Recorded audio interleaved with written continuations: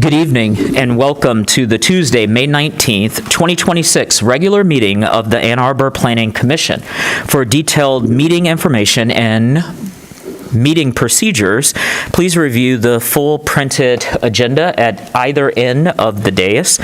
The information that's in our packet is available via Legistar. You can go to a2gov.legistar.com, go to calendar, select City Planning Commission, scroll down until you find today's date, May 19th, and then click on the agenda, and then there are links to everything that's in our packet. My name is Donnell Weich, and I will be chairing tonight's meeting. Manager Kelly, would you please call the roll? Noting one advance absence for Commissioner Lee. Weich. Here. Hammerschmidt. Here. Dish. Here. Mills. Here. Weatherby. Here. Adams. Here. Norton. Here. Bassiuni. Here. You have a quorum. Thank you, Manager Kelly. May I have a motion to approve tonight's agenda? Moved by Commissioner Mills, seconded by Commissioner Weatherby. All those in favor of the motion, please say aye. Aye. Any opposed? Same sign. The motion carries. May I have a motion to approve the minutes of the May 5th, 2026 meeting? Moved by Commissioner Weatherby, seconded by Commissioner Mills. Is there any discussion of the minutes? All those in favor, please say aye. Aye. Any opposed? The motion carries. Next up are reports to the Planning Commission and written communications. If Councilmember Dish is ready, we will start with Councilmember Dish. I am ready. On first reading last night, Council voted against the PUD amendment to Ashley Muse that would have permitted all D1 uses, including non-owner occupied STRs. In their discussion, they expressed concerns about expanding the number of non-owner occupied STRs in the downtown core. They viewed the decision on this project as counting as an expansion of non-owner occupied STRs and wished not to proceed with this specific decision before CPC made a decision in CLUP implementation regarding whether or not to limit non-owner occupied STRs in HUB. They also expressed a desire not specific to this project that there be no further expansion of opportunity for non-owner occupied STRs in the downtown core, not just with respect to this project, but generally because of the housing crisis. I took this to mean that Council views creation of non-owner occupied STRs as intensifying the housing crisis rather than mitigating it. I reported to them that this body has heard concerns for revisiting the STR ordinance with respect to transition, and that the body wrote its consideration, that is consideration of STRs with respect to transition, into the comprehensive land use plan. I take it that City Council would like to see that discussion extend to HUB. As I said, however, not only would they like to see that discussion extend to HUB, but they voiced a desire to hold off on permitting new opportunity for non-owner occupied STRs in the downtown core in the meantime, while the CLUP is being implemented. I know that we have recently used TC1, D1, and D2 to approve high-yield housing projects in areas that CLUP assigns to the HUB or transition, to the HUB category. Most of these are in what I would consider the near campus downtown, but I do not know what City Council meant by core downtown and if they recognize a distinction between those two. Lacking a precise understanding of what Council meant by downtown core, I am not sure of the status of these tools, TC1, D1, and D2, in the meantime. Thank you, Councilmember Dish. Manager Kelly, do you have a manager's report for us? I was wondering if Councilmember Dishwood had any comments on the budget item from last night. We passed unanimously a budget with no structural deficits, which is lovely, and there is $320,000 budgeted for CLUP implementation, which could be renewed a second year or rolled over into a second year if we don't spend all of it in the first year. And if there are any other great things, please let us know, Mix Kelly. I will also note before we go to Manager Kelly that my colleagues, Weatherby, Norton, and myself were reappointed at last night's City Council member to a new 3-year term ending 2029. Congratulations. Manager Kelly. Also, Commissioner Weatherby was reappointed to the Zoning Board of Appeals. If I, what's that face? No? There was a bit of a snafu, and that will be coming, I think. Okay. And I do know from colleagues in engineering that I believe the budget includes 2 new positions that would assist with private development review. That has been something that has been a challenge, is making sure that we have enough staff to keep pace with development. So our team is looking forward to new colleagues in private development engineering sometime whenever they can post those, get them hired. I have one item for the manager report, which is that currently on the Planning Commission calendar, August 4th is Tuesday is listed as a meeting. However, this is the state and local primary election. I think we had some discussion earlier this year about whether or not to just share the date, but it is, I have come to understand, highly inconvenient for the clerk's office. It would be preferred if we moved the meeting, and also dawns on me now that we have many staff who work in the local elections in lieu of their planning roles on that day to assist with that big operation. And so they would have a challenge to present to you. So we did move your calendar hold and plan to put that calendar update on the 6-2 agenda. Thank you, Manager Kelly. Do we have any other commissioner officers or committee liaisons who have anything to report?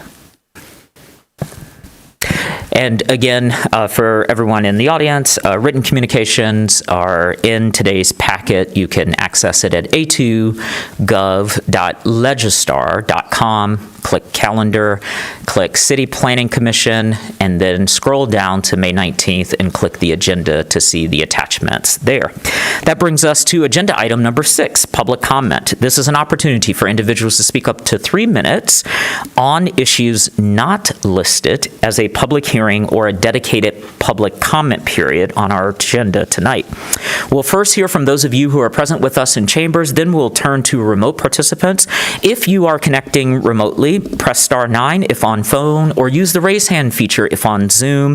For phone access, dial 877-853-5247 and enter meeting ID 977-6634-1226. City staff will identify callers by the last 3 digits of their phone number or by name if on Zoom.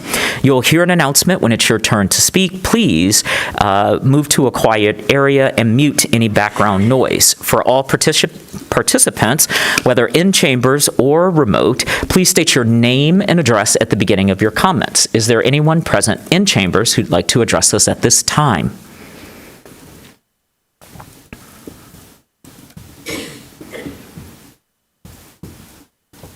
Manager Kelly, do we have remote participants? There are none. I shall close the public comment or hearing. Nope, this is just public comment. And then take us to agenda item number 7, communication from commissioners. Is there any? I did, seeing none of my colleagues, Manager Kelly, I did want to ask you about the note that we have in our packet from Gabrielle Steiner. It was sent to City Council and to Planning, and I wasn't sure if this was private development, city development, or a combination, and who is the right person who should be the receipt of the concerns around the pedestrian challenges that they had over the last couple of days and weeks. If you give me some time to take a closer look at that, I can try to identify someone, and since we likely receive that by email, can reply by email with information. Okay, thank you. And then while I still have you, Sean Weber sent a note about data centers, but maybe I'll ask Planner DeLeo, since the UDC is a fun area for you. Can you inform us of our, do we already have data centers in our UDC? We do. I looked it up.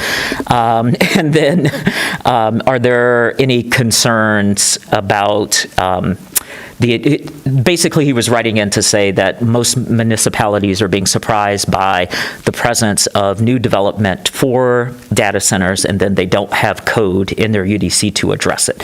So I think in our code, we call it data processing and computer center, and then it's permitted in office, like that whole middle section of office to TC1, thank you. So we do have, it's permitted in our code. We already have some criterion for it. We have some parking standards for it. Are there any other things in your estimation that deserve our attention around data centers with no notice from me that I was going to ask you this question?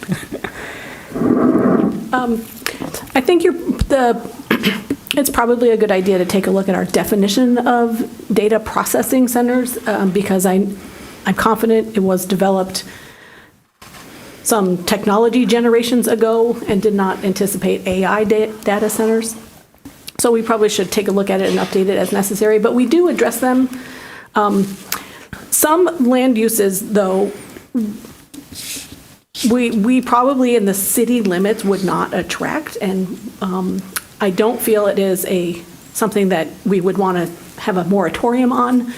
Land is very expensive in Ann Arbor, and so I'm not sure if we're very attractive for a data, and we don't have very much of it in Greenfield. So I'm not sure if we're the #1 target for a new data center to be located, but I think it's still a very good prompt to double check. Great, thank you, Planner DeLeo. Anything to add, Manager Kelly? Thank you. That takes us to agenda item number 8, public hearing scheduled for the next business meeting. Manager Kelly. For your next meeting, your next regular session will be in chambers again right here at 7 p.m. on June 2nd. We have 315 West Huron, which is a planned unit development rezoning and site plan for city council approval. A proposed fully electric 10-story mixed use development spanning multiple addresses with 285 units comprising studios, 1 bedrooms, 2 bedrooms. 15% of the units will be at 60% area median income affordability levels. It will include amenity spaces. The ground floor will have covered parking with electric vehicle charging and access via West Washington Street. The first floor will have additional covered parking and coffee shop retail and access via South First Street. Floors 1 through 10 will have residential units. The 10th floor will feature a rooftop bar. A dedicated entrance will be provided off South First Street. Various sustainability features are included. The site is partially in the floodplain fringe, Zone D2 downtown interface. It's in the First Street Overlay District with a secondary street designation and located in Ward 5. Thank you, Manager Kelly. So that takes us to agenda item 9A, and I told folks before the start of the meeting that we would be going into closed session to this evening, and this is the agenda item for that. So I will entertain a motion for us to enter a closed session under Michigan Open Meetings Act for the purpose of discussing attorney-client privilege written communication as set forth in MCL 15.268, Section 1, Section H. Moved by Commissioner Bass-Uni and seconded by Commissioner Norton. All those in favor, say aye. Aye. Any opposed? We're in closed session.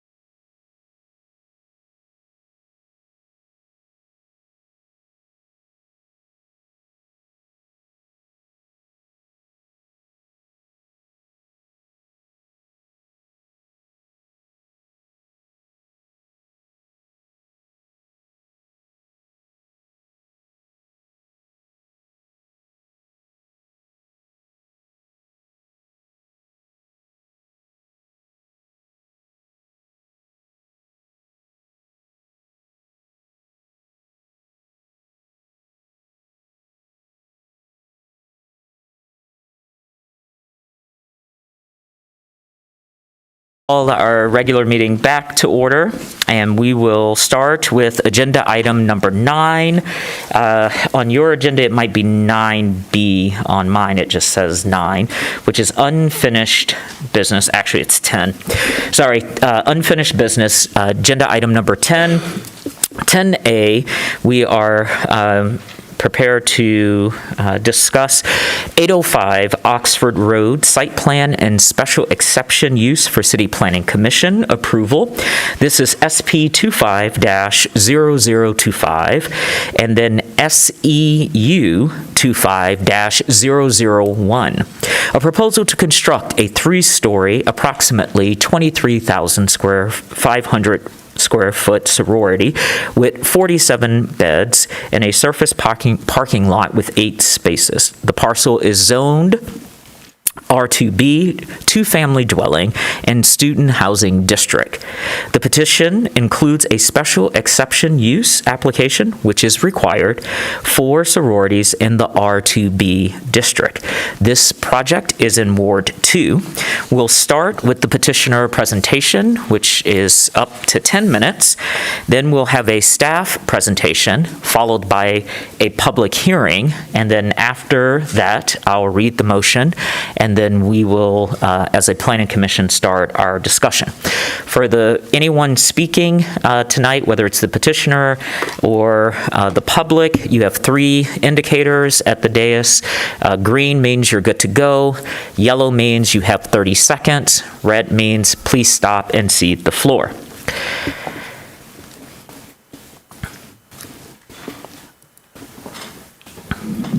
I know this isn't orthodox, but while I'm doing this, Mr. Chair, the petitioner did request additional time this evening if you are Amenable? Did they tell you how much? 5 to 10 extra minutes. Okay. 5 to 10 extra. We'll check in at 15 minutes. Okay. Is that all right with the table? Okay.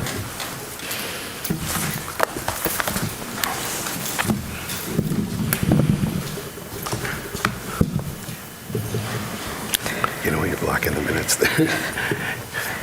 Good evening. Good evening. My name is Ron Natus. I'm an attorney with Cousins Lansky in Farmington Hills, and I represent the petitioner for this project. Now, there have been a lot of issues raised by the Planning Commission and also by homeowners on the Cambridge Street, and today I was presented with a letter that is signed or purportedly signed by a whole slew of other people in the area, and so there are a lot of issues that we'd like to be able to address, and we'd like to address all of them if possible, but I'm going to focus on the ones that I can address quickly to start with. So we've prepared an elaborate presentation set of materials, but the fact is, let's just say when I went through this, it was well more than 15 minutes to get through it all. So I'm going to skip through most of the initial things to get to the key issues. This project was approved by the staff in terms of the ordinance issues, and so really it's just the R2, the SEU application that is really before the, I mean, it's all before the Planning Commission, but we're focused on the SEU application tonight. And I guess I would just say about the SEU process. Obviously, the Planning Commission has a fair amount of discretion here, but it's not unlimited discretion. And in our view, this is well, it's really a question of it's not let's just say it's not an opportunity to weigh in on whether or not sororities or fraternities are a good thing for the community or what's happened in the past, or arbitrary size limitations or subjective judgments about how much space per person. Those really are not any of the factors that are listed in the ordinance.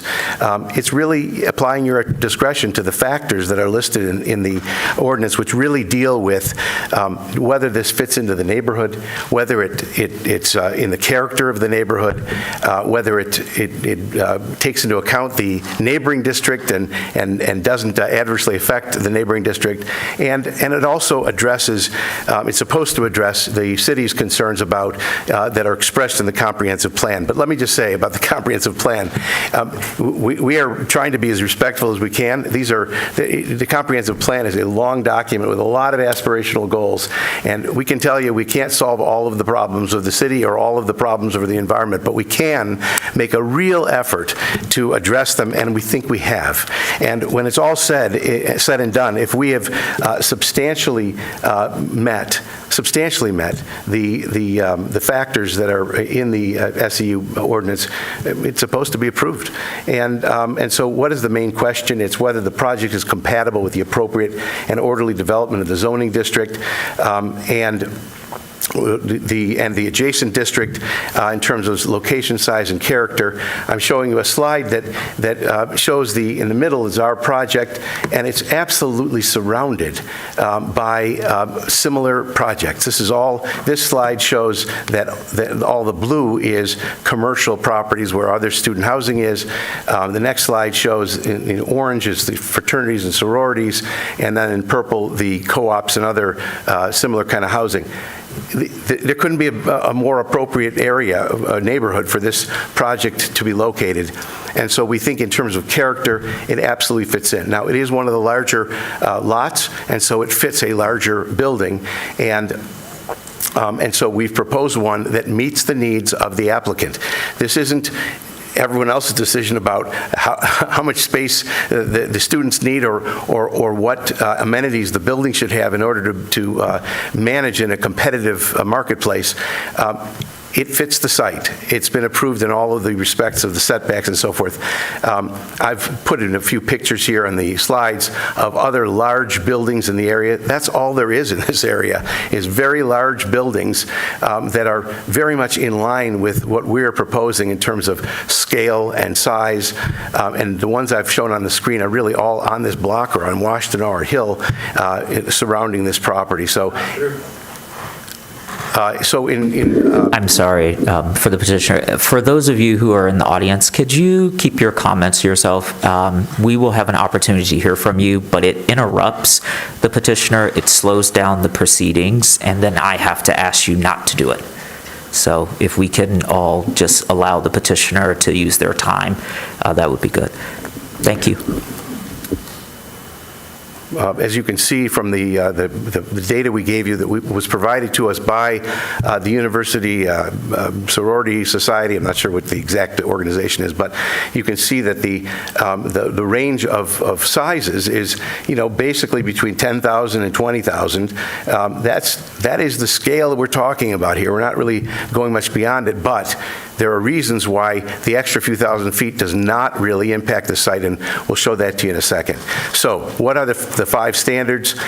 Are they consistent with the general objectives of the city master plan, the comprehensive plan? And we've put in our application the basis for our claim that we do. We've tried to improve on that in this version of it. And the questions go on to ask, is it going to be compatible with the planned character of the general vicinity? We think all of these are satisfied, A through E of 5.29.5D1, and we will show you that we don't think it's detrimental to the use, peaceful enjoyment, or economic value of the neighbors. And as far as the natural environment, yes, there will be some trees that come down, but we believe that we've minimized that, and we've added 120 trees to the site to build up whatever we've had to take down to accommodate the building. Now, before I get to those main events, we have updated the plan. We heard loud and clear about the desire to have fewer parking spaces, and we reduced the plan from 16 to 8 spaces. We've increased the size or the height of the screening fence in the back on the easterly side from 6 to 8 feet. We've added arborvitae trees in that back corner to provide additional screening, and we'll illustrate that in a moment. And we've added some, I think it's about 36 trees to the original proposal, which gets us to the additional 120 or 121 trees that we've added to the site. we are adding to this proposal, there was some discussion about whether we could make it all electric. We had it 85% electric, and we were listening to our kitchen consultants telling us that they'd prefer to have gas in the kitchen, and we are committed now to having an all-electric building. And so this proposal now should be viewed as an all-electric proposal, and if we need to put that in writing somewhere, we are prepared to do that. And we've also been in touch with the administrator of the SEU plan for utilities. We can't really commit to that yet because we don't really know all the details, but we've signed the what they call a no commitment required letter of intent, and we would like to pursue that with the city and see if we can put some solar panels on and follow that program as it evolves. It's apparently not all unveiled yet, and so we're waiting to see what it actually looks like. So now, the main event. What are the big issues that the Planning Commission has raised? And I would say I'd break it down into three big categories. One is this question of impervious surface. There's too much impervious surface. You've got this fire lane, and you've got a turnaround, and you've got a large building, and you've created more impervious surface, and we'd like to have less. And the bottom line here is that you have to ask, why do we want less? Well, we want less because we're trying to manage stormwater drainage on the site, and one of the disconnects, I think, is that our team, which has looked for different places to put this building, and forward, back, over, northerly, southerly, all these possibilities. One of the factors had to do with trying to minimize the impervious surface. But what it turned out to be, in any kind of a development, there's always going to be competing interests. We can't solve all problems for everybody on every issue. If we move the building in one direction, we lose some landmark trees. If we move it in another direction, we lose different landmark trees. In some respects, we can move it in a certain direction, and maybe we can try to have less paving. Well, it turns out that early on in this process, and it's in our submission, our initial submission, our engineers did a perk test on the site, and it is not a sand site. It is a clay site. And so the idea that we've exalted the impervious surfaces issue as a principal issue in deciding whether this is an appropriate development it's not illogical in the sense that that's sort of a goal of the community. But for this particular site, the whole site is impervious because the water just sheets off because it's got nowhere to go. And so our focus was, how do we address that issue? And that's why we addressed it and focused and made a priority the underground detention system that allows all the water to be collected and then released slowly into the system. And so we've solved the underground or the stormwater system. Reducing impervious surfaces is not going to help anything because the ground itself is impervious. Okay. Now, did we consider other places on the property? Of course we did. We started off with our citizen participation meeting, and we had this L-shaped building, which was further to the front. And then we had another more rectangular building, also a little bit further to the front. But in both of these, you can see there's parking all the way around. And it turns out that these configurations didn't allow us to have the turnaround that we found was necessary in order to accommodate solid waste disposal. And we've now confirmed that there's really, we could shrink the building by a third, and it would still require the solid waste, coming onto the property and removing and emptying a dumpster. So we're working within the ground rules, but these site plans didn't work, the ones that pushed the site forward.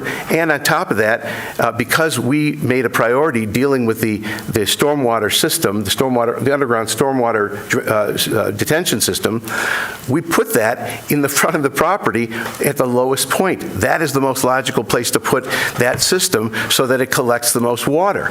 And so once it's in the front of the property, now there's a set setback requirement beyond that in terms of the interface with utilities and the building that's on the property. So we're already starting back close to 100 feet from the setback because of those constraints. And we were also the entire time thinking about our neighbors. How is this going to affect the neighbors?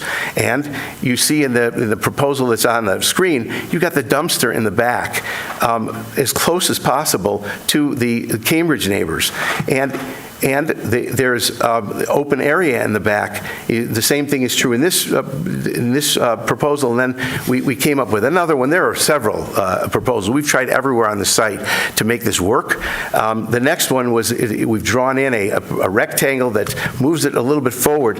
But what this does is it moves the dumpster to the back. So the neighbors I've got my cursor on it. I'm circling it. That's where the dumpster is.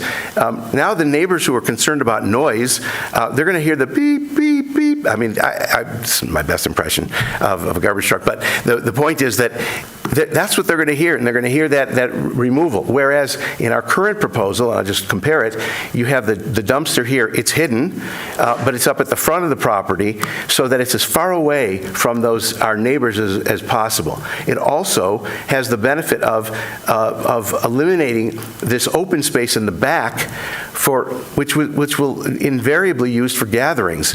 I mean, the neighbors told us we're worried about people, all the people in the sorority and gathering around and doing whatever it is people in sororities and fraternities do, and littering and making problems. The last thing we wanted to do is put that up against the back of the house, especially with as close as 1835 Cambridge is. So the point is that by moving the house to the back corner, there was some angst expressed at the last meeting, why does it have to be in the back corner closest to the people? And the answer is that it's the best place for it. It's also more, first of all, I want to point out in this slide that is actually more consistent with the neighboring properties. If we moved it 50 feet closer, it would look a little bit strange because the other two properties next to us, north and south, are both more than about 120 to 130 feet from the right-of-way. And if we were right up on the road, it would look a little bit funny, but whatever. I mean, that's an aesthetic issue. The bottom line is... I just want to warn you that you're in your 30 seconds. God. Well, I'm getting close to somewhere here. Maybe you can indulge me a little bit longer. We'll see. In any event, by doing this, we've moved all of the activity at the site to the front, and I want to point out some really important things about how this will affect neighbors. First of all, let's talk about sound. People are worried about noise. This building, the main noise is on the first floor. It's below ground, below grade. Between that noise and the neighbors on Cambridge, you're talking about walls, retaining walls, and an earthen hill. That sound is not going to get through there. And on the top levels where the residences are, those are fixed windows. So there's not going to be sound coming forward, and that's why we weren't worried about putting it, relatively speaking, close. But more importantly, I'll just show you these two elevations, the south and the north. I'm going to pause and just check the table. That was 15 minutes. Okay, all right. I think we'll stop here and we'll go to our staff presentation. You'll get questions, so you'll be able to present. And we had these in our packet, and I can attest that we did go through your. I went through your presentation. Yes, I did. Right. So thank you so much. Thank you. We'll turn now to Planner Malene Cochran to give us the staff presentation. Thank you. This project has been moving very quickly in the past few days, so I don't have a lot of, I think they have the most up-to-date updates. But I will just call out a few things that are included on this version of the site plan that's included in the packet. The vehicular use area has been reduced to provide parking spaces for 8 cars instead of 16, but the location is the same. It's that northern row of parking spaces that has been eliminated. That means that there is a slight change in the required number of installed electric vehicle chargers. So proportions are the same, but because there's less parking, less chargers are required.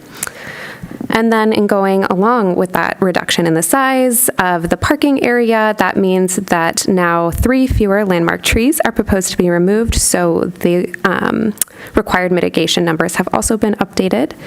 And then because of those minor changes, other minor changes have gone along with the reduced vehicular use area and those changes in natural features, and that's things like retaining walls and lighting and outdoor picnic areas. So nothing else that I'd like to call attention to, and I think that the applicant has explained the rest of their updated changes. Thank you so much. That brings us to a public hearing. This is an opportunity for individuals to speak up to 3 minutes on this item. We'll first hear from those of you who are present with us in chambers, then we will turn to remote participants. To speak remotely, please press *9 if on phone, or use the raised hand feature if on Zoom. For phone access, dial 877-853-5247 and enter meeting ID 977-6634-1226. City staff will identify callers by the last 3 digits of their phone number or by name if on Zoom. You'll hear an announcement when it's your turn to speak. Please ensure you're in a quiet area and mute any background noise. For all participants, whether in chambers or remote, please state your name and address at the beginning of your comments. Is there anyone in chambers who'd like to address us on this issue? Come right up to the microphone. And remember, you have... All right, come on. You have 3 indicators. You have a green light, a 30-second light, a red light, and a countdown timer. So, good evening. Thank you. My name is Matt Wolf. I live at 1841 Cambridge Road. Nice to see you again. We met 5 weeks ago, and I was a little bit surprised to be invited again so shortly. So I was interested to see what was changed. And so 5 weeks ago, there was a very clear outline that the project is fairly big. There would be a lot of trees being cut, and basically it is very intrusive in the neighborhood.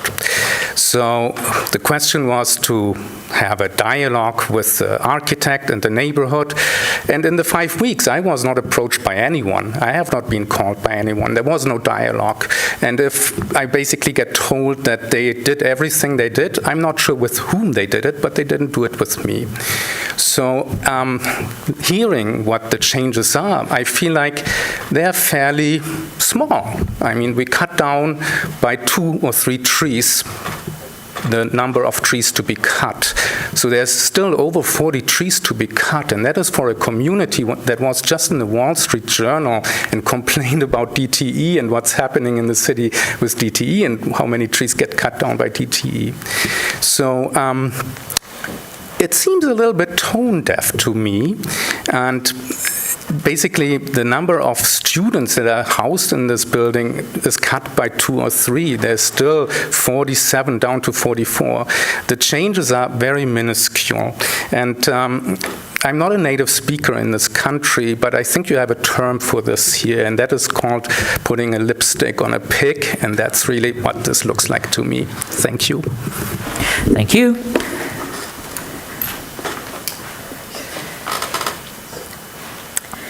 Hi, my name is Farina Mir. I live at 516 Oswego Street.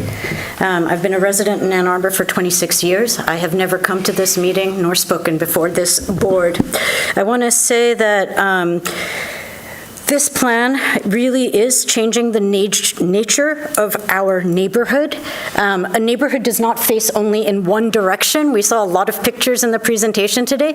We didn't see any pictures of Cambridge Street. And that is part of this neighborhood. It's changing the nature of our neighborhood in terms of the trees. The property being proposed at the building at 23,500 square feet is actually incompatible with this neighborhood if you were to look at Cambridge and other adjacent streets, not just at Washtenaw Avenue. It is a project that is going to be detrimental to the economic value of the homes it will be adjacent to. I find it hard to believe this statement put as fact in the presentation that it will not. It will absolutely, and I know because my home abuts a fraternity, and so I know that it impacts the value of my property. The density is not, quote, context sensitive as called for by the comprehensive land use plan. Again, if you look at the streets behind this property and not just at Washtenaw Avenue. Their points A through E, which are stated as fact in the presentation, are all contestable. Their point C, that this is consistent with the general character of the neighborhood, is only apparent if you look at other fraternities and sororities, not at the single-family and duplex homes that are in this neighborhood. Their point D, that this will not be detrimental to the use, peaceful enjoyment, or economic value of the neighboring properties, is again something that I would contest vehemently. They have reduced the parking in their adjustments to the plan. I don't know where these other cars will go. I do not think there will be less cars associated with a home that houses minimally 40 students and up to 70. Those cars will all go into our neighborhood. And then we will have the disturbances that come with these additional cars in our neighborhood. At the beginning of his presentation, this gentleman said that this plan fits and is in the character of this neighborhood. As a resident, as a 24-year resident of this neighborhood, I would contest that characterization. I would invite any members of this body to come and walk the streets of our neighborhood, not Washtenaw Avenue. Come and walk on Cambridge, walk on Hill, walk on Oswego Street where I live, and I think you will see that these representations are actually not accurate. Thank you for your time. Thank you. Is there anyone else in? Great. Greetings all. My name is Dorothy. I live at 1841 Cambridge Road. Glad to speak again, as I did 5 weeks ago. And when I did, I followed a line of thought that I want to keep up, and that was stability of the soil, of the physical nature of the neighborhood, the physical impact. And this time around, I have a list that I dug up, and if these are things that are already included, great. That would be good to know and be part of the public record, or perhaps accessible to those of us in the neighborhood. But some of the things that I thought we should ask for, this may be a bit boring, so I'll try to go through it quickly. A full geotechnical report, a pre-construction condition survey for the neighboring homes, if that's allowable. Construction vibration monitoring plan. I suppose that's something that comes up with the construction documents. There was talk about the visual impact, and I didn't hear anything specific to a sightline and shadow study. Other things that are on my list include an excavation support plan, dewatering plan, retaining wall engineering, construction sequencing plan. These are all things that I suppose could be delved into later. What I'm trying to say is, what are the guardrails? And that was the key term that I used last time. What are we putting into effect to make sure that we're not impacted? And to end all this, I would like to understand if there's some sort of clear process to seek damages if we should see any physical effect on our properties. Thank you. Thank you.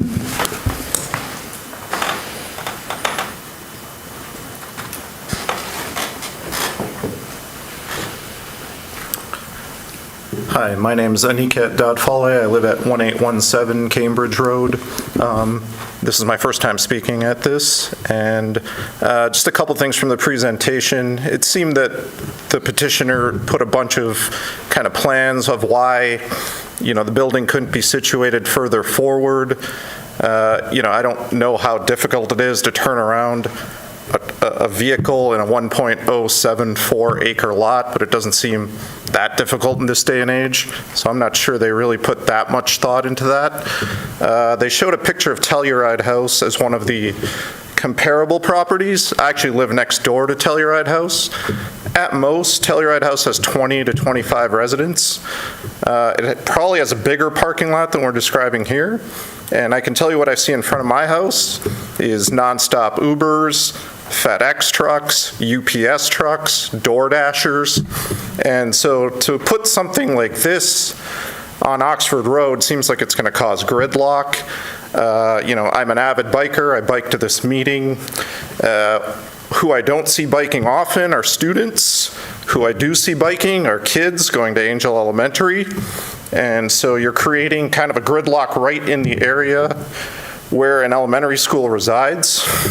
So I see bikes with kids 7, 8, 9 years old, on the sidewalks down Washtenaw. I see them on Cambridge. I see them on Hill. And, at the end of the day, you're creating, like I said, gridlock. There was a proposal that the delivery drivers will use the driveway. I can tell you this is not going to happen.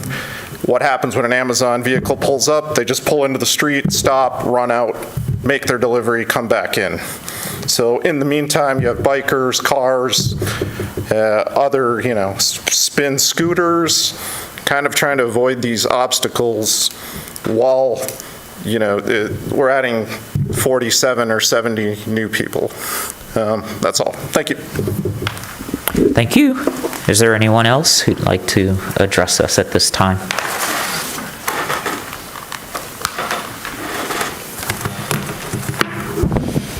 So I'm Aradhana Krishna. I live at 1835 Cambridge Road. At the last Planning Commission meeting, the developer was asked to 1, reduce parking, asphalt, and impervious surfaces, 2, cut fewer trees, 3, reduce the size of the building, and 4, move the building site away from single-family homes on Cambridge. I'm very concerned with their responses to these 4 issues. First, on parking, the total asphalt area was about 11,800 square feet or 0.27 acres. See the first page I just gave you. They claim they have cut parking spaces from 16 to 8, but the total asphalt area has been reduced from about 11,800 to about 9,100 square feet or 0.21 acres. The new plan shows asphalt and also mill and fill, which is also asphalt, and this could actually allow more parking for 6 more cars. See the second page. In addition to the asphalt, there is also lots of concrete area, which is the same amount in both plans and is 3,000 plus square feet. The concrete also includes lots of unnecessary bicycle parking. See the third page. The yellow is concrete, the red is asphalt, the dark red is mill and fill asphalt, and blue is the house.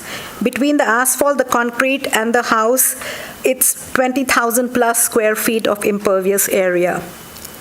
Second, on trees, they are cutting 45 instead of 48 trees. And just to show you what kind of groves they are cutting down, on the 4th page you'll see the Southeast Grove, which is a woodland which includes at least 6 beautiful landmark trees, including a big-tooth aspen, a sassafras, a hackberry, a black walnut, and an aspen/black cherry conjugated twin tree, which is very rare. They say they're adding many more trees, but are they adding 70-foot tall landmark trees? The mitigation of tree loss will take several decades. Third, on reducing the size of the building, they say they have decreased how many people will stay there from 47 to 44, and the max capacity from 75 to 61. But the building size remains the same as before at 23,500 square feet. This is completely out of sync with the neighboring Greek houses, where the smallest, exactly on their right, is 3,708 square feet, and the largest is 16,900 square feet. To our knowledge, this would break all records in Ann Arbor and would be the largest sorority in Ann Arbor. My husband will discuss the last point about the building site. Thank you. Hello, I'm Jack Jagadish from 1835 Cambridge Road, and I want to talk about some of the factual disagreements or inaccuracies in what we've heard. The sizes of the other sororities and fraternities that were presented by the petitioner, some of them were wrong, and you've seen in what my wife just handed out some of the numbers that are more real. They go from about 3,000 to 15,000 in size. What they're proposing is more than 1.5 times the size of the closest largest sorority in the neighborhood. they said that the front setbacks are comparable to their neighbors, but they didn't talk about the rear setbacks being comparable to their neighbors, and they cannot, because their building is so large that if the front setback is comparable, the rear setback is not. Right, and so their rear setbacks are just not comparable with what their neighboring houses are. They've actually got they're moving the rear setback of the house on their property by over 60 feet. Immediately after the commission meeting last month, I reached out to them to see if there was ways that we could work together to mitigate my concerns with this project. After a few days, we had a call set up, and in that call, I even offered to hire an architect to develop an alternative site layout that would meet the required turnaround codes for fire, garbage truck, etc., while at the same time saving the southeast grove of trees, the woodland that you've seen the pictures of, and improve the rear setback. They declined my offer and instead chose to file a revised application with minimal changes, as you've seen. In this, they showed 3 alternative plans and why these would not work, but the problems are actually already self-contradictory. For example, 2 of the plans that they showed had room for over 20 cars worth of parking, and once you take that away, the problems that they have with regard to turnarounds, et cetera, would go away. They even said one of them, the reason that it's not allowable is because you don't want parking in the front. The third plan, with a rectangular building cited, is a plan that their primary problem was that this was rectangular, and that's a more expensive thing to build. If they were to take that same rectangular sized building and make it square, they would have a more reasonable sized building that is more in consonance with the neighborhood and would meet all our requirements. Thank you.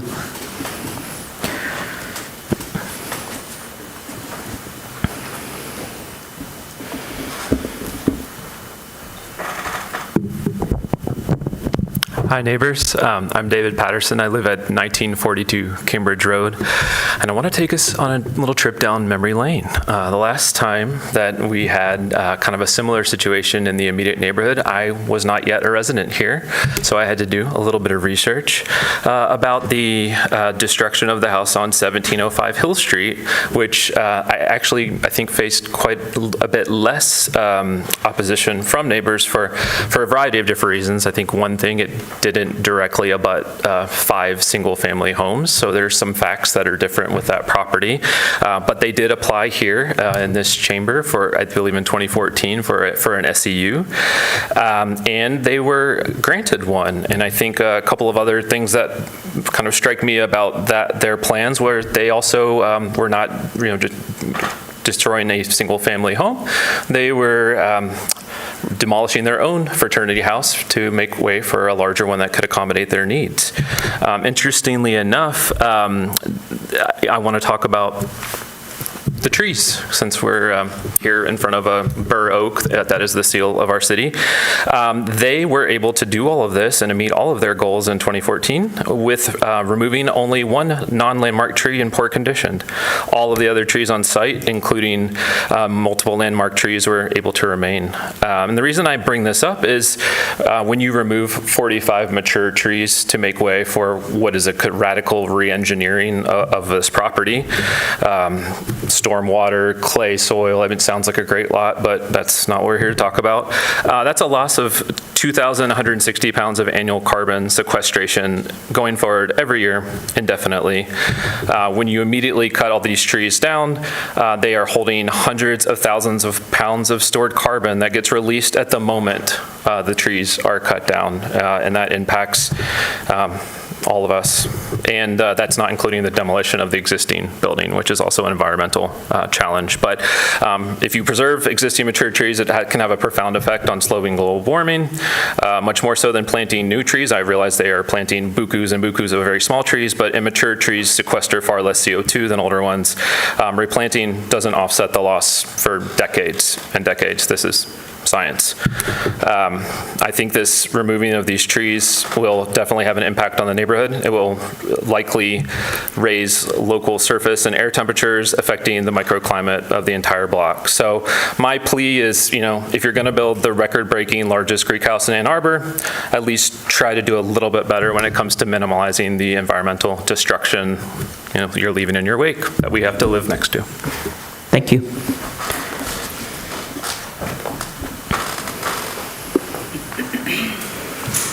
Hi.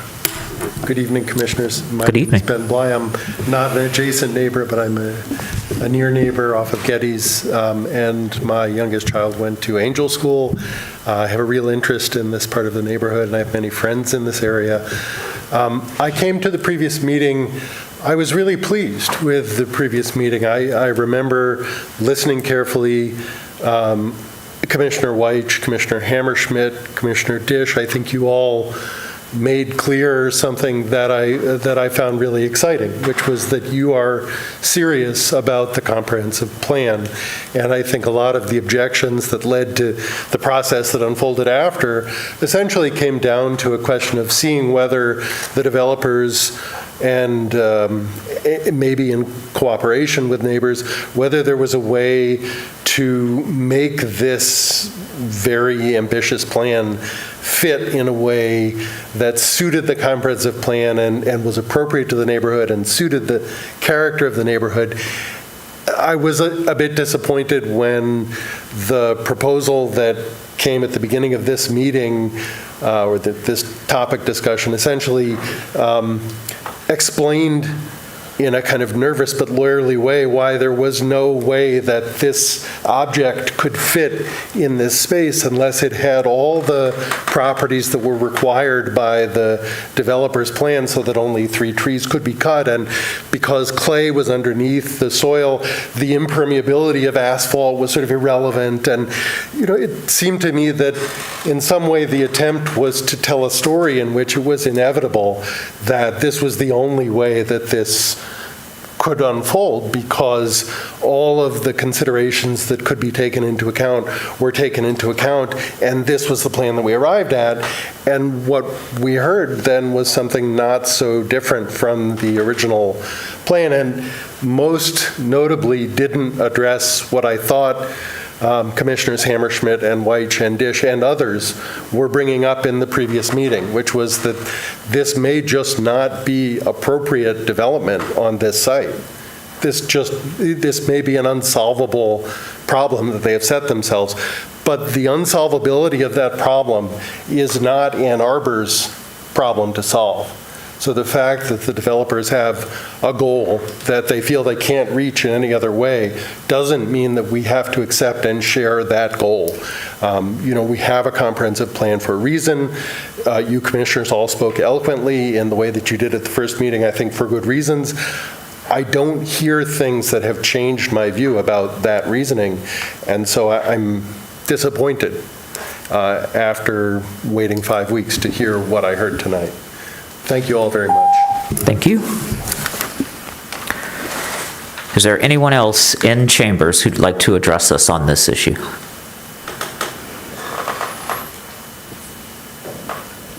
Manager Kelly, do we have remote participants?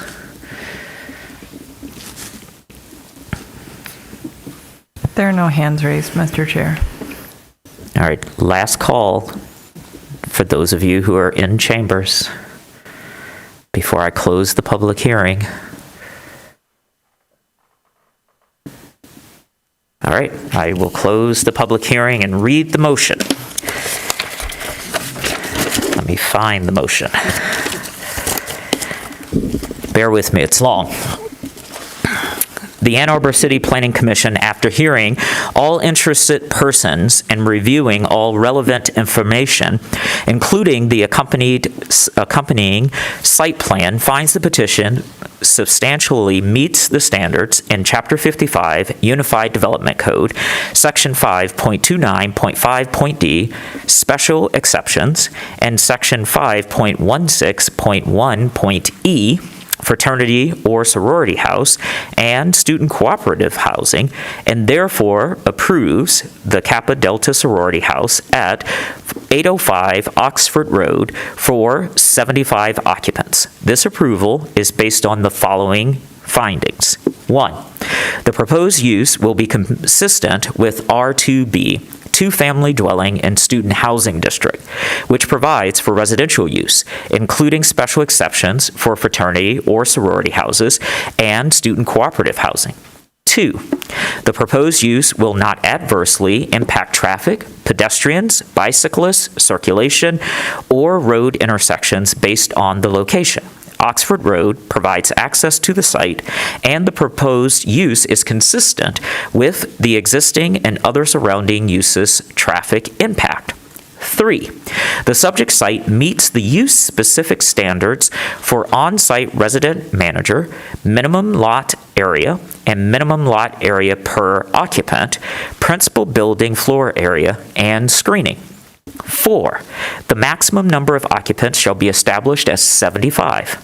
5, a site plan documenting the existing and proposed conditions of the site has been submitted as a part of this application, and that the Ann Arbor Planning Commission approves the Kappa Delta Sorority 805 Oxford Road Site Plan Version 7, dated April 29, 2026, alternative natural features mitigation for 46 inches of tree mitigation, and the development agreement. Moved by Commissioner Mills, seconded by Councilmember Dish. And before we start, I just need a pause. Okay. So what's going to happen now, just for everybody's benefit, is we're going to talk. We're going to ask questions of staff, both the principal planner and the planning managers. We may ask questions of the petitioner. Some of the commissioners have written down some of the questions that you, the public, have asked, and we might ask the petitioner for that. So we're going to just have a conversation. It'll be orderly. And then once we've exhausted our conversation, we will check the table to see if we're ready to vote, and then we will vote. I would ask you if you have any questions, but I don't want the planning manager to look at me. All right, so who would like to kick us off? We'll start with Commissioner Adams. This is a question for staff. To the best, this is sort of a tough question. My understanding is that this has been R2B since the original, like the 1963 ordinance. I didn't pull any. If you don't know the answer to that, Alexis is nodding, so I'm going to assume that the answer is yes. It has always been R2B. The R2B. Thank you. Who's next in the queue? Oh, Commissioner Mills. This is just to get us started. Thank you all for showing back up. Also, thank you to the petitioner for some additional details. I think one of the key things that I was thinking about last time was the massing in comparison to neighboring properties, and so had done, on the fly, some looking in the property tax records. And I appreciate that you highlighted which are specific properties. I also appreciate in the presentation tonight that you are similarly large buildings or large buildings in the vicinity. And I appreciated that in the presentation you have the comparison of other sororities in the area. One of the things that is striking to me is not only is it the biggest, but it would have the smallest number of residents. So, and actually the change tonight of reducing the occupancy but not the building size actually makes me more nervous, which I know is not something that the neighbors love to hear, but I think a lot about how much floor area is dedicated per person. And this one is, I think, significantly different than a lot of the others on that list. For some context, within the comprehensive plan, which calls for residential in this area, one of the up to 3 stories, so this is in the future. We do not contemplate how sororities and fraternities will be treated, as far as I understand. Like, we haven't gotten there yet. We haven't gotten to what the zoning will be, but when we talk about what is in the residential district, we specifically note creating opportunities for smaller, more flexible homes. And some of the considerations that we're taking into account are possibly maximum building sizes, and I would say that that should change based on the number of, again, we'll get there someday, but the number of units that are in that. So honestly, again, maybe not a popular opinion, but this may curb the size of a single family home for new residences. Like, that's what I'm imagining. But also taking into account building coverage. So that is the amount of land area on that site that has imperviousness effectively. We currently don't, like lot coverage, we don't have that right now in residential districts. We do in some of the more intense, like the upper R districts, but we don't necessarily in the residential districts. And so that's something, we don't know what that's going to look like. But these are values that we've thought about. Like, how do we accommodate more people, ideally in smaller units, right? So like,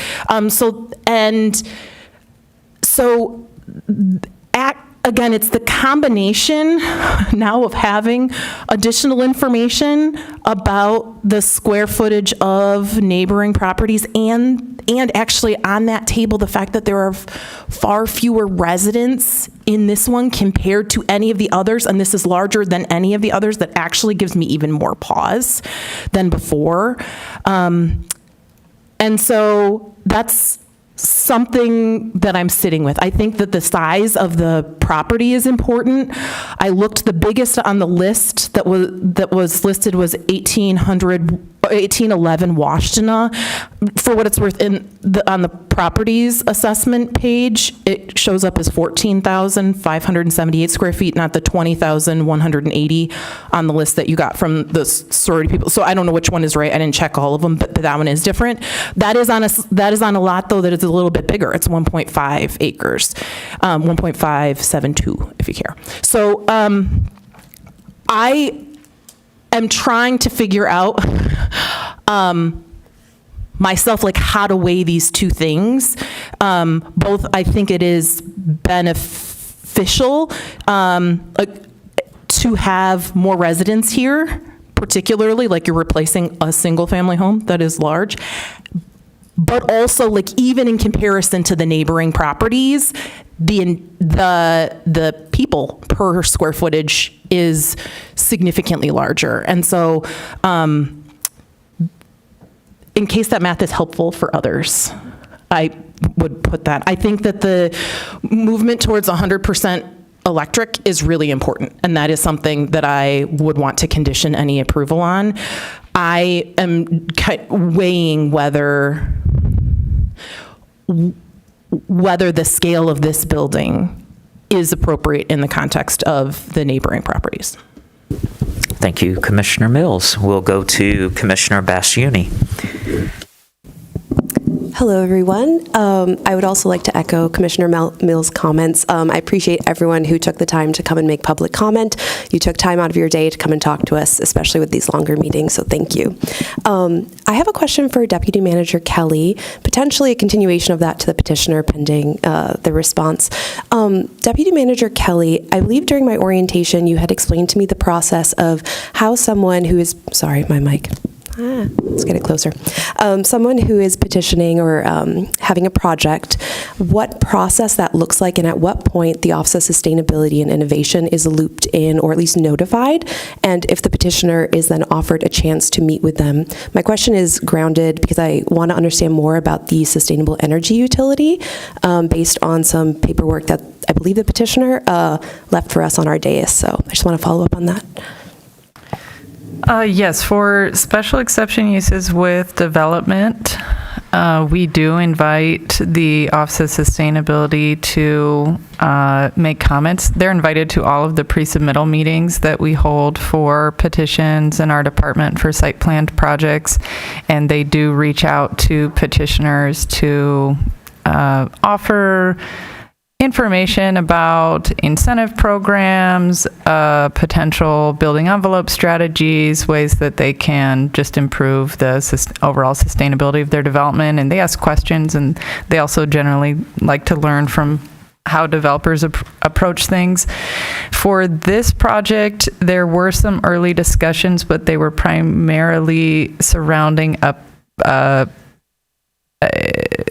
potentially using a height bonus for sustainability. That was abandoned after it appeared that it was not going to pencil out. And I'm not sure if there were subsequent discussions. Perhaps the planner, Ms. Moline Corcoran, is aware of other discussions.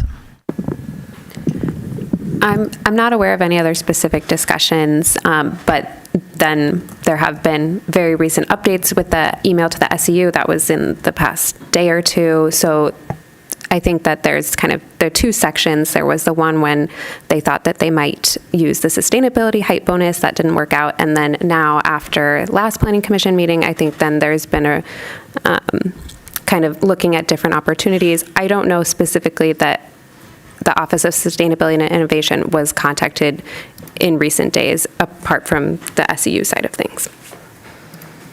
Wonderful, thank you. That's very illuminating. Chair White, am I allowed to ask the petitioner directly, or is it Yes, through you? Okay, you great. can. Hello.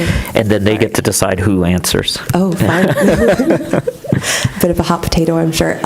So hello, petitioners. So given that information that the planners have shared, so I wanted to probe a bit about the Sustainable Energy Utility Program. I see from the documentation you shared with us, thank you very much, it seems like the senior housing manager reached out on Friday, May 15th at 4:08 p.m. to Ms. Lenski, there we go, the executive director of the SEU, seeking information about it, and it seems like there was a bit of a conversation around it, and it sounds like that is referring to what you had mentioned, the part where you said we can't commit to that, but because we don't know all the details, but there was a non-committal agreement of sorts. Is that correct? May I? One second. If I could just respond, because it's what I was saying earlier. We've reached out. We've signed the initial documentation. That's part of the process. We were given a proposal for some solar panels. We are prepared to, and I think Mr. Miller here can talk about making the building ready for solar panels as part of the process. All we were saying was we didn't want to make a representation that we will for sure be part of it, because we don't actually know what it is yet completely. But we are moving down that road to participate in it in all the respects. Some of it isn't going to be unveiled till next year, I think. And so at this point, all we've got is a notice that says that the first step would be sign this letter of intent, which we have. And then can you make the house available, ready for solar panels? There were some issues about the solar panels because we had our own consultant look at the question of solar, and the initial conclusion was that the consultant didn't think that the solar panels would have a huge impact here. In fact, it would have a very small impact. But we're certainly open to solar. It's just we didn't think it would provide much benefit. But we've signed up for this, and if that's part of what we can do to add even an incremental benefit to the sustainability, we're on board. We'll do it. And I do want to address your first question, that we did engage the Office of Sustainability and met with them on January 26th, and we had a very, very productive meeting with them and reviewed the project top to bottom, and we got really good comments from Mr. Christensen at the time. And he said that he recognized that the project, the sustainability initiatives were not obligatory for this project, but he recognized the steps that we were taking from a design perspective to incorporate as many sustainable initiatives that are in the plan as possible. Thank you. Thank you. That's very helpful. Part of me is just curious about the timing. Friday afternoon coming to a Tuesday hearing. I'd love to know what motivated you to move on the SEU, the sustainable energy utility, not the other SEU. I love that we have the same for both. But I'm just curious about the timing, given that it sounds like you had met in January, had a relationship, or at least a way in which you could contact OSI. You were aware of some of these, so I'm just curious about the timing. Yeah, maybe I can't speak to it, except to say that as we've been looking for opportunities to address the very issues that have been raised. Yes, we're not obligated to meet all the sustainability requirements because we're not asking for the height bonus, but we have been trying to make this as sustainable a property as we could. It wasn't actually on my radar screen, the SEU program, and this was something that we really started talking about as we were approaching the meeting and thinking, is there anything else we could do to make this a more appealing site? And as I said, we sort of had abandoned the solar panels because it didn't look like it was going to be of much benefit. But we started looking. In fact, it was in conversations, frankly, with the planner, that we started looking at what could we do to make this even better than what we thought we had made it. And it was actually the planners had suggested that we look into it, and we did. And we thought it was had merit, and we want to participate in it.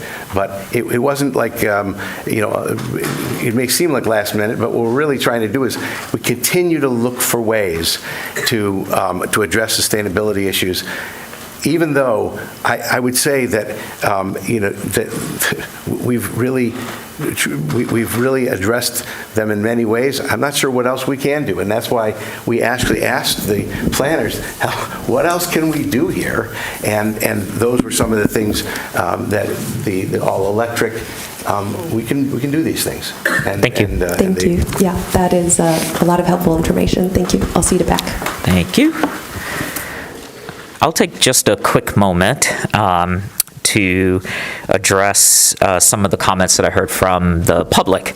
So the first thing someone asked the commissioners to do was to walk your neighborhood. And those of you who were here 5 weeks ago, you know that that's what I did. I did that before I set the table so that I could see the property. I actually drove up probably onto the property proper to try to understand it because I didn't know where it was. And so I had to go up and the little turning loop to just see the pitch. And then I got out and walked Cambridge as well so that I could understand. So I just want to first offer that just to those of you who may be making assumptions about how we engage with the petitioners and the neighbors' feedback.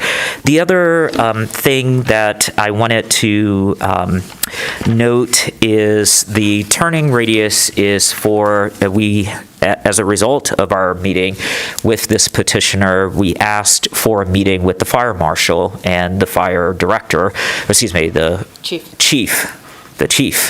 And we had that meeting a week ago during our work session. It was our entire work session, an almost 2-hour time where we got to ask questions, try to understand the placement of this, the massing of the building, the requirements, how long the hose needs to be. It's 150 feet from the street and then from the fire apparatus. Lots of details. One of the other things that we learned is they have fire apparatuses with a 45-foot straight axle, and that's what they have to turn around. So it's not just a car that is being asked to turn around. And we, I think, all through that conversation asked every question possible about, could you get smaller fire apparatuses? Could you put this here? Could you put that there? So we spent a lot of time in that conversation trying to understand those concerns.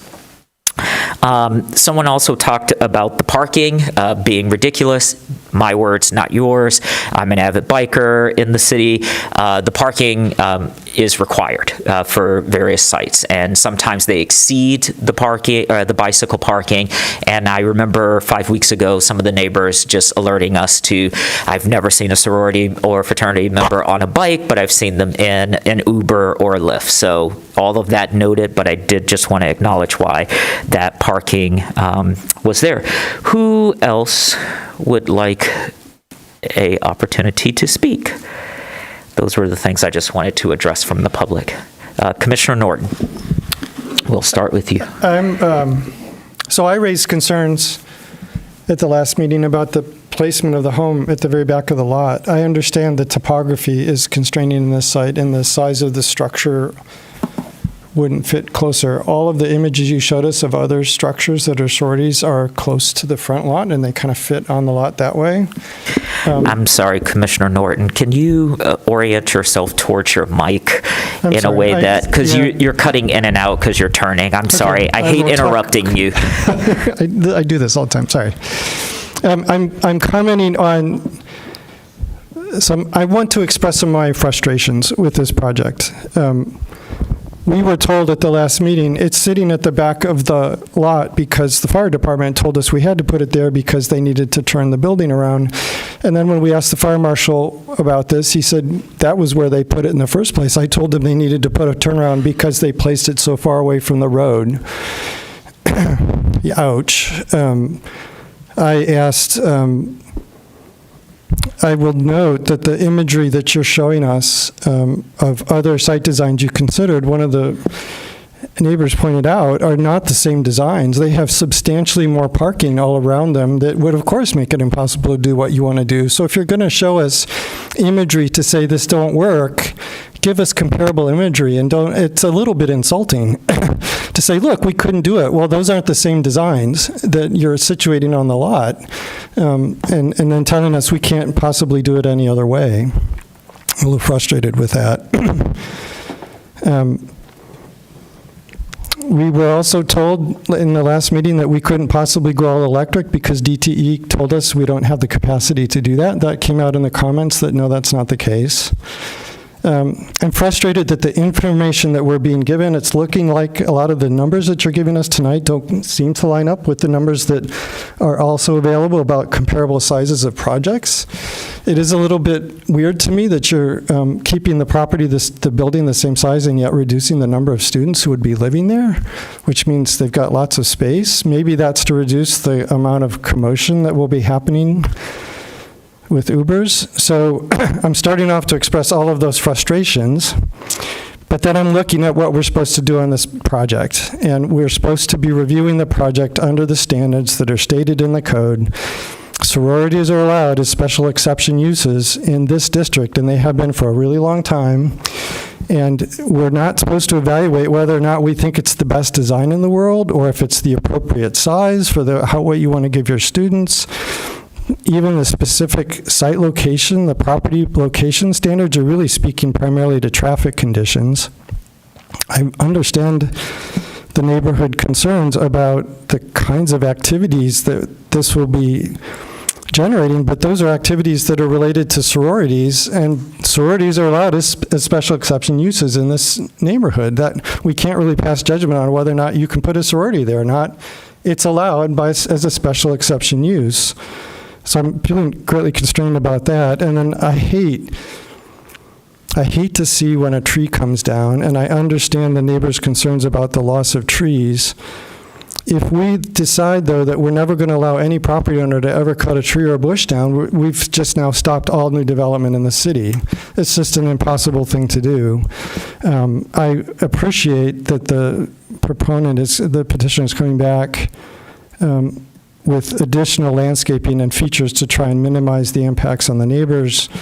I do have a question for staff. I know that I asked, I was trying to figure out, you suggested when we were chatting that in their presentation they're identifying updated features, and you weren't sure if those had already been baked into the site design. And I'm particularly interested in the landscaping, additional landscaping and tree mitigation features. Are they in the site design, or are they just being presented for the first time tonight as part of the petitioner's The presentation. landscape features that are in the site plan have been reviewed by staff, by our urban forester, and those are the ones, since those are in the site plan, those are the ones that we're going by. Those are the numbers.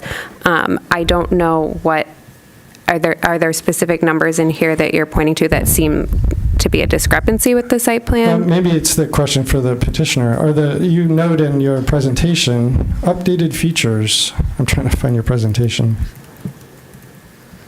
And numbers of trees that you're going to be adding 122 new trees. Are the statements that you're making in the presentation consistent with what's in the site plan, I guess is the question I'm trying to get at. Again, I'm just going to introduce Sarah, she's our landscape architect who can actually speak to this.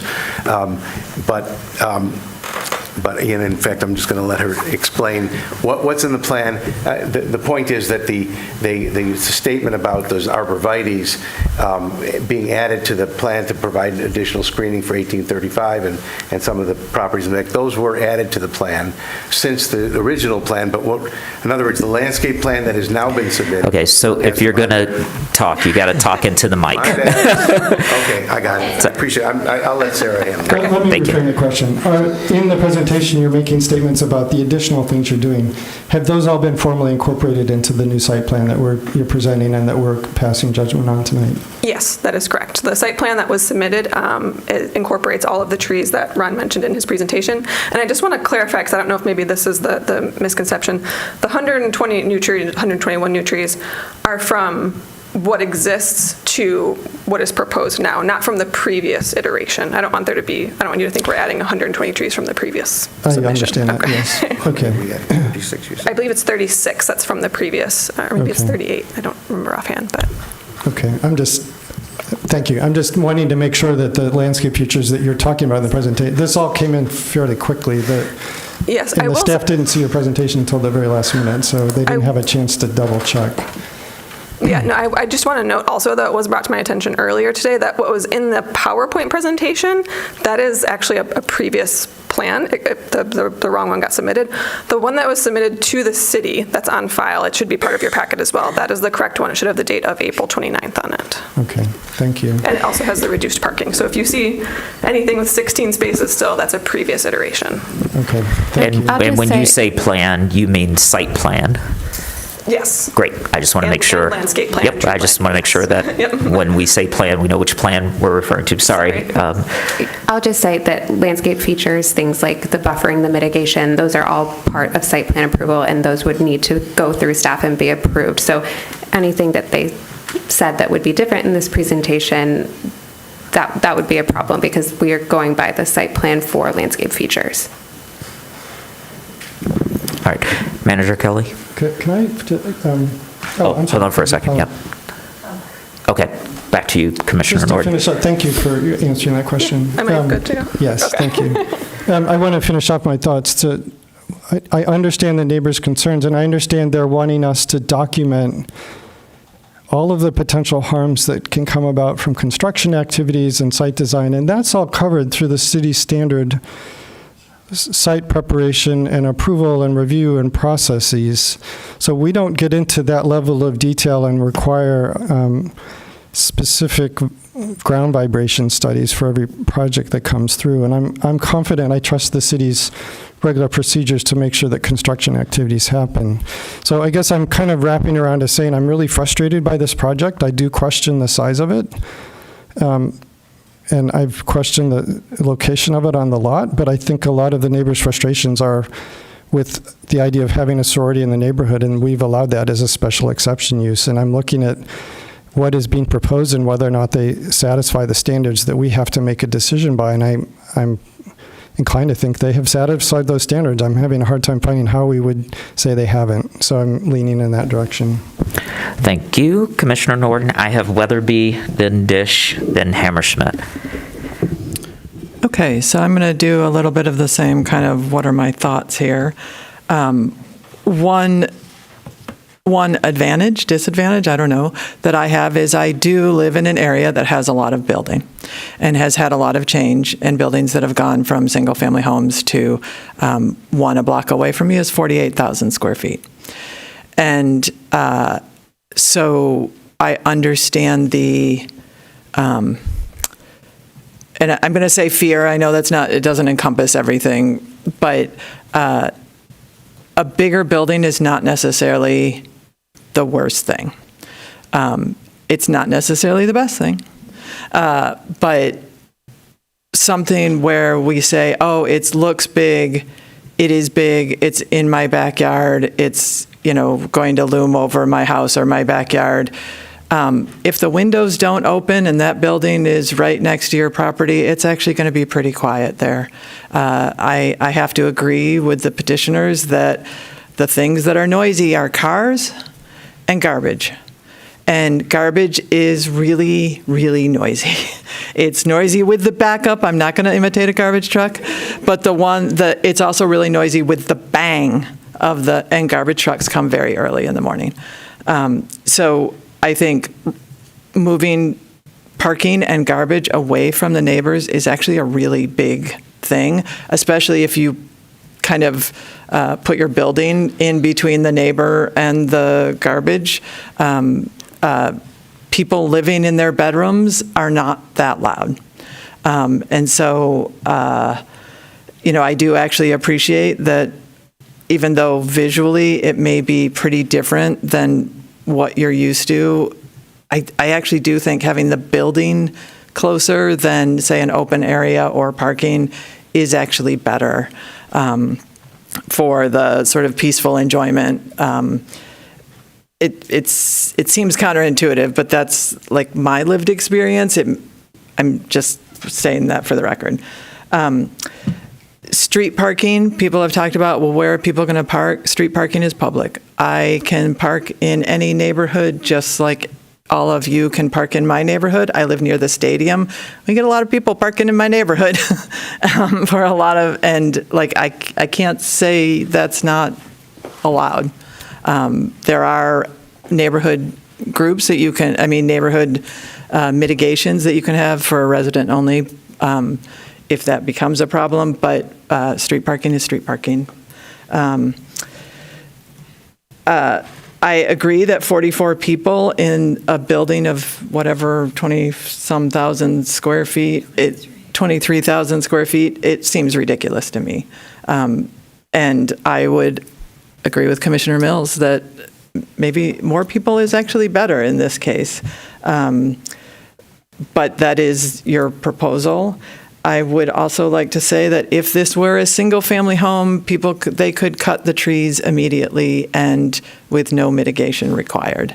The only reason there's mitigation here is because it is not single-family home, and so it's tricky. We don't tell people they can't cut trees on their property.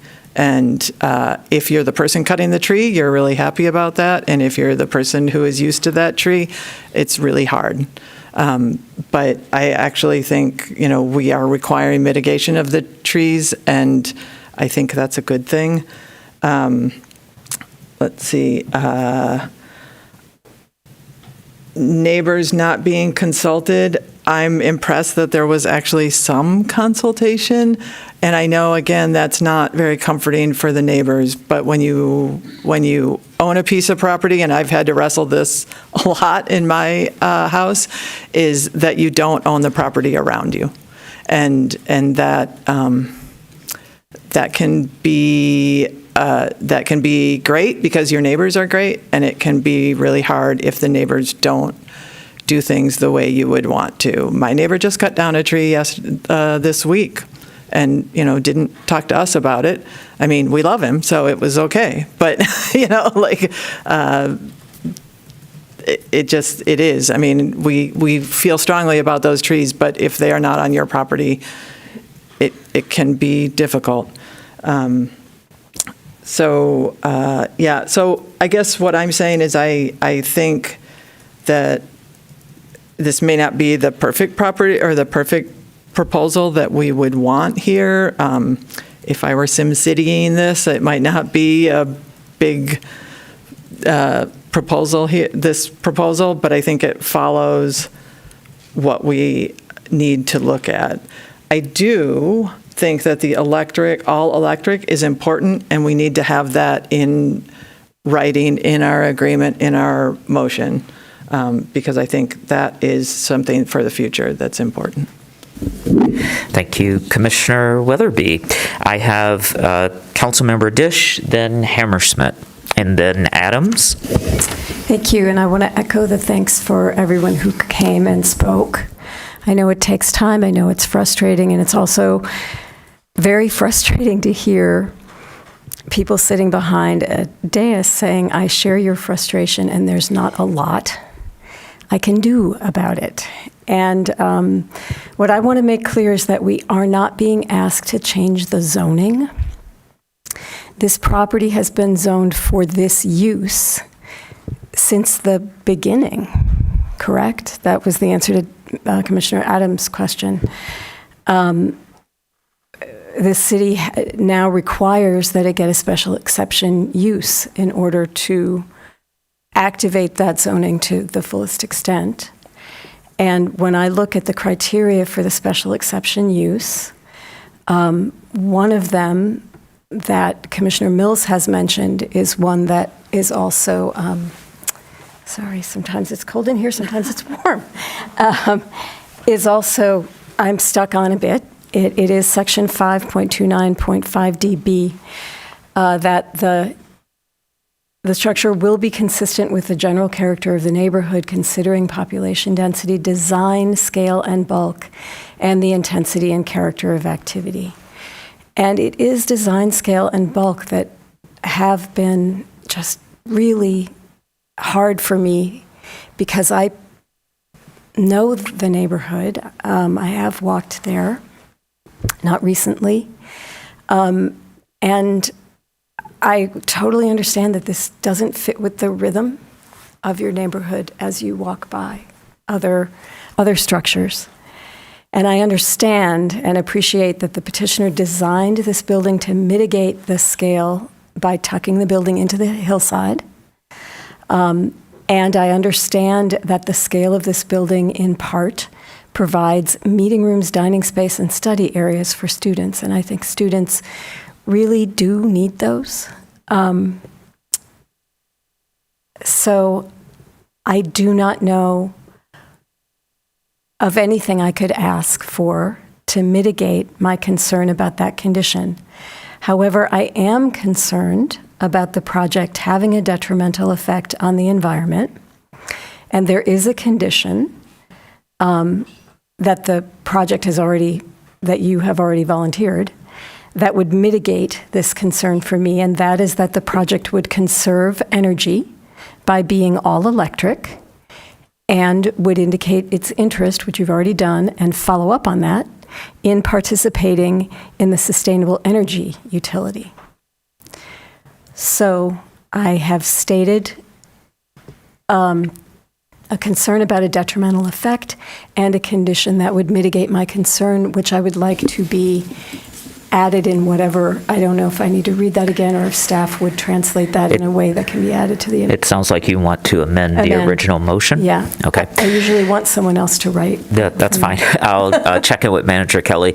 Would you like to draft a potential amendment that we can consider? You don't have to do it right now, but we can continue the discussion, and then when you felt like you were ready, you could interrupt us, and then we can vote on it. Would that be agreeable? I'll put something into a Word document we could share screen and see if it looks correct. Great. Thank you, Manager Kelly. Commissioner Dish, you're done? I think I have Commissioner Hammersmith, then Adams. I'm going to check in with Mills and then come back to Weich. All right. Thank you. Thank you. And I'll echo the thanks that all of the previous commissioners already said. And especially with Commissioner Norton and Commissioner Weatherby, you said things much better than I could say them. So I really appreciate this discussion. I have a couple of questions. Some of my questions have been addressed, which is great. I have a couple for staff. Proposed occupants versus max occupants. So, they say, I think it was in the presentation, that bringing down the proposed occupants to 44, but the max occupants is 75 or 61. Why is it important to me what their proposed occupants are when they have a max? So there's a couple of layers to it. One is the maximum allowed by zoning. So in this district, and I think we talked about this last time, but it's like 140 would be the very maximum that zoning would allow, not thinking about what building codes, rental, anything else like that. Then there is the occupancy that needs to be established by the special exception use. So that is a requirement of the code, has to be in the motion. It can be whatever you want. It should kind of be based on their number of proposed occupants so that they can fit the number of people that they would like. We had suggested increasing the occupancy in the motion because it does require a new special exception use to increase occupancy. So having a little bit of flexibility is generally helpful. Okay, no, thank you. That helps. Based on the comments that Commissioner Mills made and sort of drew my attention to, I mean, and I know that in the presentation it says that they would be willing to bring it down to 61. Like, I'm inclined to leave it at 75 because I think, like, the points that have already been made, that this is a huge building. Limiting so severely the number of students that can live there really just puts more pressure on the housing market outside of, like, this particular building. So I'm sure the neighbors are not happy about that, but I would be inclined to leave it at the 75 and not accept their 61. Okay, another question maybe for staff. There was a comment in one of these documents, the windows on the south side, and Commissioner Weatherby mentioned this too, on the top two floors, the sound will be contained because the windows are fixed, do not open. Is that like a concern from a building code perspective? Can windows just not open in a bedroom? That's a question for a building official. Okay. I mean, okay. I would just, that makes me nervous. I would hope that the windows would be operable, but I think that the point remains, what? It is kind of creepy. Yeah. The point remains that I think those are quieter things that will be happening on those floors, but I would really hope that they open just for fresh air and safety.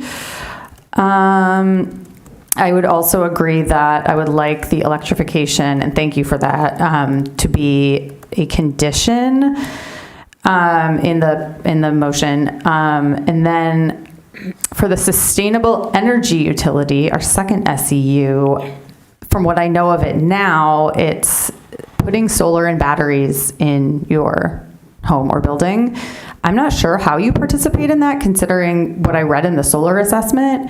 And then previous comments we heard on, like, the opinions on batteries. So I'm not considering that, like, in making this decision. But maybe if there's a way to tap into the energy generated from other buildings that do have solar and batteries. Okay, that's it. Thank you. Did you want to ask the petitioner if the windows are operable? I mean, it's a building code thing. Well, the petitioner may know for the design, if you want to ask. Okay, I would like to ask the petitioner to clarify that comment about the windows being fixed. Okay, they are fixed, and the building code allows them to be fixed because our building is fully sprinkled, and it has life safety measures to be able to protect somebody to be able to get out of the building in the event of a fire. And from a ventilation perspective, we have a mechanical ventilation system that's going to be putting fresh air into all of the occupied spaces. Okay. Okay. Thank you. Thank you. I next have Adams, then Mills, then Weich. So I think first of all, thank you, Commissioner Norton, for I wasn't at the prior meeting, and so that's obviously concerning. At the same time, I agree with you that, and I went back and reread the legal standard again, I don't think any of those troubling facts bear on the legal standard that we're being asked to apply. So applying it, I agree with the findings of fact and the analysis in the two city staff reports. To that, I would add that it's important to me that the legal standard here is not the applicant has strictly met every element. I think the wording is substantially met.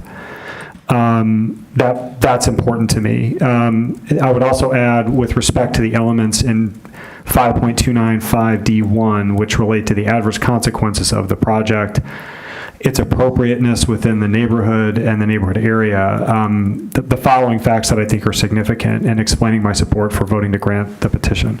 One of the things that we heard over and over and over again when we were working on the comprehensive plan was the concerns about the presence of student housing pressure pushing out into residential neighborhoods and the need to create dense housing, student housing, where it made sense to do so in order to reduce that pressure, again, radiating outward.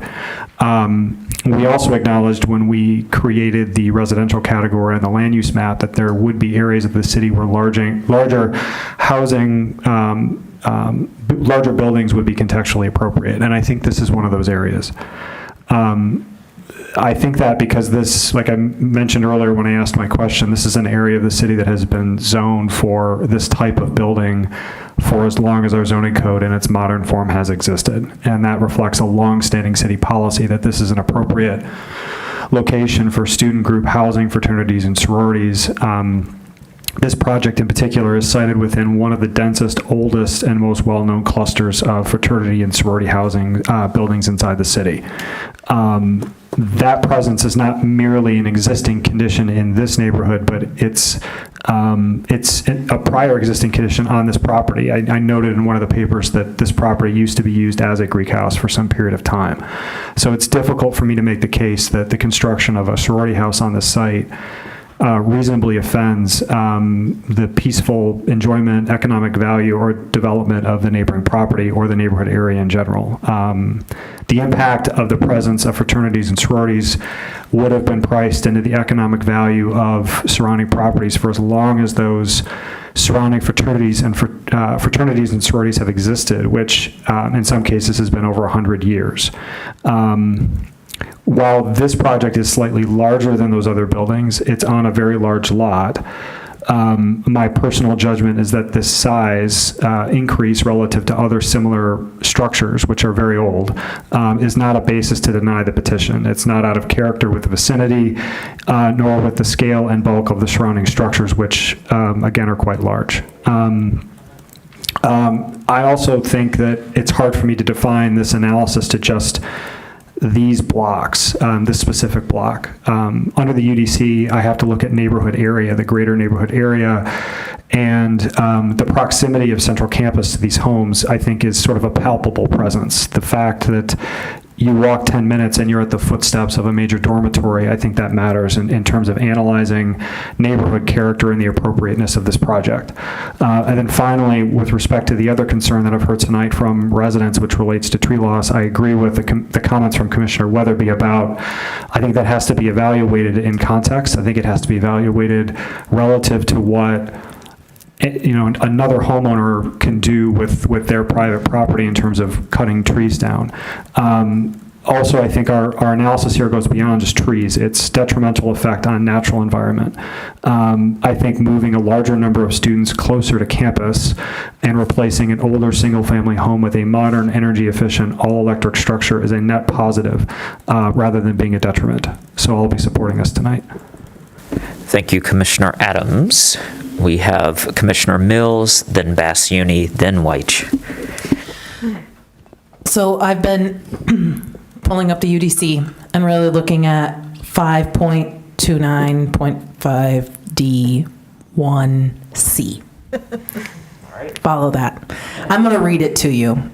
Will be consistent with the general character of the neighborhood, considering population density, design, scale, and bulk, and the intensity and character of activity. And this is the one where actually I think that there's opposing things going. There's like a war, I'm not going to lie, in my brain about like which of these are out of character. And honestly, when I average them all together, it's not. So let me explain how, though. Again, I pointed out the population density. I think that this, for a sorority, the population density is too low. For other residents in the area, it's not. It is 529 people per or square feet per person.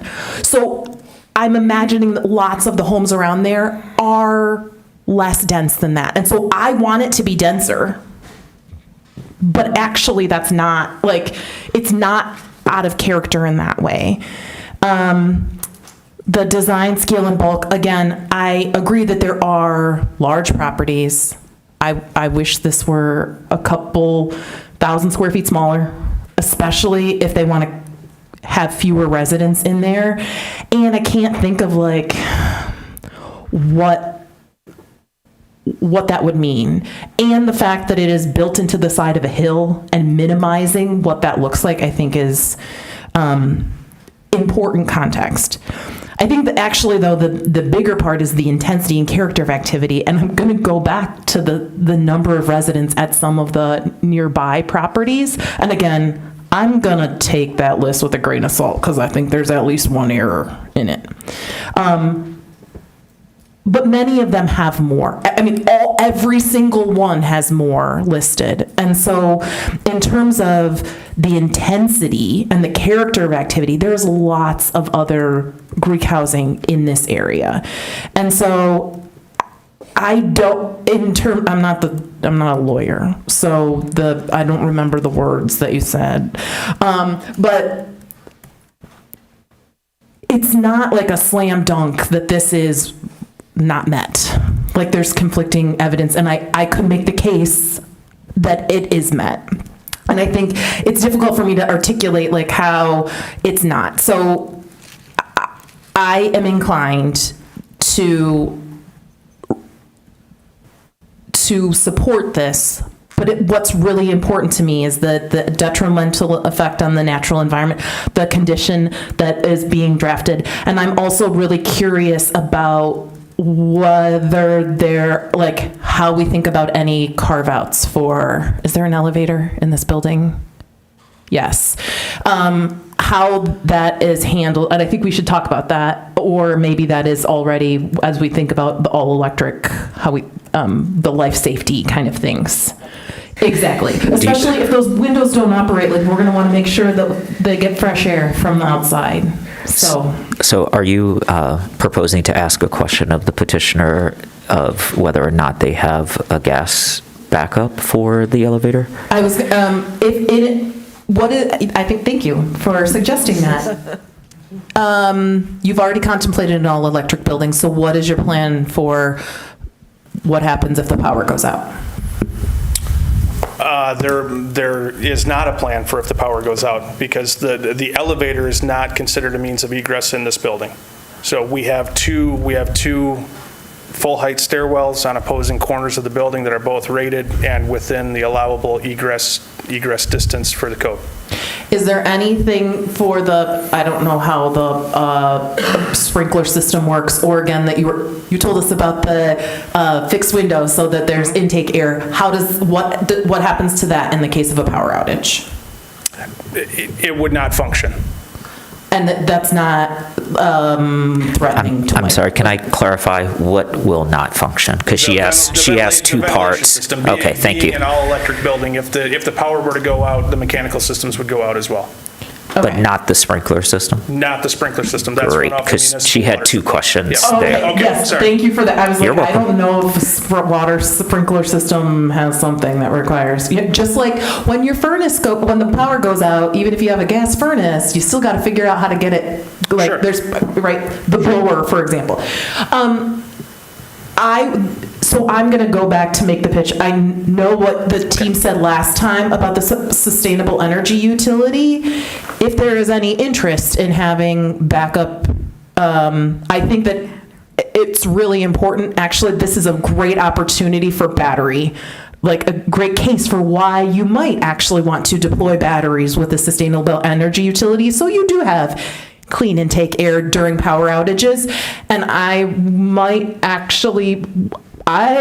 am curious about how people feel at the table about not allowing a backup generator, fossil fuel power generator on the site. And instead, it sounds like that is not anticipated, but again, this is a condition that would move with it. And it feels to me like this detrimental, thinking about environmental impacts may be a... So you have two, I think, ways here.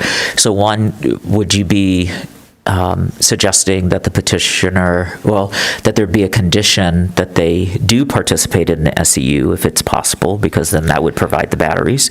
Or are you suggesting a condition where a fossil fuel backup solution would not be allowed? I think that the latter is more important, because if they in the future want if they want backup in power outage, they don't have to join the SEU. They could put that in on themselves. So I'm going to make a note for that and then come back to it. Is that okay? That sounds great. Thank you. All right. We'll go to Commissioner Basciuni, please.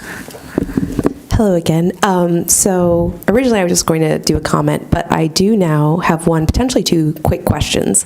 I think this will go back to the planner. One is this building ADA accessible? I may have missed it in the plan, but I just wanted to confirm. It should be, because that's what our building code requires. Excellent, thank you. So the building itself is ADA accessible, since I'm still learning this. Does that mean that rooms, so if a resident is in a room, that room would also be ADA accessible? I think you're getting a little bit out of my wheelhouse and more into the building code wheelhouse. Gotcha. Okay, thank you. So I'll leave it there, because I will just investigate that wheelhouse another time, just for future. So thank you all for your patience. Thank you to fellow commissioners for this very lively and informative discussion. Commissioner Mills, you mentioned there was a war going on inside of you. I think I also have a bit of a battle in my head, but in a maybe different way. So I was not a commissioner when this petition was first presented back on April 7th, but I have watched the recording. I've heard the comments and the discussion at that time. And when I first heard this petition with this property, I'll just move this here so I don't keep turning.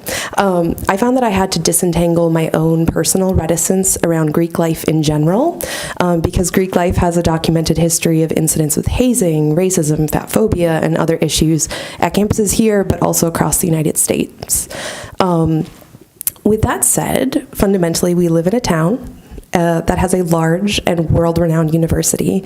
Students, staff, and faculty are a part of our community. Some of you are here in this room, and we are all a part of the fabric of that city.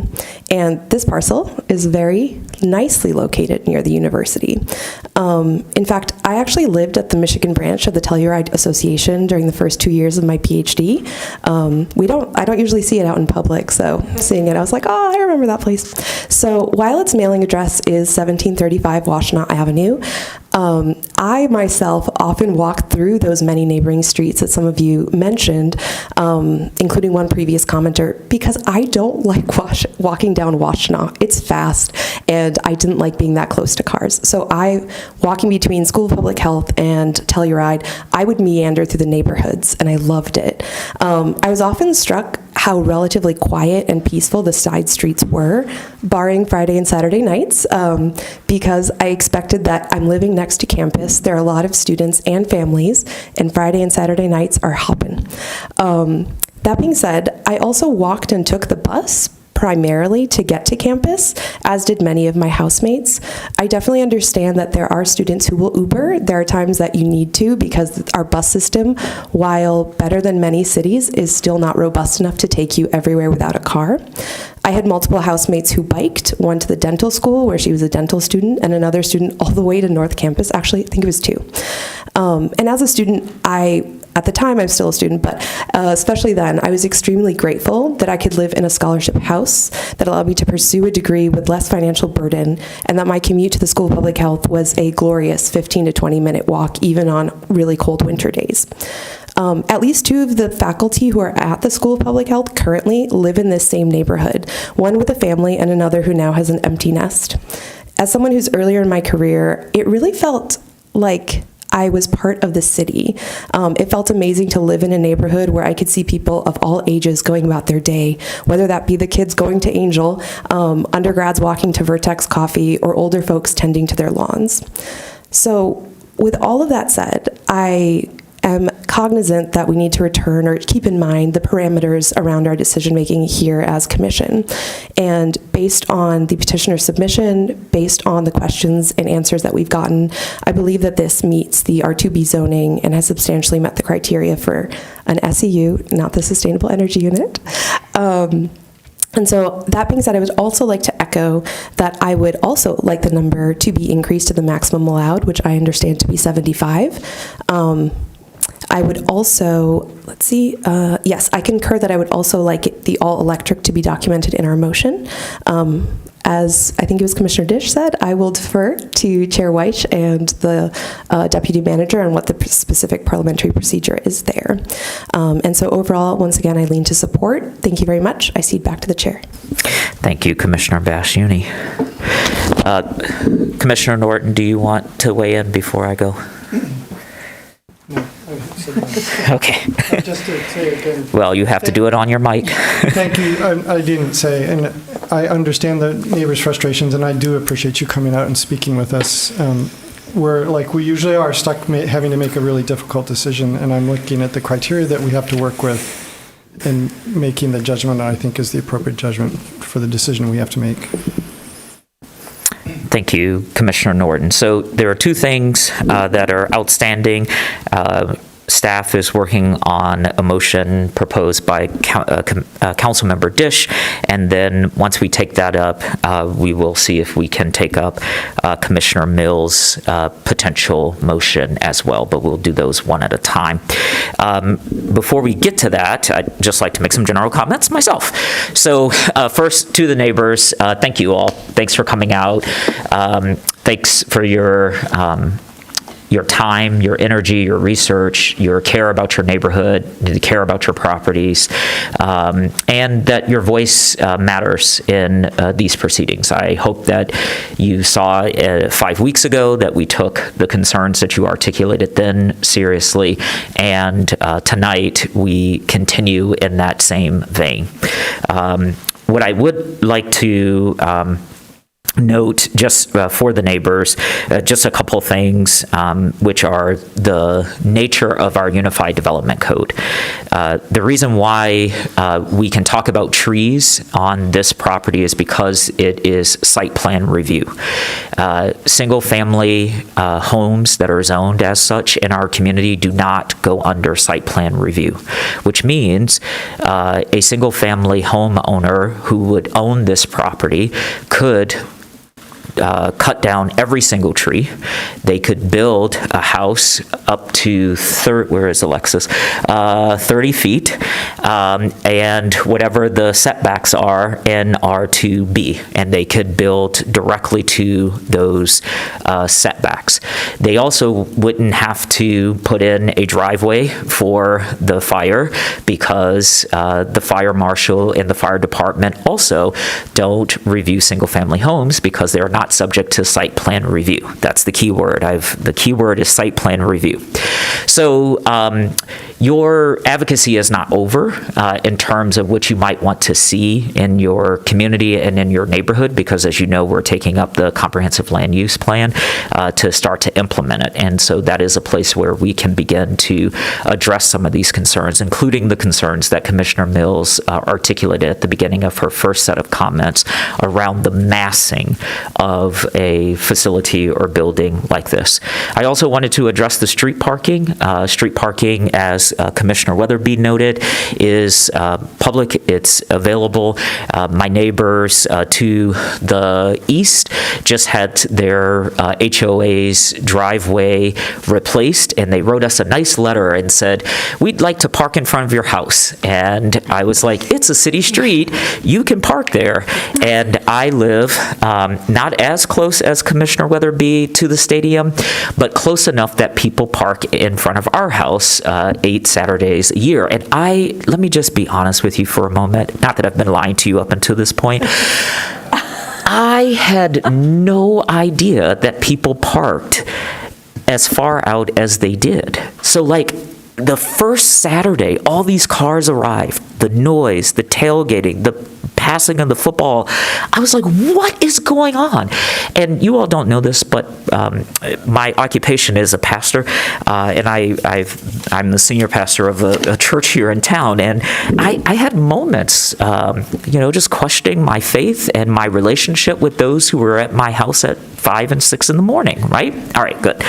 Now I'm done with that part. So the street parking is just the nature of what it is. And then I want to echo something else that Commissioner said tonight that sort of means a lot to me is I wish this was more dense. So now I'm going to turn to the petitioner.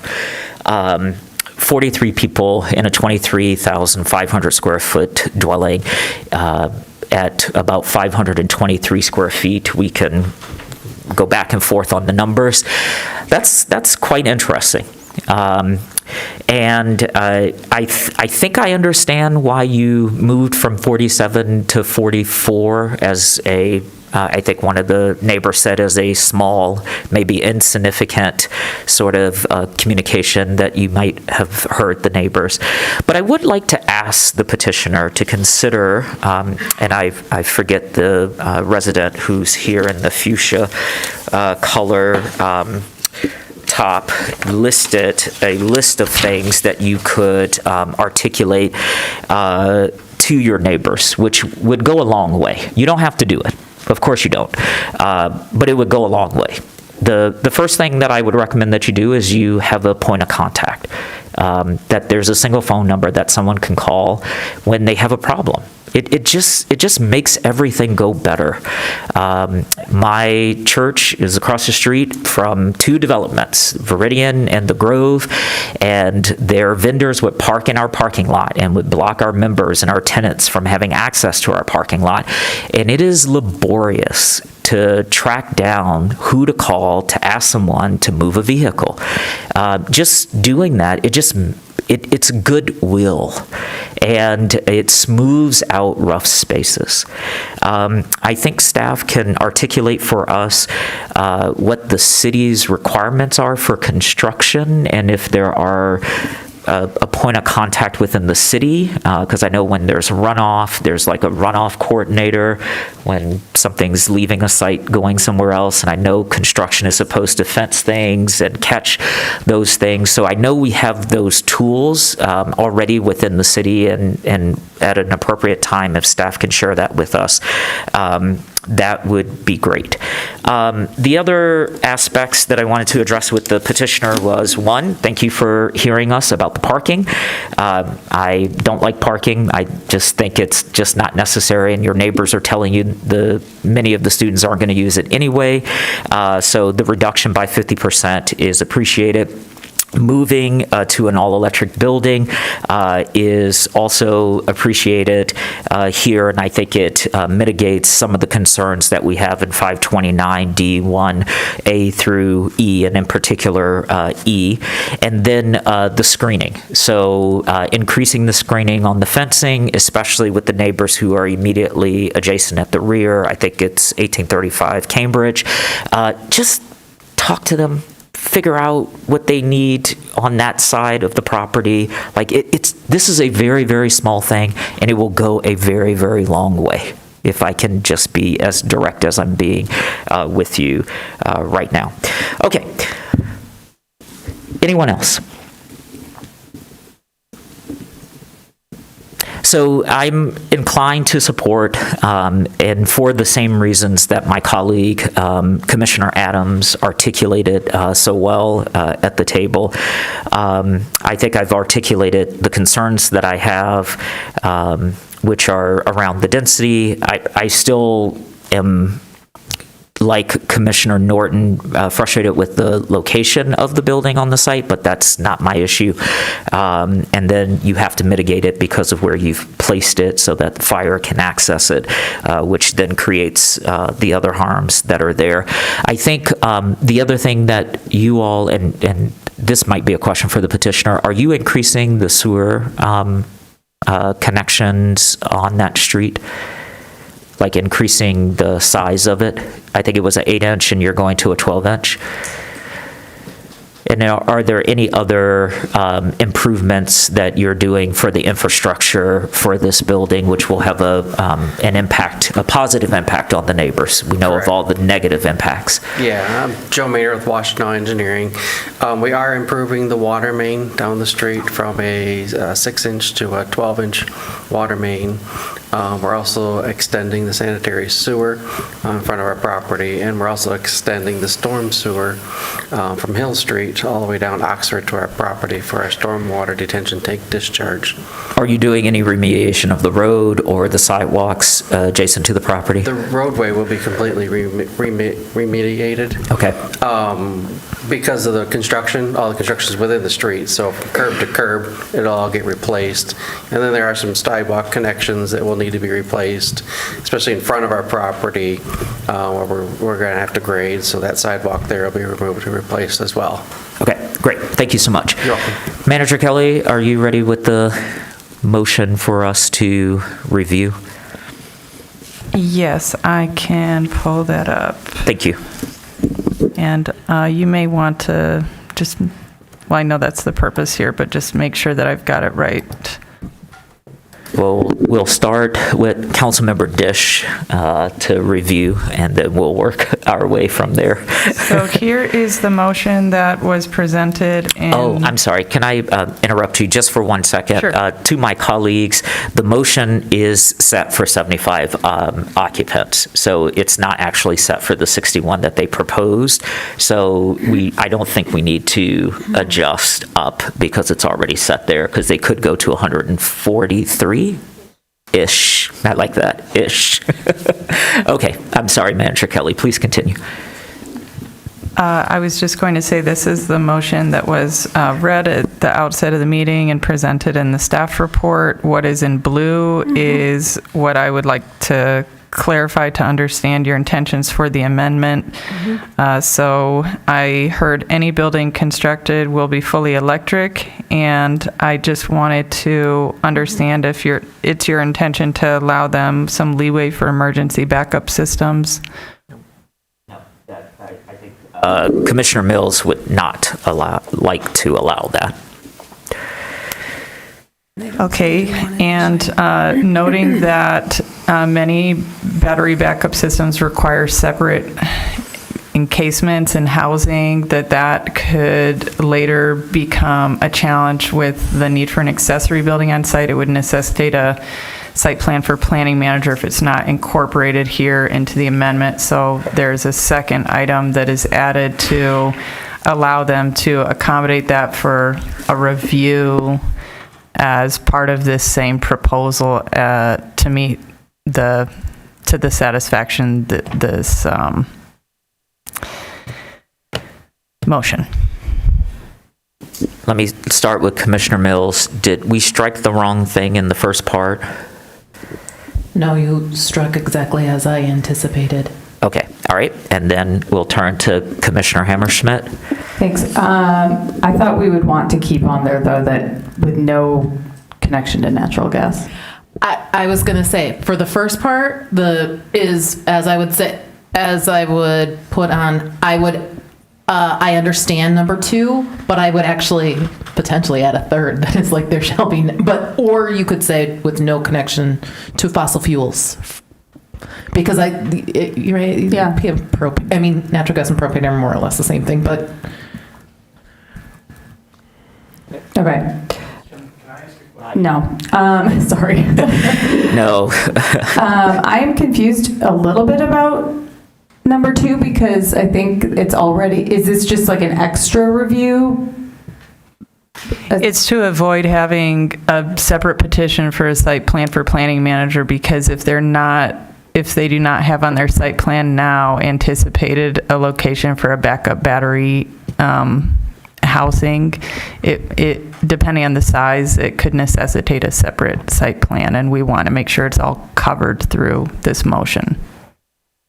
It would, similar to when you have conditional approval and the applicant needs to meet this to the satisfaction, the conditions of that approval before it is officially in fact approved, this would accomplish the same thing.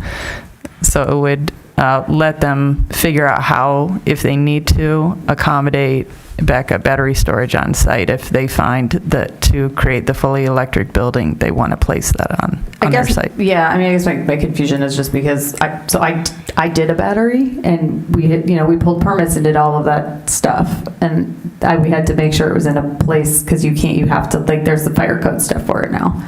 So how is this, like, they would have to do that either way. They would have to, like, if they do this in like 3 years, the building's built, and then they decide they want battery storage, you do that, you would have to go through those same, like, pulling permits and getting inspections and stuff like that. So because that would bring, okay. I think I get it. You would have to change the site plan if you add battery storage. Accessory buildings over if it's an 300 accessory building. square feet require a site plan for planning manager. Okay. So the intention would be to just cover anything that might trigger a site plan threshold within the motion. Okay, thanks. Colleagues, have you had a chance to review? Great. Does everyone at the table feel comfortable? Nope. Commissioner Norton, I'm sorry. I just want to be clear. Have we ever told a proponent you can't have gas backup as an origin backup? I mean, I know we have said that from the table. I don't know that. What is your specific question? Have we made it a condition? Is there a public health and safety concern? Okay. Here? I'm kind of looking more at, I'm actually looking at the planning manager. Because I think we're in a space where, is this going a bit too far if there are valid public health and safety concerns about a power backup source that isn't fully developed yet? So I'm going to first go to Commissioner Hammerschmidt, and then it looked like Manager Leonard was going for his mic. I thought you were going to say it. Viridiana County Farm has this same type of, I don't know exactly where it is, if it's in the development agreement, but it is, the site does not allow natural gas, and they have a mix of residential and commercial. So it's doable. Yeah. It is doable, yes. All right, great. Thank you, Mr. Leonard, I appreciate that. Back to my question to the commissioners. Are we comfortable with what is presented here as an amendment? Great. Who would like to move it? Moved by Councilmember Dish, seconded by Commissioner Mills, which brings us into discussion of the motion as amended. We already did that. But is there additional discussion?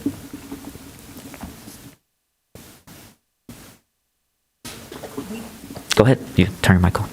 Just to be real clear, we haven't voted yet on the amendments, on the conditions. We have amended the original motion, and then we are discussing it. Yes. Right now, and then once we finish discussing it, I'm going to do a roll call vote, and then if it prevails, this will be the new motion. Got it. Okay, got it. Yep, okay. Thank you. And then that'll end this petition, because this stops here at Planning Commission. It doesn't go on to City Council, so this would be final. Yep. Any further discussion? Councilmember Dish, are you satisfied? Yes.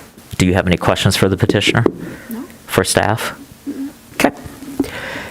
Manager Kelly, are you satisfied? Yes, abundantly. Thank you for allowing putting it in the Word document, the mover, seconder. You're the best. Very helpful. It's a team effort. Are we ready to vote? Yes. Manager Kelly, would you please call the roll? On the motion as amended, Weish. Yes. Hammerschmidt. Yes. Dish. Yes. Mills. Yes. Weatherby. Yes. Adams. Yes. Norton. Yes. Bassioni. Yes. That carries. Thank you, and good luck. We will continue with our agenda. Thanks, everyone, for your patience. It's going to be a long night. So we still have more. Would you like a break? Okay, let's take a 3-minute break. Yeah.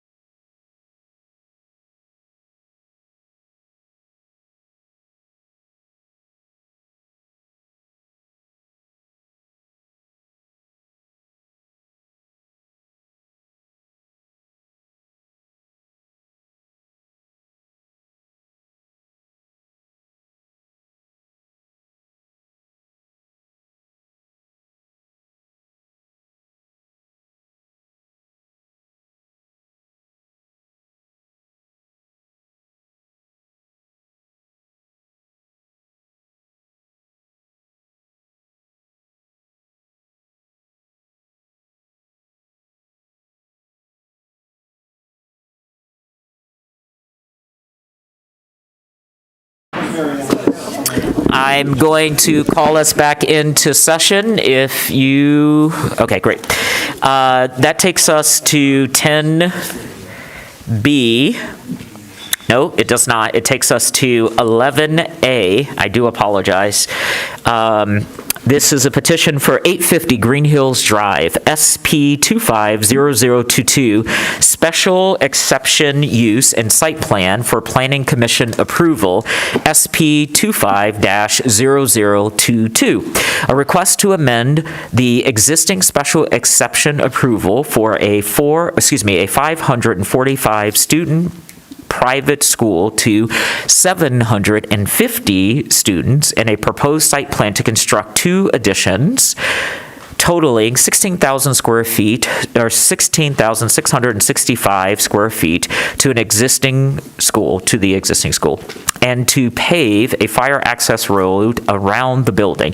This site is 30.5 acres. It's zoned R1B, and it is in Ward 2.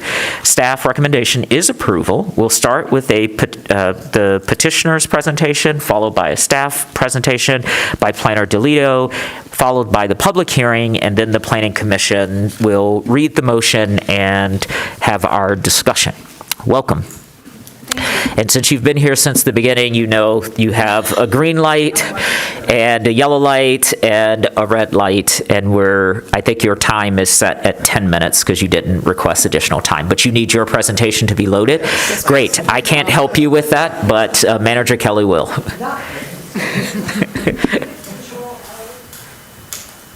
Yeah, I can do that.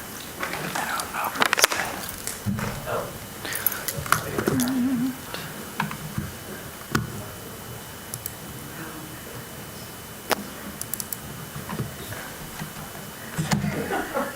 Thank you. And so you can use this if you want. There's a... Okay. And to move it forward. Okay.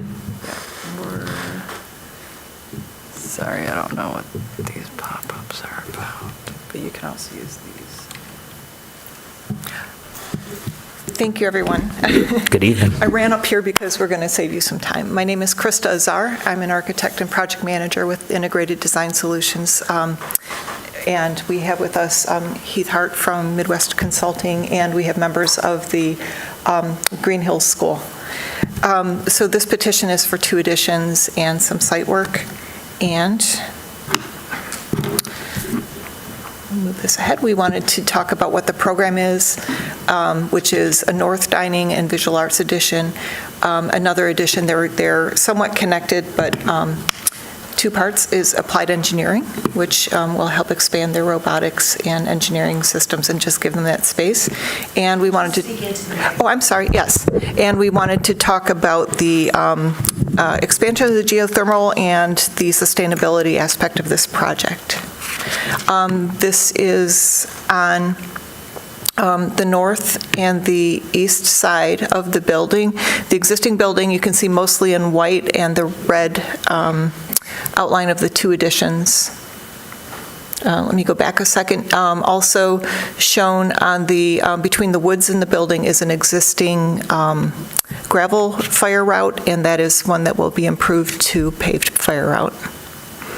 The 2 additions, you can see the applied engineering infill, and that will have a large robotics arena, a 2-story volume, and a storage workroom next to it so they can keep their equipment nearby. The dining addition expands the dining area. It does not include like any kitchen or food service. That service supports the students. This increases the size of the dining room so that they can have larger lunch periods instead of having multiple, 2 or 3 now. They can get all the students into a single or at least 2 lunch periods. And then the visual arts is taking the existing fine arts and ceramics and expanding those programs so that they're large enough now for the students, a whole class size, to go in and have room to do the arts. So these are existing programs, but it is giving them better facilities to do these programs in. That's the main level. And then the upper level, again, the applied engineering is mostly a 2-volume space. The fine arts and ceramics are tucked in below and north of the dining. Heath, if you'd like to speak to the floor plan, I'm sorry, the site. So I'll talk quickly and briefly about the site, which I know is of interest to everyone. We are applying for the SEU exception, and the reason is because of an increase. I'll speak into this. We're requesting an increase in the allowable student population. They're currently at about 700-ish right now. We're asking to allow for a maximum of 750. That did trigger the requirement for a traffic study, which we did perform. One thing I will note is on the Green Hills Drive, which is the loop from Earhart to Earhart, they have recently installed traffic circles at both those intersections, which greatly helps with the traffic movements. So results of the study showed minimal impact to the traffic for that increase to up to 750. The other thing I want to mention is we did have a citizens participations meeting, which we held. I think we had 3 residents that showed up, very positive feedback overall in that. I think that report was part of your study. Talk quickly on natural features impact. The site plan that you see is rotated, so north is to the left. But up at the top, which would be the east side, at the very tip up there, there is one landmark tree. The critical root zone of that tree actually comes right up to the edge of the existing school, and straight through that critical root zone is where the existing gravel fire lane resides. So with us removing that gravel lane and replace it with a asphalt drive, which is required for the fire marshal. We didn't really want to do the asphalt, but it is a requirement. Because of that disturbance in that critical root zone, we did lose that one landmark tree, and we are mitigating on site for that impact. The wetland impact, it is not impact to the wetlands themselves. It is the impact to the wetland buffer, which is a 25-foot space going around the wetlands. And same situation where the existing drive was going through that wetland buffer. So as we take out the existing drive and replace it with a net gravel, that is the wetland impact that we're looking for. To the top of your screen, that is the area where we're installing the geothermal. And when we disturb that area, as we come back with it, the thought is we're going back with a grass paved system. So it's almost like a honeycomb system, and that can serve as like an overflow parking area for special events, but it is not a pervious surface. It's not an impervious surface. It still allows that impervious surface to stay. Grass comes up through it, so it still gives the appearance of a field, but it is stabilized to allow for overflow parking in that area. With that, Peter, if you want to talk. Hey there. My name is Peter Fayroyan, and I'm the head of Green Hills School. I began my career as head of school in 2005. In 1968, the University of Michigan actually in 1967, University of Michigan Laboratory School closed, and a group of parents and professors and people in the community wanted that kind of education for their kids, so they started Green Hills School with about 60 kids. That was also a time when University of Michigan only had 35,000 students, and Ann Arbor metropolitan area had about 135,000 people. We've grown exponentially, the same way in which this community and the university has grown. Over half of our email addresses from our parents are umich.edu or umich.net. med.edu or umish.med.edu. So we have enjoyed our success because of this community, and we've grown by 100 kids every decade. We started with about 50, 60 kids, and now we are at 709. And we are absolutely at where we want to be. We want to be 100 kids in every grade.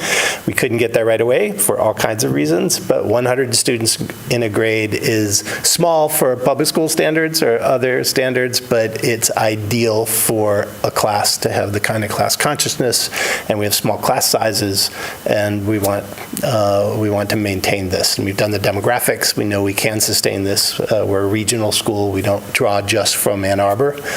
We draw from Plymouth, Clanton, Novi, and Northville.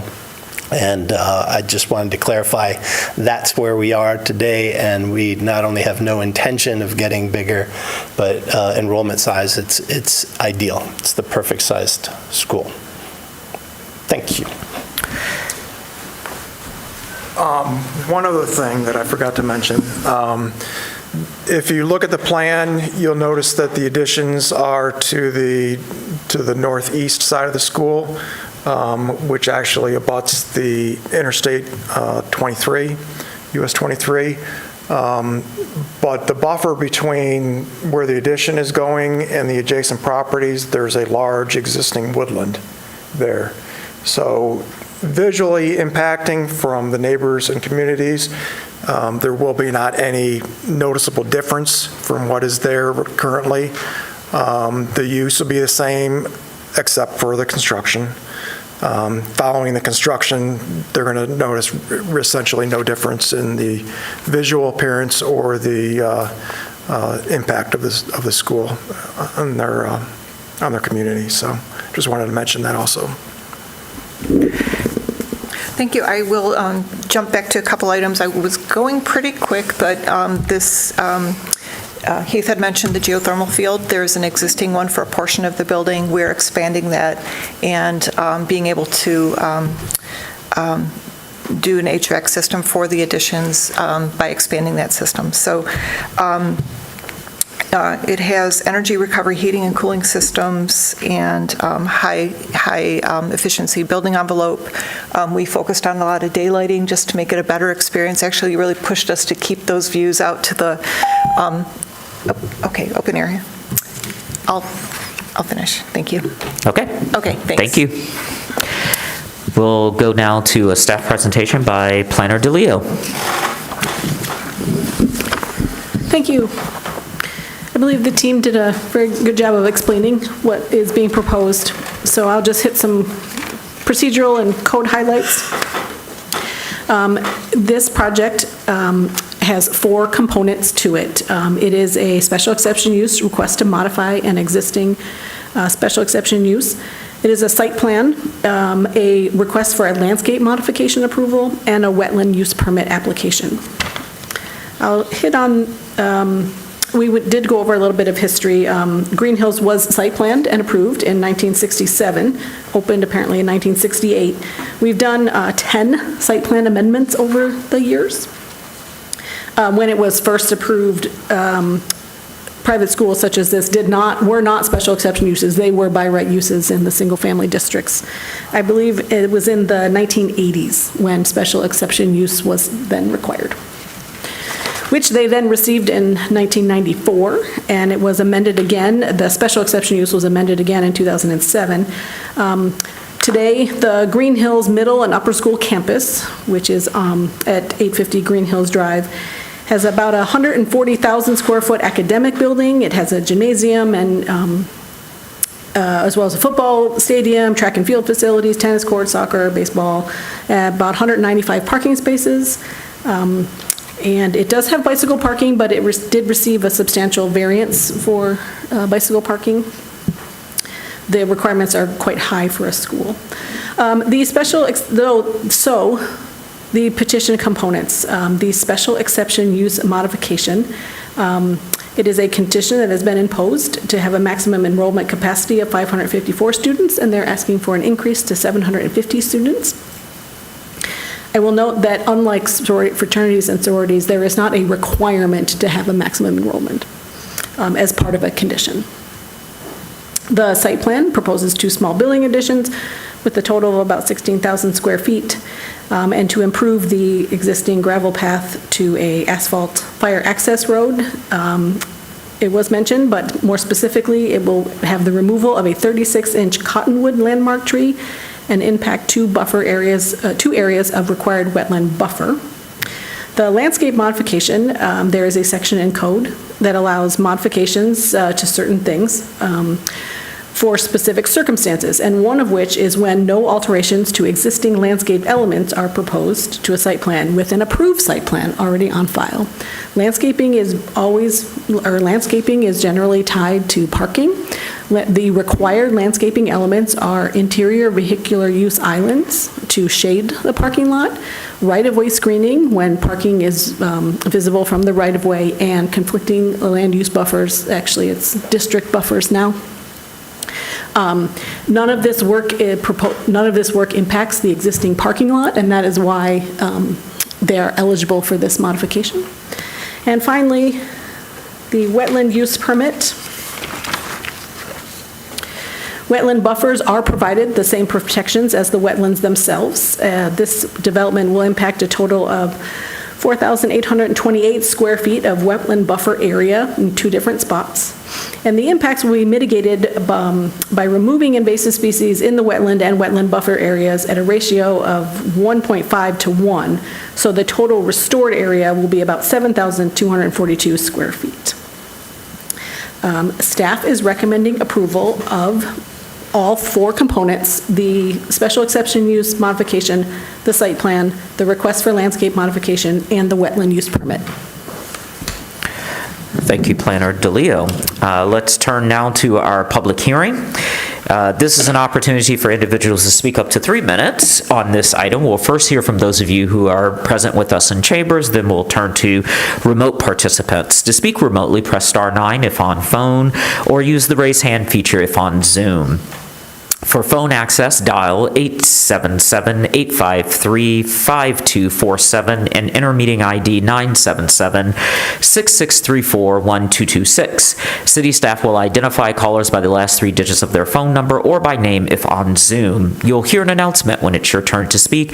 Please move to a quiet area and mute any background noise. For all participants, whether in chambers or remote, please state your name and address at the beginning of your comments. Is there anyone present in chambers who'd like to address the commission on this issue? Now, come right on up. And you've been here the whole time, so Yes. you know the green light, the yellow, and the gray. I know the drill. You got it. Thank you. My name is Rita Ross. I live at 782 Green Hills Drive, and I am here as the president of Earhart Village Homes Association, whose address is 835 Green Hills Drive. We're a community of 174 households that are adjacent. We live around that semicircular drive called Green Hills, and I understand the school's desire to grow. We've been good partners with the school for its many years. We've been an association for 52 years, but it does have an impact on our daily life. We've adjusted to many. Accommodations have been made where they can be, but our concern is that this particular project does not accommodate the severe negative impact that traffic and parking has on our homeowners. Many in our community are concerned about the raise from 545 students to 750. We know that there's already 719 students there now. So my question is, what mechanism do you have to monitor this? If they jumped from 545 and they're at 719 and they never came back for a correction of that, even though the head of school says they're not going to grow more than that, how are you going to monitor that? Because that's a big concern of ours. There's no way that it should grow any more than it already has. Traffic and parking congestion is very severe. especially during, of course, drop-off and pickup times. So students come in and they park in the parking lots, but they park on the street, and they take up the entire street. We've had problems with them coming in and parking in our cul-de-sacs.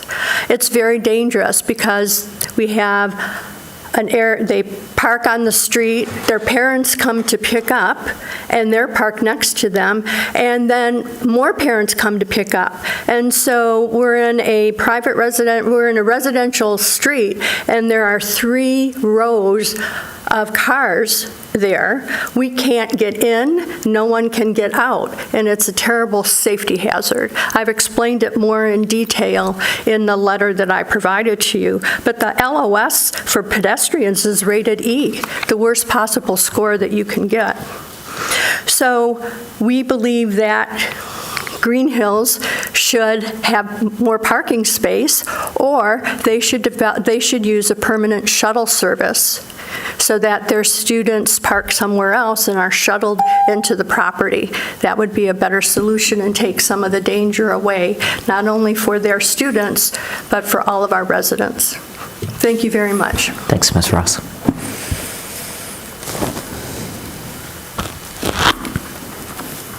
Well, I happen to be, my name is Carol Galler, and I live at 817 Green Hills Drive.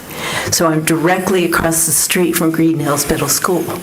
I can look out my bedroom window and see the traffic every morning as it comes through, and it is incredible that for a half an hour in the mornings, you see the stream of cars coming in and having the same situation, which she was talking about, as people coming in and then going the other way. And if I live here and I want to get out to go anywhere myself in the morning, I have to play dodge them, and some people get aggressive and want to beat the car in front of them, and so there's not just one row of cars, but another one coming up to pass, and then I'm trying to get out, and it's really it's really not a good situation at all. And then, like she was saying, that all these.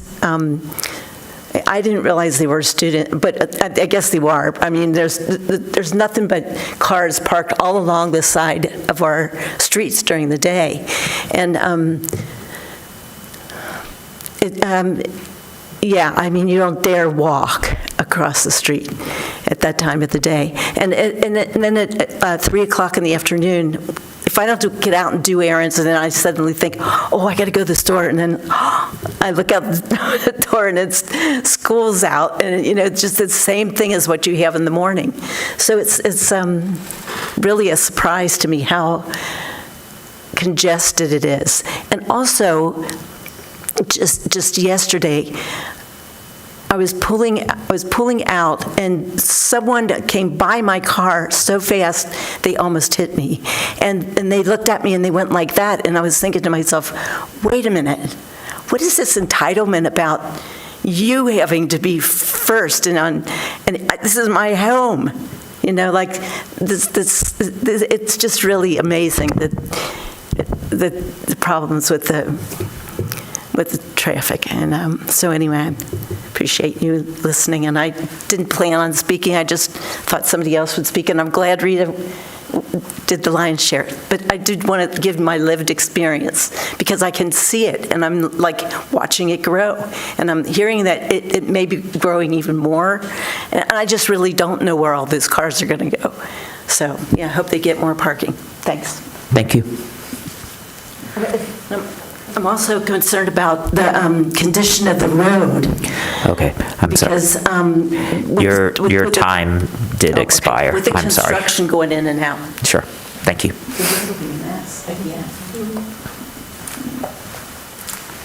Hello, my name is Joseph Caffey. I'm in resident 716 Green Hill, so I live in this complex, and I've been there probably 2 years. Unfortunately, as mentioned from the other two people that came up here, the traffic is horrendous during certain times of the day, and it makes it nearly impossible to come and go during those times. There is a good amount of road rage that happens. This is an affluent school, I understand. They are driving, very expensive vehicles, and they expect that they pick up their children on time.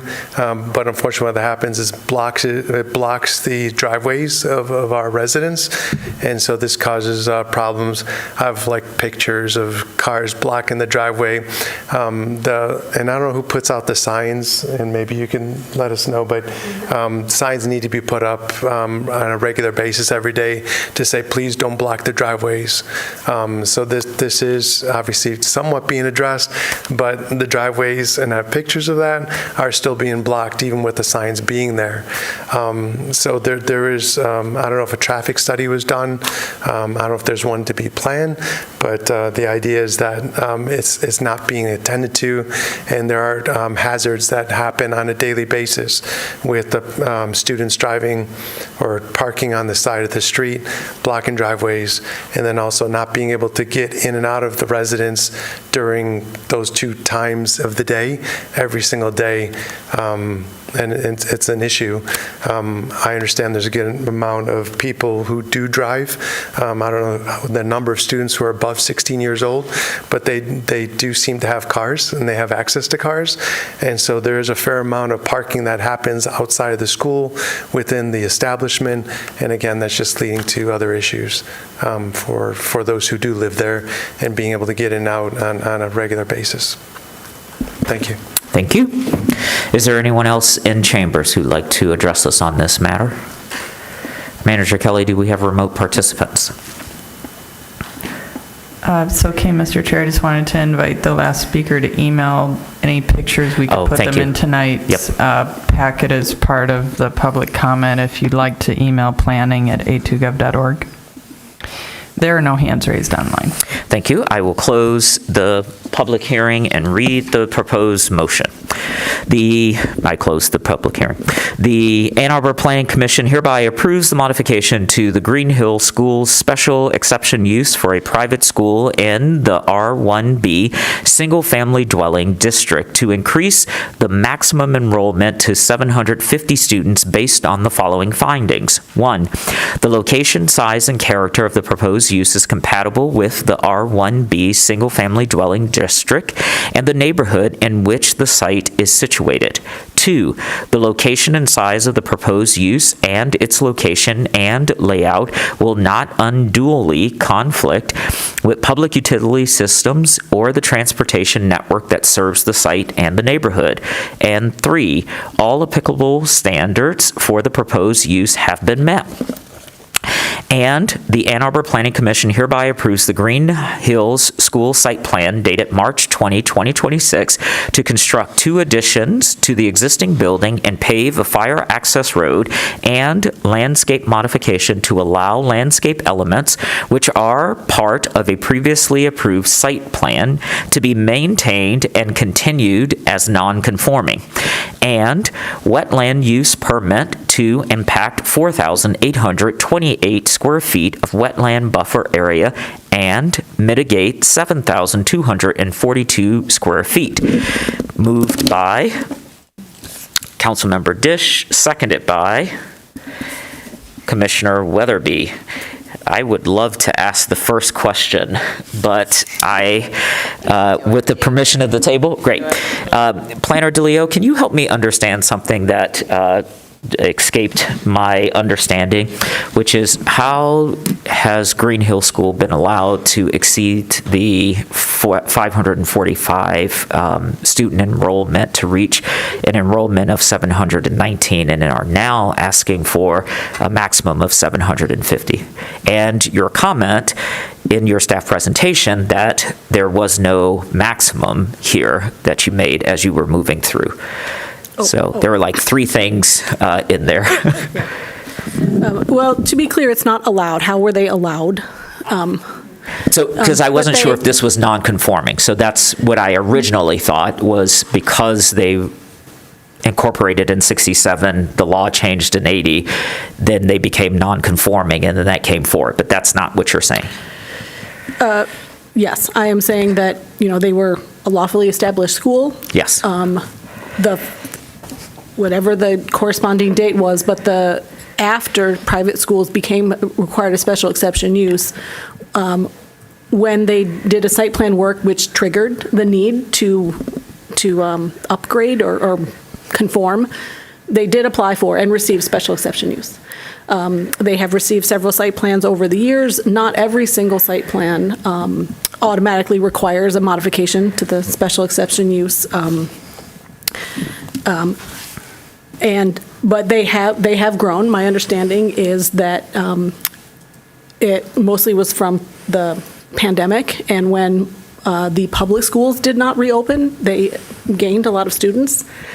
But the first step for any enforcement of this nature, whether it be someone put up a fence without a permit, first step is, well, let's make this right. Let's get the proper permits. Let's get the proper approvals. So part of the site plan review process, it was very apparent, well, this is what the records say, this is what your current enrollment is. Let's request a special exception use modification to increase the enrollment. So it is not like they asked and we said, yes, sure, go ahead and increase the enrollment. But it has happened, but the first step for any of this type process, when something has happened that did not get prior approval, is to seek approval. There are certain aspects in the code that have penalties involved. This does not. And then the final, there are no use-specific standards for private schools. Okay. Some uses have some use-specific standards. Example, just because it's fresh tonight, fraternities and sororities require a specific lot area and other things. And it says right there, the fraternity and sorority, the maximum capacity shall be established by the Planning Commission. There is no such. There is no such. I'm just so among the choices tonight, they have asked for 750 maximum capacity. That could be 800. That could be none. That could be lower. Just for point of clarification, there is no use-specific standard that says there must be a maximum enrollment. So, and thank you, Planner DeLeo. With the permission of the chair, can I ask a follow-up? I mean, with the table, can I ask a follow-up? Okay, and maybe this is to Mr. Leonard. So since there is no penalty for enforcement, then is this just a pro forma activity here? Because if we grant 750, they could go to 900, and there is no penalty, there is no requirement for there to come back. Yeah, so I want to clarify, any violation of the UDC is a potential municipal civil infraction. So what that means is it could be eligible for a citation of $500, a maximum of $500 per day by which the ordinance is being violated. Is that retroactive? Potentially. Okay. In this case, I want to just also, I know it's late, laws are weird.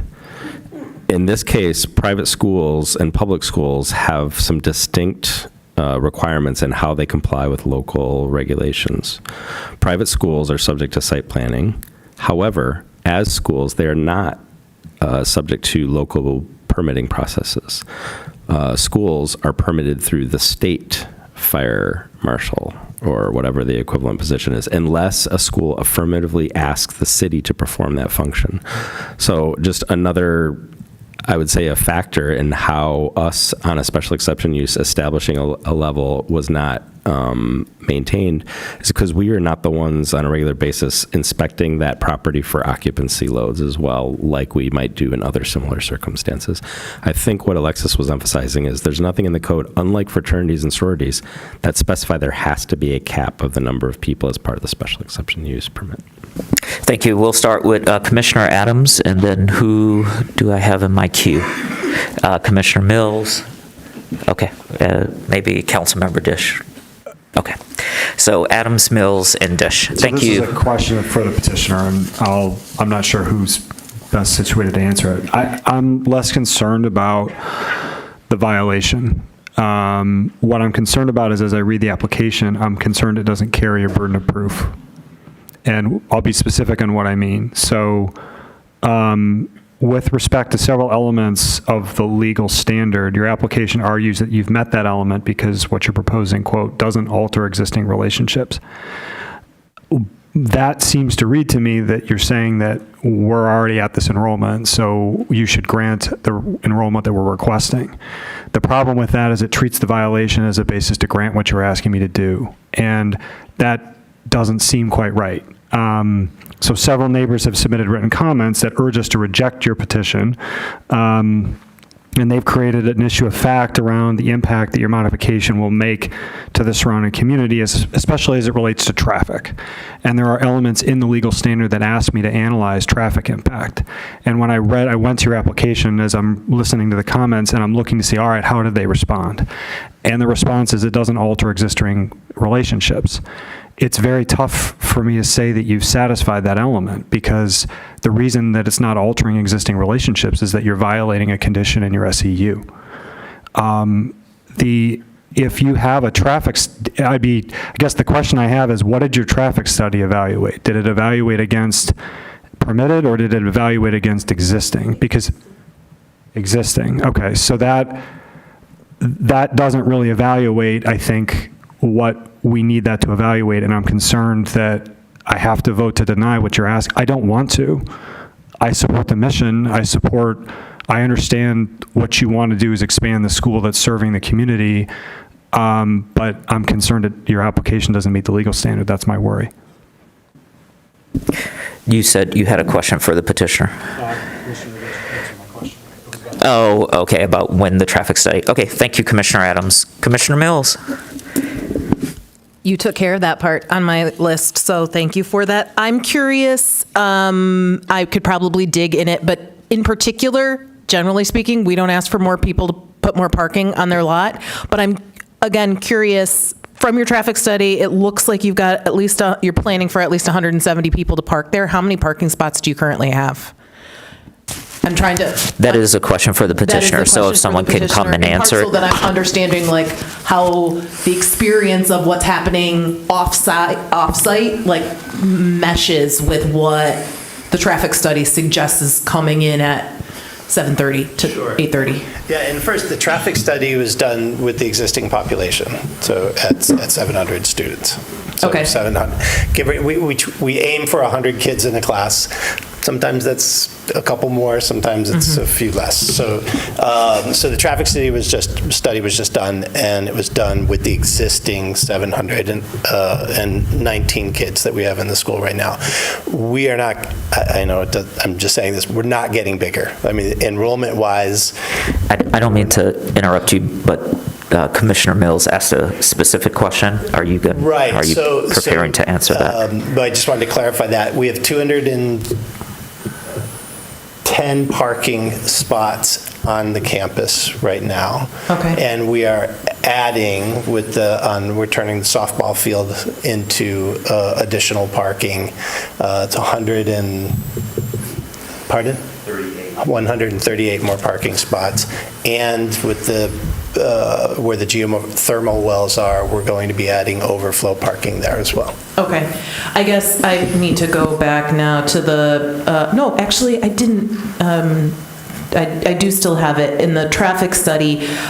Maybe my math is wrong, but I was looking at the ins and outs in the morning, and your parking lot, your existing parking lot shouldn't, if the traffic study is right, your existing parking lot should not be filling up, because I was seeing you had obviously more ins than outs, but the difference between the two should be the number of people parking there. So help me understand, and that maybe that's not you, maybe it's the folks who did the traffic study, but help me understand that, because that's what I'm curious about. And sometimes it doesn't. Remember that we have, of the 700 students in the school, depending on when they turn 16 or if their parents allow them to have a car. 400 or 500 of them don't even have cars. But then what happens is then seniors are released early, about a month and a half early. Sophomores get their licenses, and so things shift. But we've always had adequate parking, and people have always parked on Green Hills Drive. And actually, a lot of faculty park on Green Hills Drive as well. And that's always been the case. I guess the traffic study shows the morning as 7:45 to 8:45. So again, maybe it's saying that there's 463 cars coming in, 298 going out. So the difference between those is 175. Right. So you've got more parking spots right now. So I'm curious about. Maybe it's just a misunderstanding of how the traffic study is done, but it feels like it might be underestimating the amount of traffic is what I'm saying. And this is important because the traffic is one of our keys, is a standard. And please know, one of the things we're doing beginning in the fall, we've been wanting to do this, but we've changed our schedule so that we have different drop-offs and pickups for middle school. So that's basically cutting that time in half. Most of the parents are parents of middle schoolers who are dropping their kids off. We're now going to have middle school start at 8 and upper school start at 8:30, which will make a huge difference in terms of everyone not showing up at one time and doing drop-offs and pickups. And we also have, we're also not a school that just opens the doors and locks the doors. We allow parents, working parents, to drop their kids off at 7:15 if they have to get to work. So it's not, whenever the traffic study was conducted, it may not also have accounted for so many parents who drop their kids off, as early as 7:15, 7:30 in the morning for them to be in the school. Okay. I think that Commissioner Adams, your concerns over the traffic study and kind of what is the baseline, which is something that's not compliant. I think that that's more important, but I would just highlight, the numbers don't seem to mesh with me. Thank you, very good. Sure. I do have a question about the critical root zone of the tree, the cottonwood. Do you actually need to remove it, or did you mitigate it because it might be impacted, but you're not actually taking it out unless it doesn't last because you've impacted its critical root zone? So the existing drive, which aligns very closely with the proposed drive, that's kind of a pinch point right there. So by the time we essentially cut out the gravel, put new aggregate base in that supports the pavement, you're going to be cutting in more than 40% of the critical root zone of that tree. So it's not just I know even if it's a little bit, you've got to mitigate for it, but this sounds like it's not going to last. Regardless of whether we try to save that or we don't, we would be required to mitigate it because of the percentage of the impact of the critical root zone. But there's also a concern with the proximity of that tree to the school, which is only 25 feet away from the school, so there's always that concern of that tree coming down, especially after you compromise that whole root system on that side of the tree. So the shade that it provides is also helpful. So, but I get you. That's why I wanted to ask about it. Thanks. Thank you, Commissioner Mills. Councilmember Dish, and then Commissioner Basciuni, Weatherby, and Norton. Okay. I, too, am trying to puzzle through the traffic issue because it is one of the criteria, and I have too many things open on my screen, so I cannot cite chapter and verse. But it is a condition that we need, or it is a standard that we need to look at. So the traffic study explicitly states that trip generation for the change in the number of students is conservatively assumed to be 30 additional drop-off trips, which means that the study finds that a modest 30 student increase is not expected to significantly, I'll just use the word affect, the traffic in the study area. So that, to me, is a problem because the traffic study is being based on, it makes sense because the traffic is what it is. It is the current traffic, but what this allows, it allows to be evaded is the fact that the school is what percent, 1/3 over enrolled, and has been for the last, 6 years, 5 years. And so what isn't being captured is how that increase, which was not allowed, did significantly affect traffic and is significantly affecting residents. So I really do think that the traffic situation is a concern for me. And when I read this, all right, and when I read the report, I read Green Hills Drive is not a complete street as it lacks sidewalks for pedestrian travel from Earhart Road to from either from the school or the existing residential uses. Some pedestrians walked in the street to reach parked vehicles along Green Hills Drive. Drivers occasionally traveled in the opposing side of the road to pass a vehicle that was waiting to enter a driveway. This sounds like a lot of conflict, just in ways that we are really trying not to have. Is Green Hills Drive an HOA road or a city street? It's city, thank you. Okay, that's good. So I do not... Well, oh, right, and there's this too. Current design practices encourage the separation of bus traffic and student-parent traffic. However, bus and student-parent traffic tended to mix, as some bus drop-offs occurred both on-site and along Green Hills Drive at the school driveway, which is, of course, the situation that we used to have at the Central Campus Transit Center and was a ridiculous nightmare. So this is not efficient.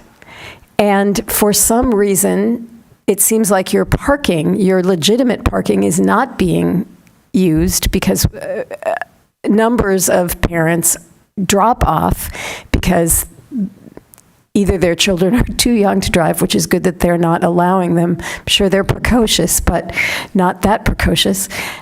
Oh, it's late. I'm sorry.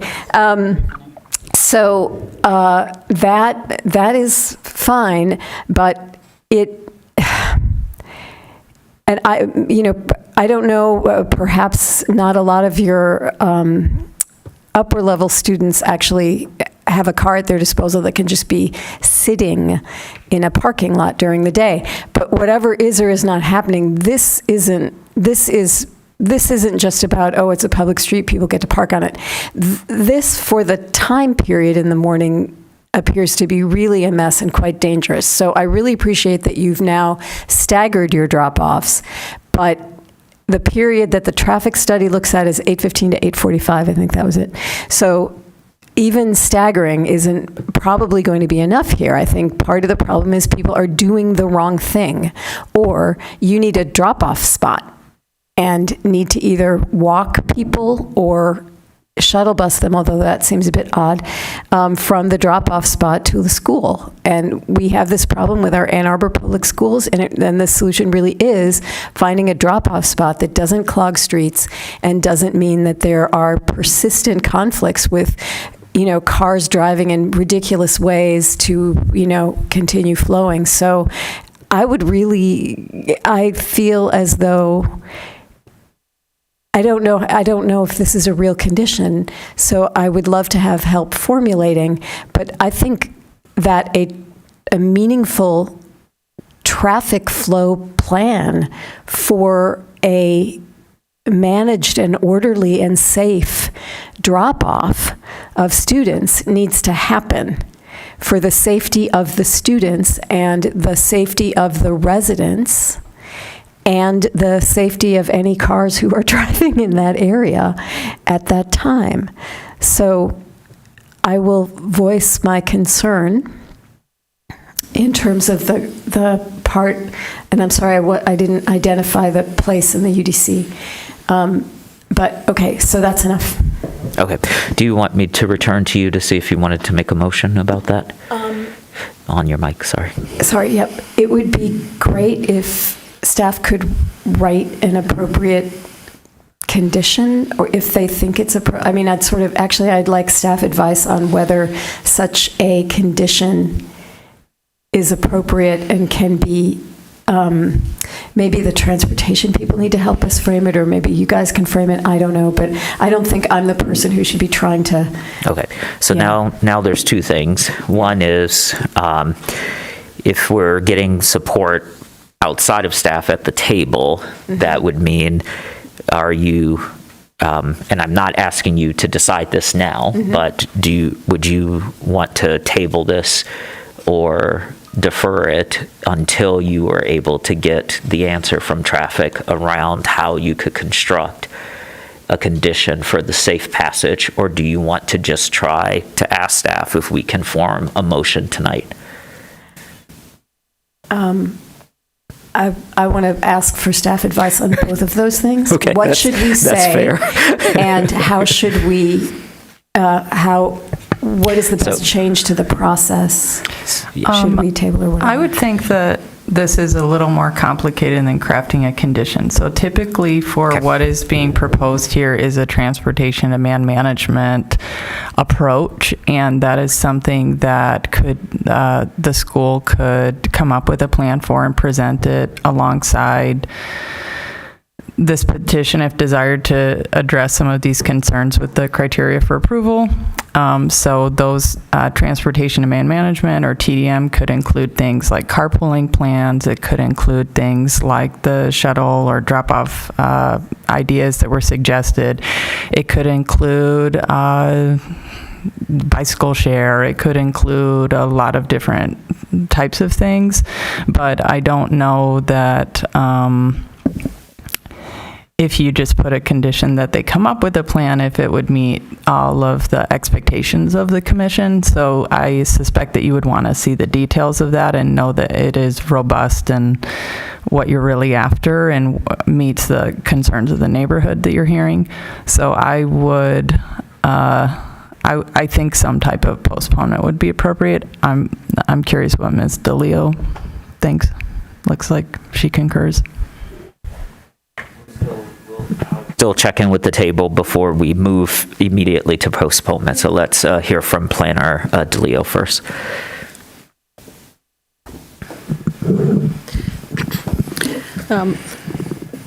I would have echoed the same thing, like, unless you definitely know what it is you're asking for. But to me, it sounds like there is a little bit of agreement that it doesn't yet meet the criteria for a special exception use approval, specifically the one regarding traffic impact. And so an option would be, yes, postpone it, make that clear that you don't think that it currently meets the criteria for approval, perhaps allow them an opportunity to modify their site plan or special exception use. And then can I just add something here with your permission, which is if we go down that road, can we do it from the 545, not from the 719? Because then that tells us, because that's where it's supposed to be, but it is not. And so the increment of what we're seeing in the traffic study says 30, but it's not 30, it's 100 and 85. And so, like, is that something we could ask for as a commission, or is that not permitted? Manager Kelly.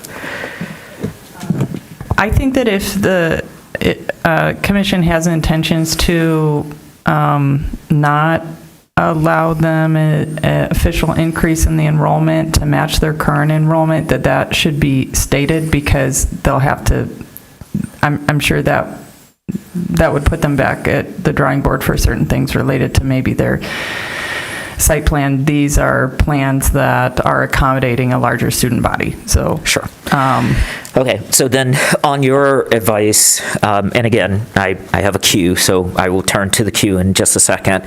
If we are thinking about postponing, that's one decision. Another, with the intent of getting you had an acronym for it. I didn't write down all the letters. I wrote it down correctly, TDM. Oh, great. All right, so to retrieve one of those, but we'd have to communicate That's one thing. The second thing is Commissioner Adams has raised, and I concur with Commissioner Adams. I'm going to quote Commissioner Hammerschmidt and say he said it more eloquently than I could. There you go. That I don't think this meets the legal standard because it is based on what you currently are, not what you were approved for. And so now you've made what you currently are the floor, which is not, in fact, the truth. The truth is supposed to be 545, but you've exceeded to 719, and now you're asking us to make a decision based on something that was not permitted in the first place.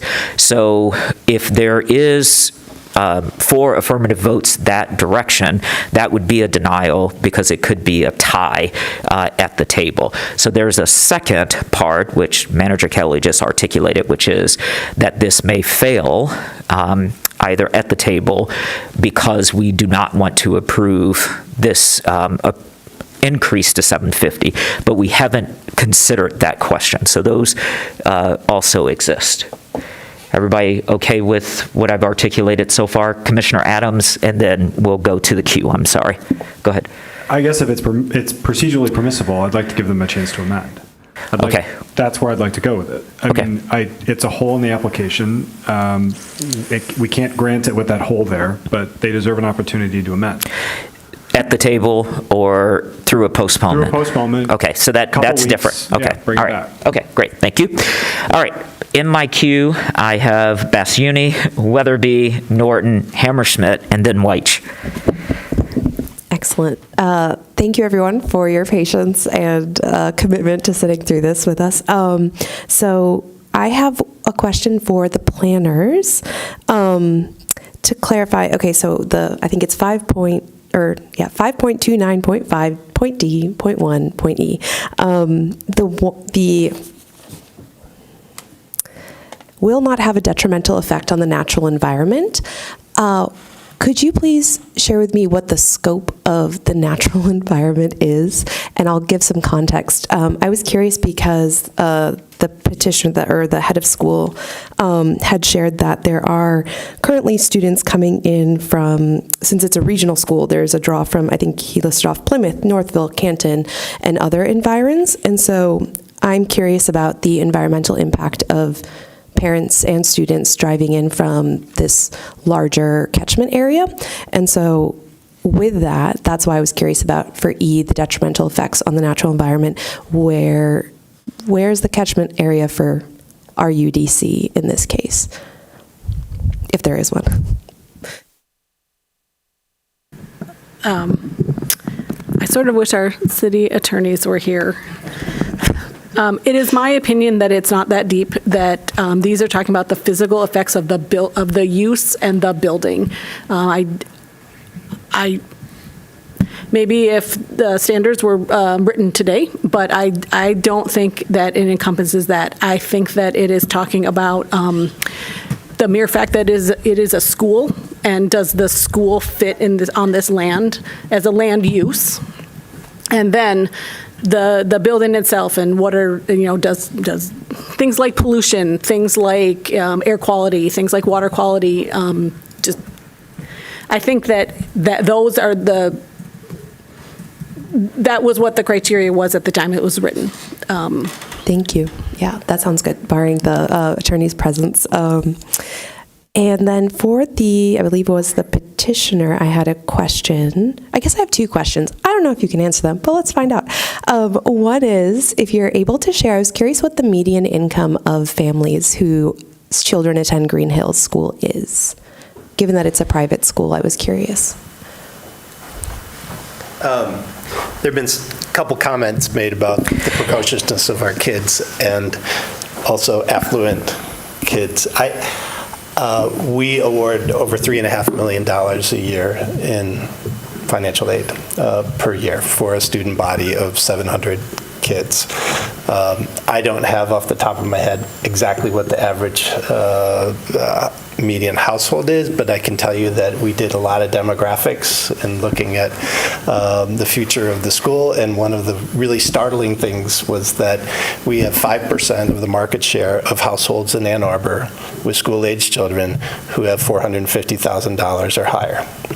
So what that tells me is not all of our kids are Barton Hills Country Club members. We have very modest families. Our tuition is based on a two-professor household. It's how we started. We began back in the days when professors actually could live in Arbor Hills or Burns Park. That was who our kids were. That's who our kids are now. I'm not joking when I say that over half of our email addresses are University of Michigan professors, and so last I checked, they're not making $1 million a year. So it's a startling modest school. I'll pause Thank there. you. Thank you. So it was a bit of a left field question, but I was like, if you had that number, I would be interested. And then my second question was, for the traffic study, I'm not sure if I'd missed this, but could you give an estimate of how many of your enrolled students drive on average to school? I understand the current enrollment, about 719. Sure. And you did mention that 400 to 500 don't have a car. Right. But I was wondering, of the remainder, or of the entire student population, on average, how many do you think drive to school? Sure. No more than again, it depends on when kids get their licenses, but not all of our seniors drive, so that's 100 kids, but probably 80, 90 of them. We have about 19% of our kids have siblings in the school, so they drive siblings, and that might be where one of the gaps is. We're not taking into account that we have seniors who are driving their younger siblings to school. We send buses to Plymouth, Canton, Northville, and Novi, as well as to Ypsilanti. Number of cars, I don't know what the exact number is, but I am sure there's no more than 150, 160 on average, right? Again, that will And that's for students, or is that total with faculty and staff? Thank you. Right. And then we have faculty and staff as well. Thank you. Sure. Thank you. I think those are all my questions, so I'll see you back. Thank you. Commissioner Weatherby, then Norton, then Hammerschmidt, then Weich. Okay, so while I agree with what everybody said about traffic, I'm going to take a different turn. I'm more of a plant person than a car person. So the buffer area for invasive management, while I appreciate that you are cleaning up that area, it does look like that area is already under your purview as a wetlands or nature area, and is actually featured on your website. And so I'm wondering, this is again sort of a concern of you're getting credit for cleaning up something that maybe already should have been cleaned up. And I don't know, again, this is probably for staff, of like, is there any requirement when they have, a wetlands buffer or a wetlands to keep that in any sort of state? Or is that just it exists on their property and that's what exists? Because then a follow-up for me would be, what can we add to make sure that going forward there isn't just, they cut down the invasives, see you later, bye, because then they will be back next year.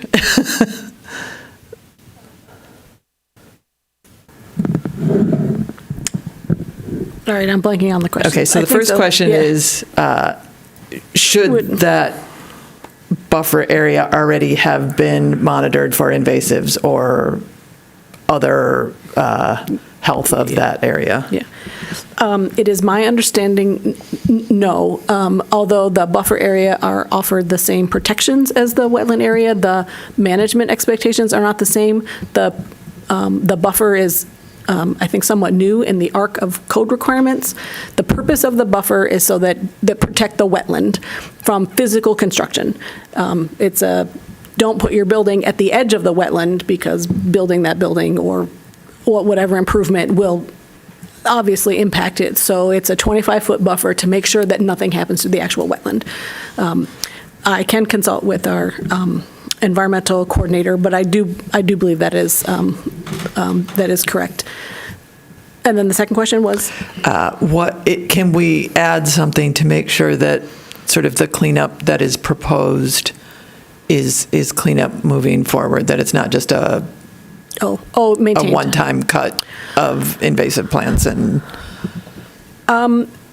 For that, I would have to follow up. I'm not as familiar with the administration of a wetland use permit, and I can see if it could be attached or already attached to that, or if it's part of the special exception use. I would follow up on that question. Okay, thank you. Commissioner Norton. I have a couple of comments, I guess. I want to point out, we don't know for sure why the limit was originally set at 540 students and whether that was because of traffic. Presumably it was, and I'm guessing that having more than that number of students has had an impact. So I don't want to over-prescribe what the logic of the original limit was. Having said that, I agree with Commissioner Adams that it's highly problematic to violate the rule and then come in and say, well, we're not going to have an impact because we're just going to do what we're already doing. So I would have to not go along with voting to approve this as is. So I'm in favor of giving the petitioner time to go back and remedy the problems that they've created by presumably exceeding the number of students who should be there, so that in bringing up the allowable number to amend the SEU, we're addressing the traffic problems that have come along with the exceeding numbers. I want to point out there are two distinct problems here that I'm hearing. One is a parking problem, and the other is people coming and going. And those are distinct. I also want to point out that they're not unique to this school. Every city school has this problem. I saw it with my own kids when they were in school and people racing to get to drop off their kids. So they're not unique that way, although I think with the design of this road network, it's probably maybe more problematic because of the way the school's kind of sitting at the end of a loop. So if we're going to ask the petitioner to do a traffic demand study, I also want to point out I'm really reticent for us to say, build more parking, because we keep trying to say, stop building more parking. So I'm not sure that that's a solution, but maybe some additional turn-off areas to allow for drop-off in a more safe way. Would building sidewalks on Green Hills Drive make it more safe if there's a real traffic safety concern, if people are walking in the road? So I guess I would ask the petitioner to think carefully and long about how to fix the problem that they're dealing with now, and not just say, well, we're not going to have more problems because we're already there. That's not acceptable. But can you do a traffic demand study that really deals with those two distinct aspects of what's going on, the parking situation, but also the access and people coming and going and demand management? I would be very much in favor of giving the petitioner time to address those concerns. Thank you. Thank you, Commissioner Norton. Commissioner Hammerschmidt.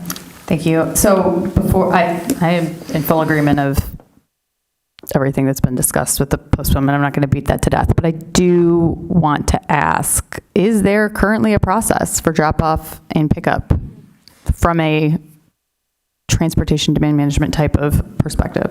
Yes, we have buses. We also have public school. Ann Arbor Public Schools also brings kids as well, and we have crossing guards. We've got in the morning. I'm out there in the morning, but yes, there is a process. We have the parents know how to go through the loop at both sides of the building. Every morning we have 5 staff members, bringing people in and pausing people, and we have put cones and signs, and we've had a great relationship with Earhart Village, and it is, as you said, Commissioner Norton, I've dropped my own kids off at public schools here and elsewhere. It's, I plan my days sometimes not to go by Huron at that time, or not try to get to Green Hills. But we have been working on it, and we have been trying, and that's one of the reasons why we have this staggered schedule, which I would maintain is going to make a huge difference, because not everybody's coming in at the same time, and that also goes for departures as well. So I am across Earhart at King, dropping my kids off, so I have not experienced what happens in Green. It sounds like a very similar process to what we have at King. However, what I'm hearing from some of the neighbors is that it's impassable on Green Hills, which I get. I have my share of road rage in the mornings as I'm trying to navigate around people that are just sitting there waiting for a drive line, but it's navigable. And it sounds like there's cars parked places and blocking driveways, like, we don't have that problem. So like, if that is, and I don't know if this is happening or not, although there are pictures apparently. Do you see these things? Because like, from what you're saying, it sounds like you have a process that works on paper, maybe? I drive in every morning. I drive out in the afternoon. Are there times I have to wait a little bit? Absolutely. I would say it's not fabulous, but I also live right across the street from Arbor. I don't leave at certain times, or I know it's going to take longer. So it is, I want to work, we want to work it a better way. That's why we have this plan. It's why we have traffic guards out there. We're even looking at, permitting, maybe not even allowing sophomores. I would be the most unpopular head of school in the history of schools to say to sophomores, you can't drive at all. I'm sorry.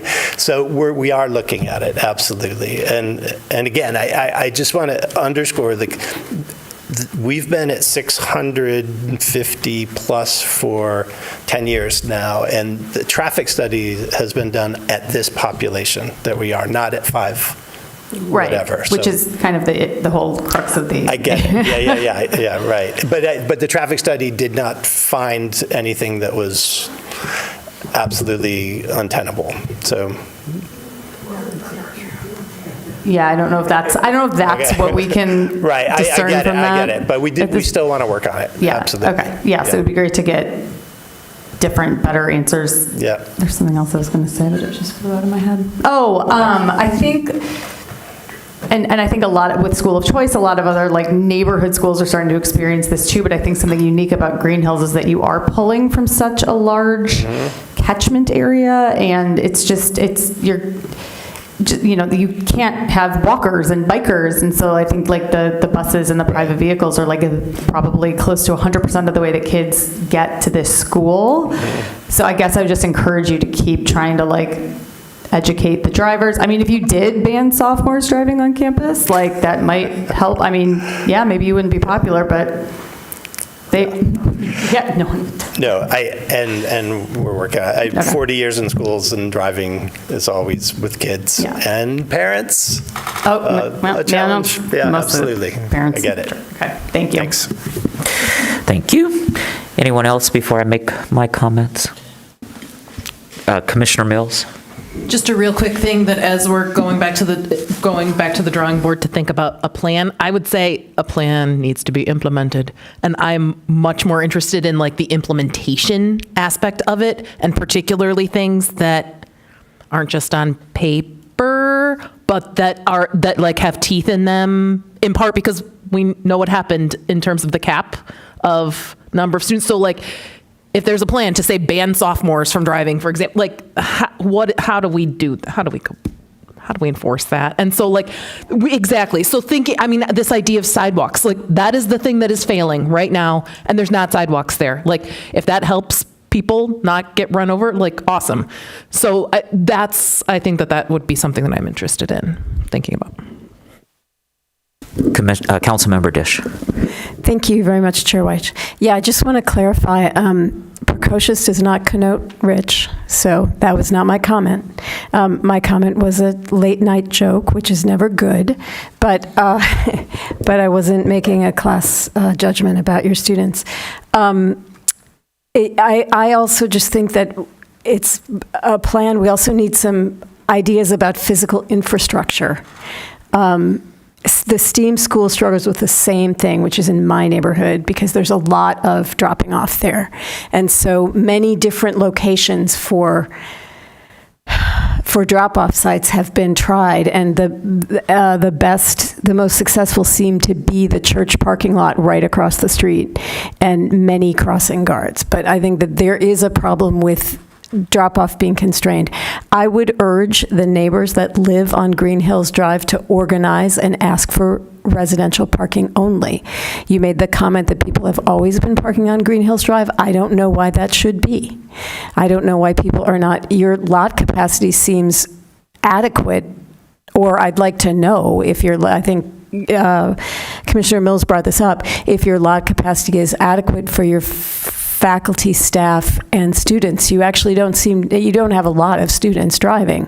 So it's a question of trying to figure out how much of it is a parking problem and how much of it is a drop-off problem. And those are two different things to solve, but I don't see why people are parking on Green Hills Drive, especially since that just makes the drop-off issue worse, because drop-off is probably the one place where we like flow.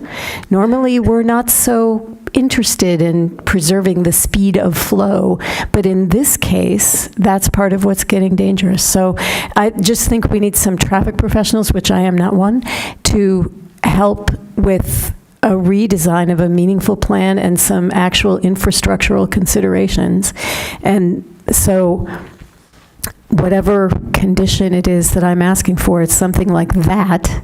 And I agree that we should postpone, because I don't want to, it's not that I don't think this increase is okay. The increase is necessary and serving a good purpose, but it hasn't met the legal standards that we need in order to approve it. Thank you, colleagues. First, I want to address the neighbors, because I read your comments as well as many of my colleagues.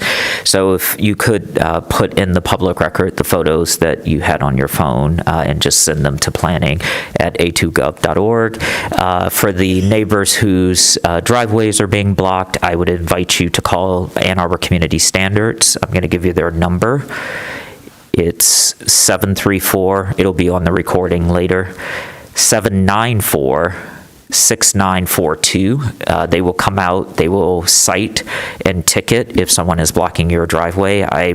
People park in front of my house for the football games, and I come out and I tell them, your tire is too far into my driveway. If you just move your car 100 feet, it'll be here when you get back. If you leave it here, I can't guarantee that. And so that is an enforcement tool that you have. It's non-police, and they'll ask if you want it ticketed or towed. And if you request that it's towed so that you can have access to your drive, that is your right. And so that helps with enforcement, because when people's cars disappear, they make different choices, I have learned. Just community standards is part of the police. But it's not armed. That's what I meant when I said not the police. I was talking about guns. But thank you, Commissioner Weatherby. So, Manager Kelly, it looks like if I were counting the votes at the table, this would not pass tonight as it is presented. I don't know that for sure because I haven't done a roll call vote, but given the words that many commissioners have articulated, I don't think we have 5 affirmative votes at the table to move this forward. So there seemed to be interest in postponement to give the petitioner opportunity to address some of the concerns that were articulated. But I want to stop and start with Planner DeLeo to make sure that what we've articulated can be transmitted to the petitioner, and if not, what you might need from the table so that could be clear if we did ask for a postponement and ask for something to come back. I do think I understand that it does not meet the traffic standard, and that there's a variety of options, but something will need to come with a revised plan. Okay. Does it, Commissioner Weatherby? And also a little bit about the plants. The continuous saving of the wetland buffer. Okay. So then with that, Manager Kelly, what is the best course of action for postponement? Do we want to postpone to a date certain, or do we want to just postpone indefinitely? Well, I would be curious to know from the applicant how much time you would like to address these concerns. In my understanding, it's probably not another traffic study, but likely some type of transportation planning proposal that includes a suite of solutions to reduce the vehicle traffic on site. And I'm happy to follow up with Ms. DeLeo to give you some ideas and directions for that. I don't know if it's something that you already have someone on retainer for, or if you would have to go seek those services that can take time. So I'm not sure what your timeline is, or could you give us some insight into how this would affect you? Because it would have to be, if it's to a date uncertain, then it would have to be re-noticed, and that's a minimum 3-week process in and of itself. Right. The quick answer is immediately. As soon as we will get after this right away. So the sooner we're going to get after this right away. We actually, as I said, we already have plans. We will just solidify them and get them in front of you. And because, as you can imagine, we have children that are going to have to start a school. We've got mods that we're going to put kids in while their classrooms are offline. We have construction, and it's already May. So we will get after, we are highly motivated to get something in front of you right away. So I don't know, what that means in terms of when the next meeting is, but matter of days. So there's proposals and there's proposals. If you had a plan, it could go as deep into the weeds as modeling different types of travel behavior on your site based on specific interventions. That can take time, so just keep that in mind. If your timeline is immediately, it still takes time to prepare that. We have the 6/16 agenda and 7/7 agendas have room for you. Then we would like to be on the 6/16 agenda for sure. Does that sound amenable to the table? Okay, then you could. I'm going to just check in with Commissioner Norton. Sorry, your face is not transmitting. I perceive what we're asking for is something a bit more than just saying we've got some plans, we'll just write them down. Sure. There are meaningful issues that we're hearing here. You're already over capacity by 200 students. It's causing a lot of conflicts as people are coming and going. And maybe you're going to want to build sidewalks or something. So I'm okay with 6/16, but I would be really unhappy if you come back and say basically the same thing, and we've just written down how we've changed the timing. And we don't own the property. We would love to have sidewalks there. We don't own that property. Well, and I'm not saying that you need. I'm sorry. Don't take that as I'm telling you need to build sidewalks. I'm a little bit concerned that you'll come back and say, well, we're going to start our classes at 2 different times, and that'll solve the problem, which clearly didn't convince anybody here that's going to by itself solve the problem. So some meaningful, talk to the transportation experts about what is likely to really solve the problem. And if you can do that by 6/16, great. I have no objections to that. Right. I was just kind of reacting to what you said off the cuff about we'll just kind of write our plans down.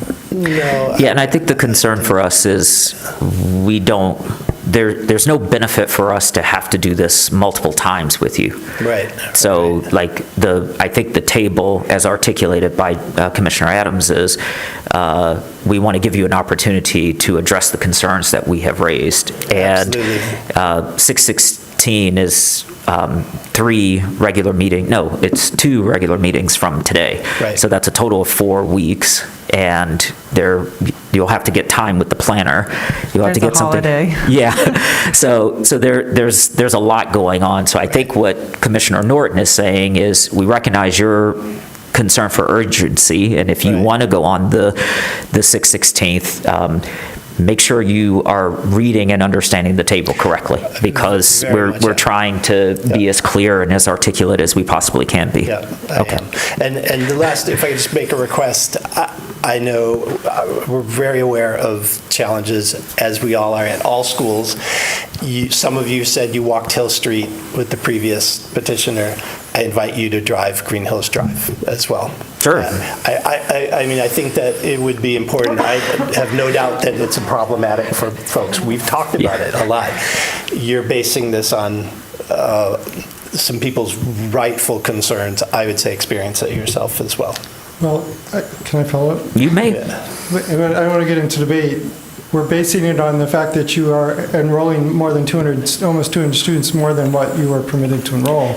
That creates a legal problem for us, or it creates a permitting problem for us. So I think the sense I'm getting is we're all amenable to what you're trying to do in terms of expanding your program. I'm worried about wetlands too, but I think that's remediable. So I think the message I'm trying to convey is, but traffic is an issue. It is at every school. That doesn't mean you're going to solve it completely. Right. But a meaningful effort to try and deal with what are real issues going on here. And please, just something more than we're going to write down our change of schedule. Absolutely. That's what I'm asking for. And to answer your previous question, if I could turn back the clock, when we had an architect who was working with us, AC3, Dan Jacobs, when we did that last one, where did that 540 number come? He just made it up. He was seeing our growth. We were at 500. There was nothing. He just threw it out there to the planning committee. It's not something that I kept track of. If I could turn back, I would have had him put 750, and we probably might not even be here today. But I think that's where that number came from. There was no study. There was no nothing. We were at 520 at that time, and okay. So you're committed to, you want to come back on 616? Absolutely. All right. Well, we'll let you work with planning staff on that, and we wish you good luck. Thank you. What we're going to do now is, yes, I'm getting there. I was just helping him finish.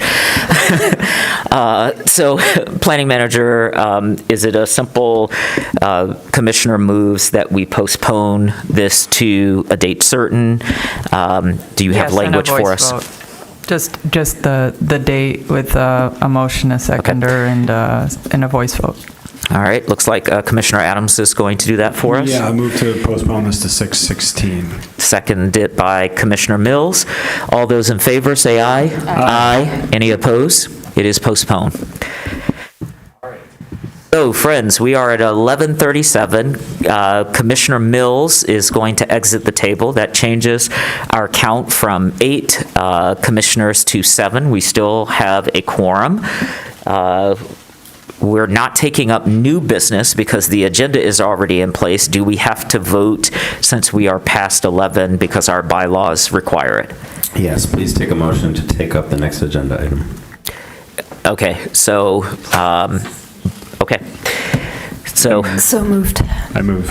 All right. So we have a moved by Councilmember Dish, seconded by Commissioner Adams. All those in favor, say aye. Aye. Any opposed? All right.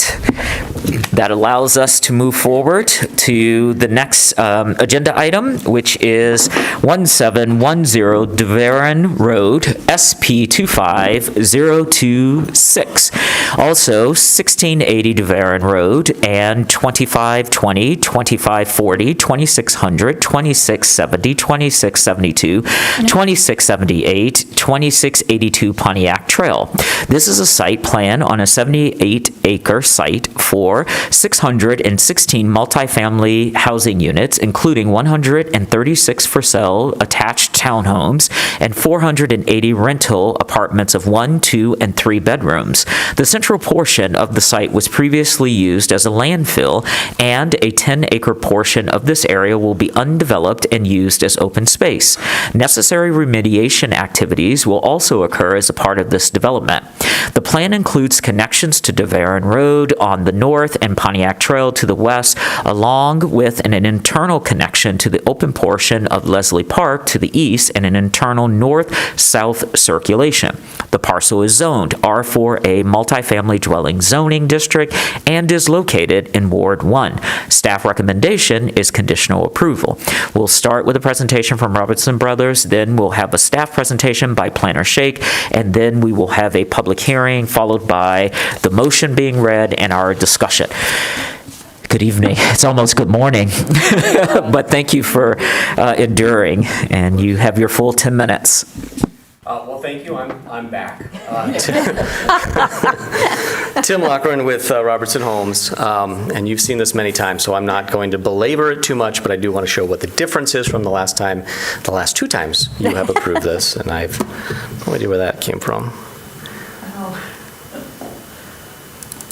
I think this is it.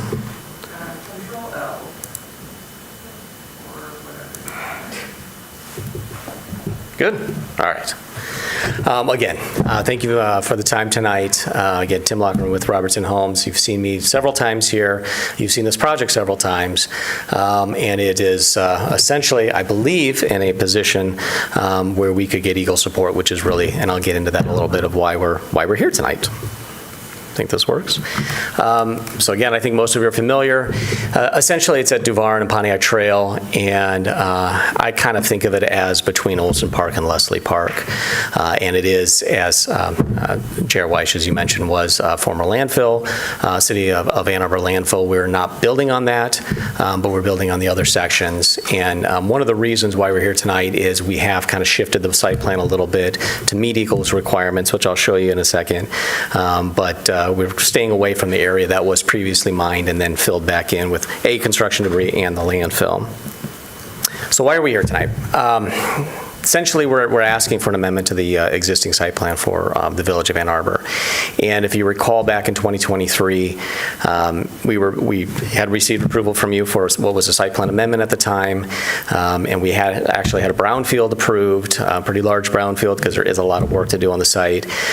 We were about to close on the property, and Eagle, we were asking for a last letter from Eagle, and they said, no, we've shifted the way that we've our policy for methane guidance.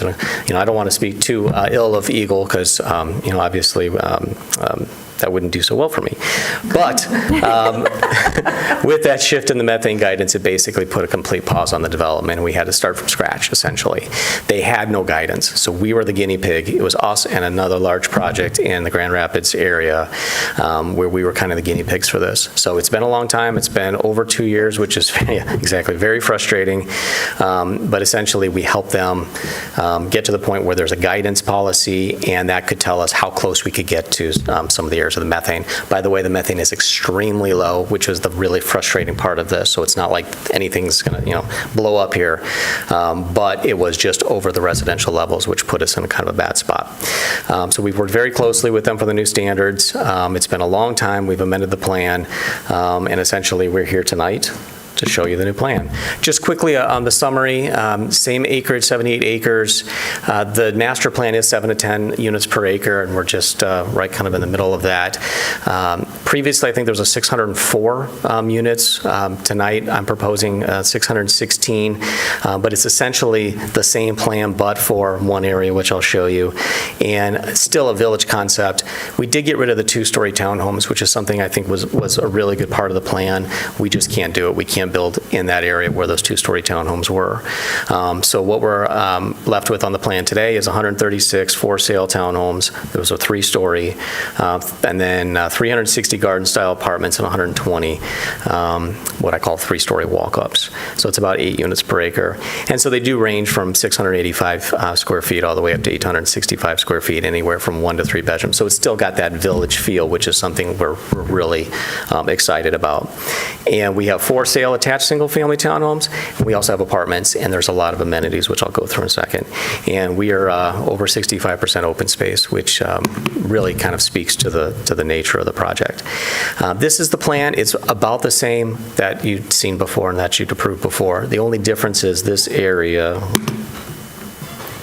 here, which was not part of the landfill, but it was part of the original mining operation area. That, because it was filled with some construction debris, really it's like they put trees in there and things like that, organics, and that's what created the methane. We have to stay off of that area. So we pulled everything back, and we basically, kept the townhomes here, kept the apartments up here, and we just expanded some of the apartments here. And it's allowed us to actually have a nice centralized open space area. We still are proposing the road connections to Leslie Park, which would also have a multi-use trail, which would allow people to come right through the park area here. We're also proposing some paths in the former landfill as well, and we do have Eagle approval to do that as well.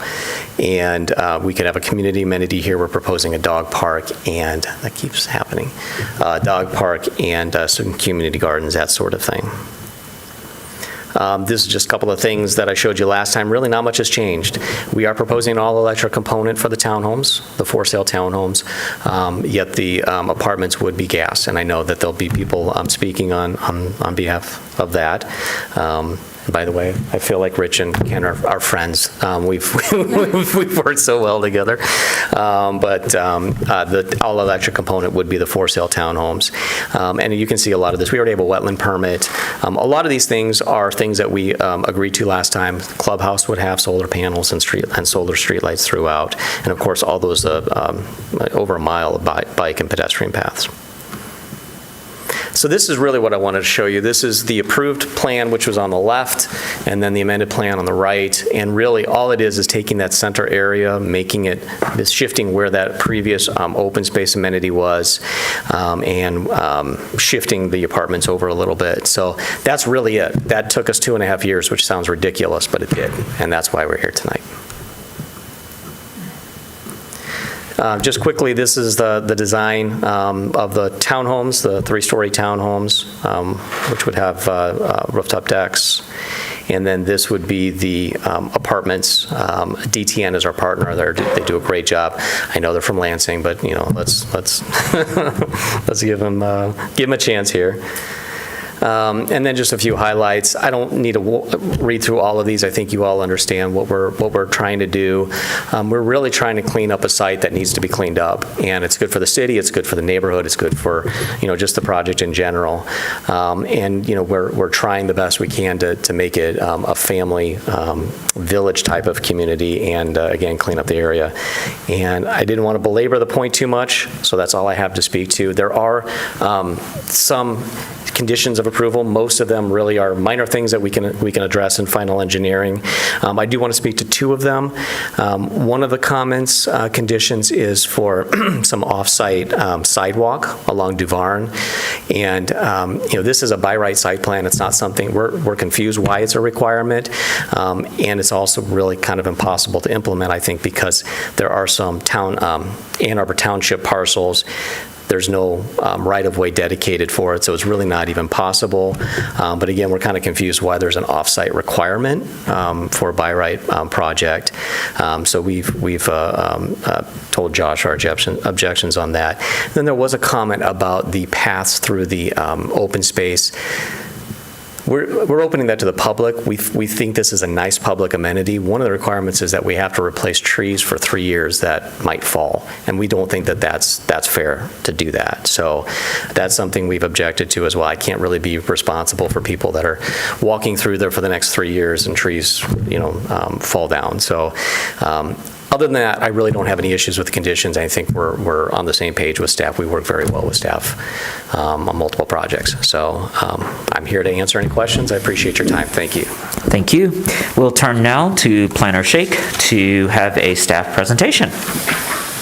Yeah, thank you for reading through the whole summary of the project. Helps gets things going. Thank you, Tim, for showing the images to contextualize things.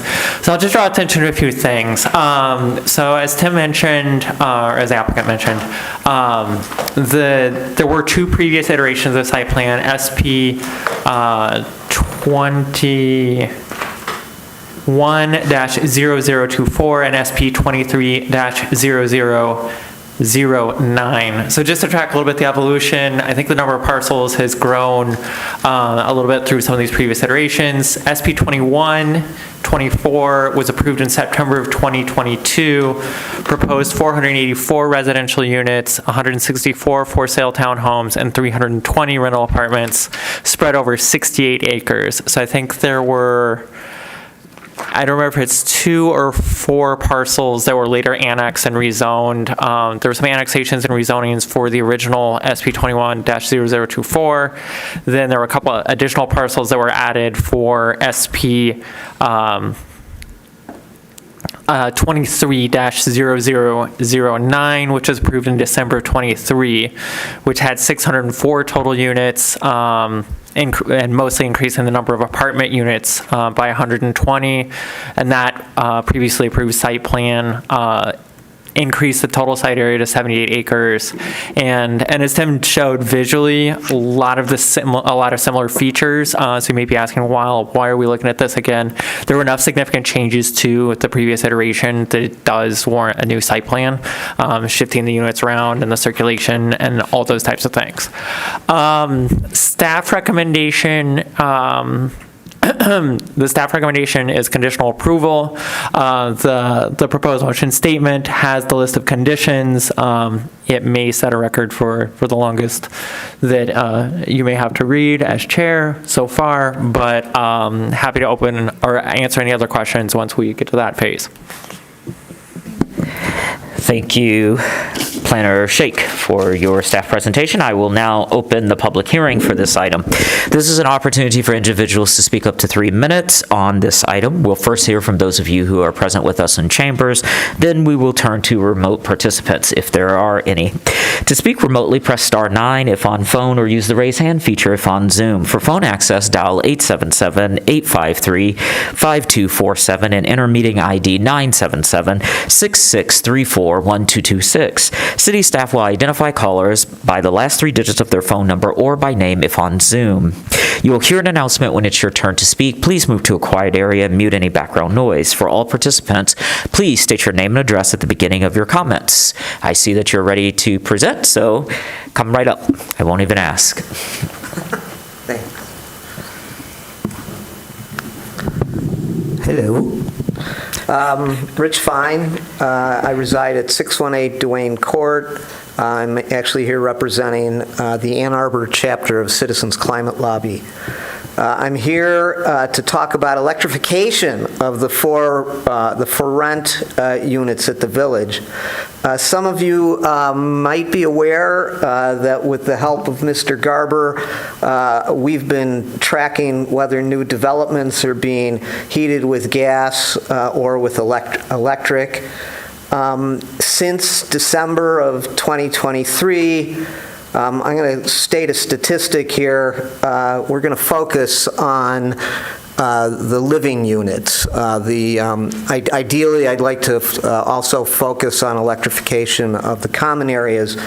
But we spotted 25 medium to large multifamily developments that have been through this commission since December of 23.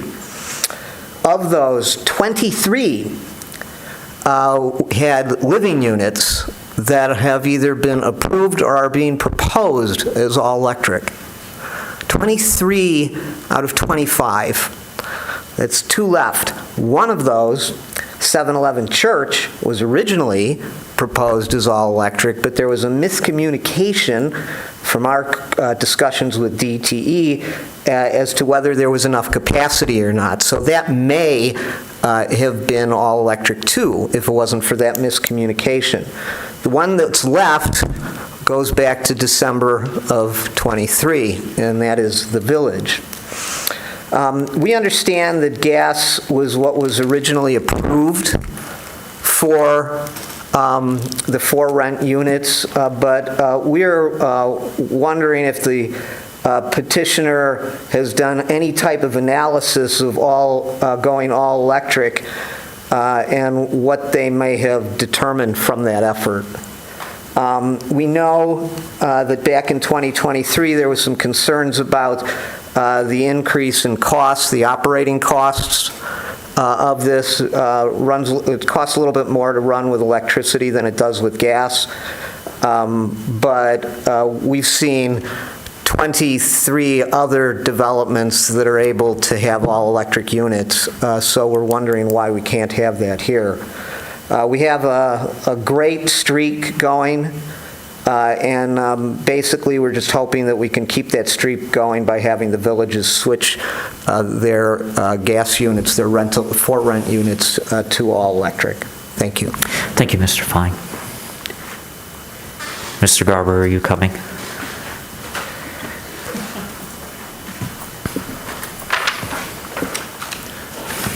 Yes, thank you, Chairwoman. Ken Garber, 28 Haverhill Court. As always, I'm impressed by your stamina. You still have a major agenda item still to address tonight, so you have my sympathy. Yeah, so you have my calculations in my letter from yesterday showing that gas heat for these 480 apartments will result in about 1,500 metric tons more CO2 annually than would be the case for Scope 2 emissions with heat pumps on those units. Just for perspective, that's like putting 400 more long-distance commuting vehicles on the road each year, just the difference between gas and electric. Mr. Fine has talked about the past rationalizations for going with gas here that would put this project at a competitive advantage with other projects.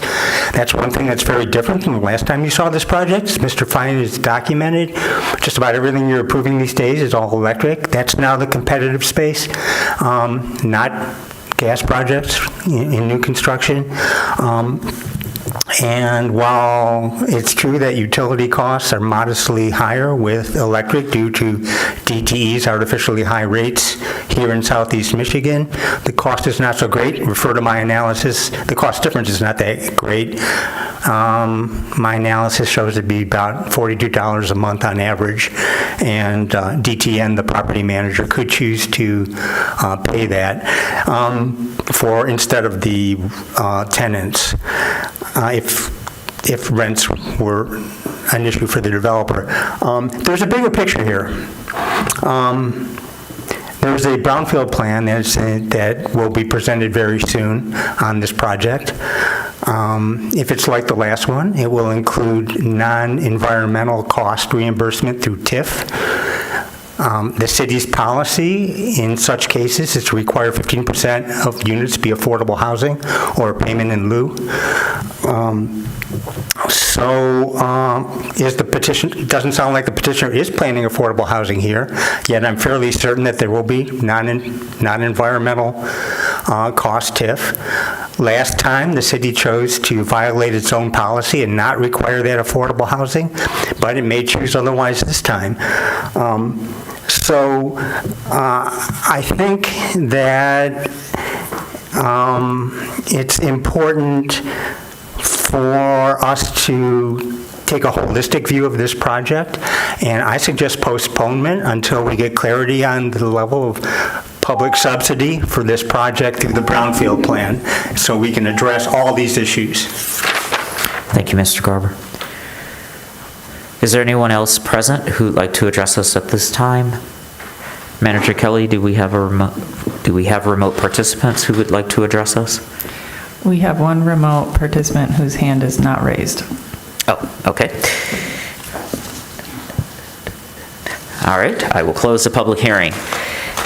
With the permission of everybody here, because this is a two-page motion, can I read the first part, and then when we get to the conditions, I just refer to the conditions as listed on the agenda?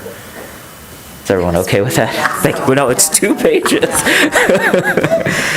As listed in the staff report. As listed in the staff report. Thank you, Mr. Leonard.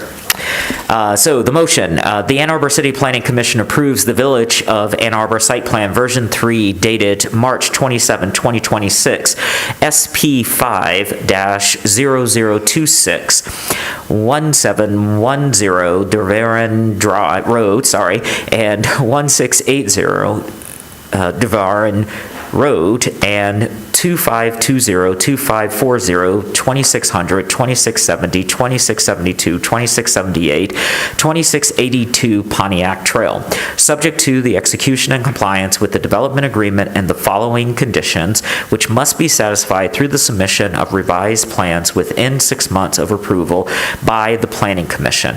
Those conditions are listed in the staff report. All conditions must be fully satisfied through the submission of the compliant plans prior to the city's acceptance and/or review of civil engineering plans and prior to the issuance of any associated permits for development. Moved by Councilmember Dish, seconded by Commissioner Hammerschmidt. We are in discussion. Who would like to kick us off? Commissioner Hammerschmidt. Thank you. Glad to see you back. Totally thought this project had started already, so I'm sorry for everything you've been through.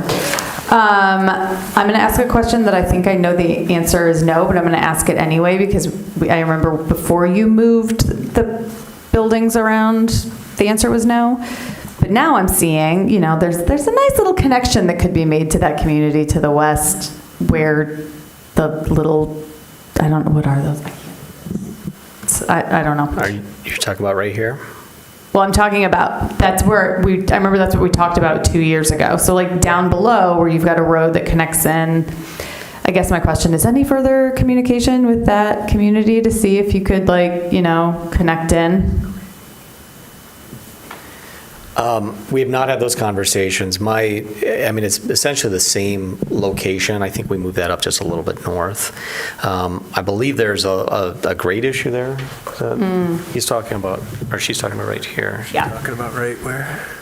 I have my hand. Right where like the east-west, like probably, or there's like garage entries or something would connect to the west. Gotcha. So Matt Bush, Atwell. Up here, we are making the connection to a sidewalk up here. Oh, okay. To a pedestrian Pedestrians. connection. That remains unchanged there.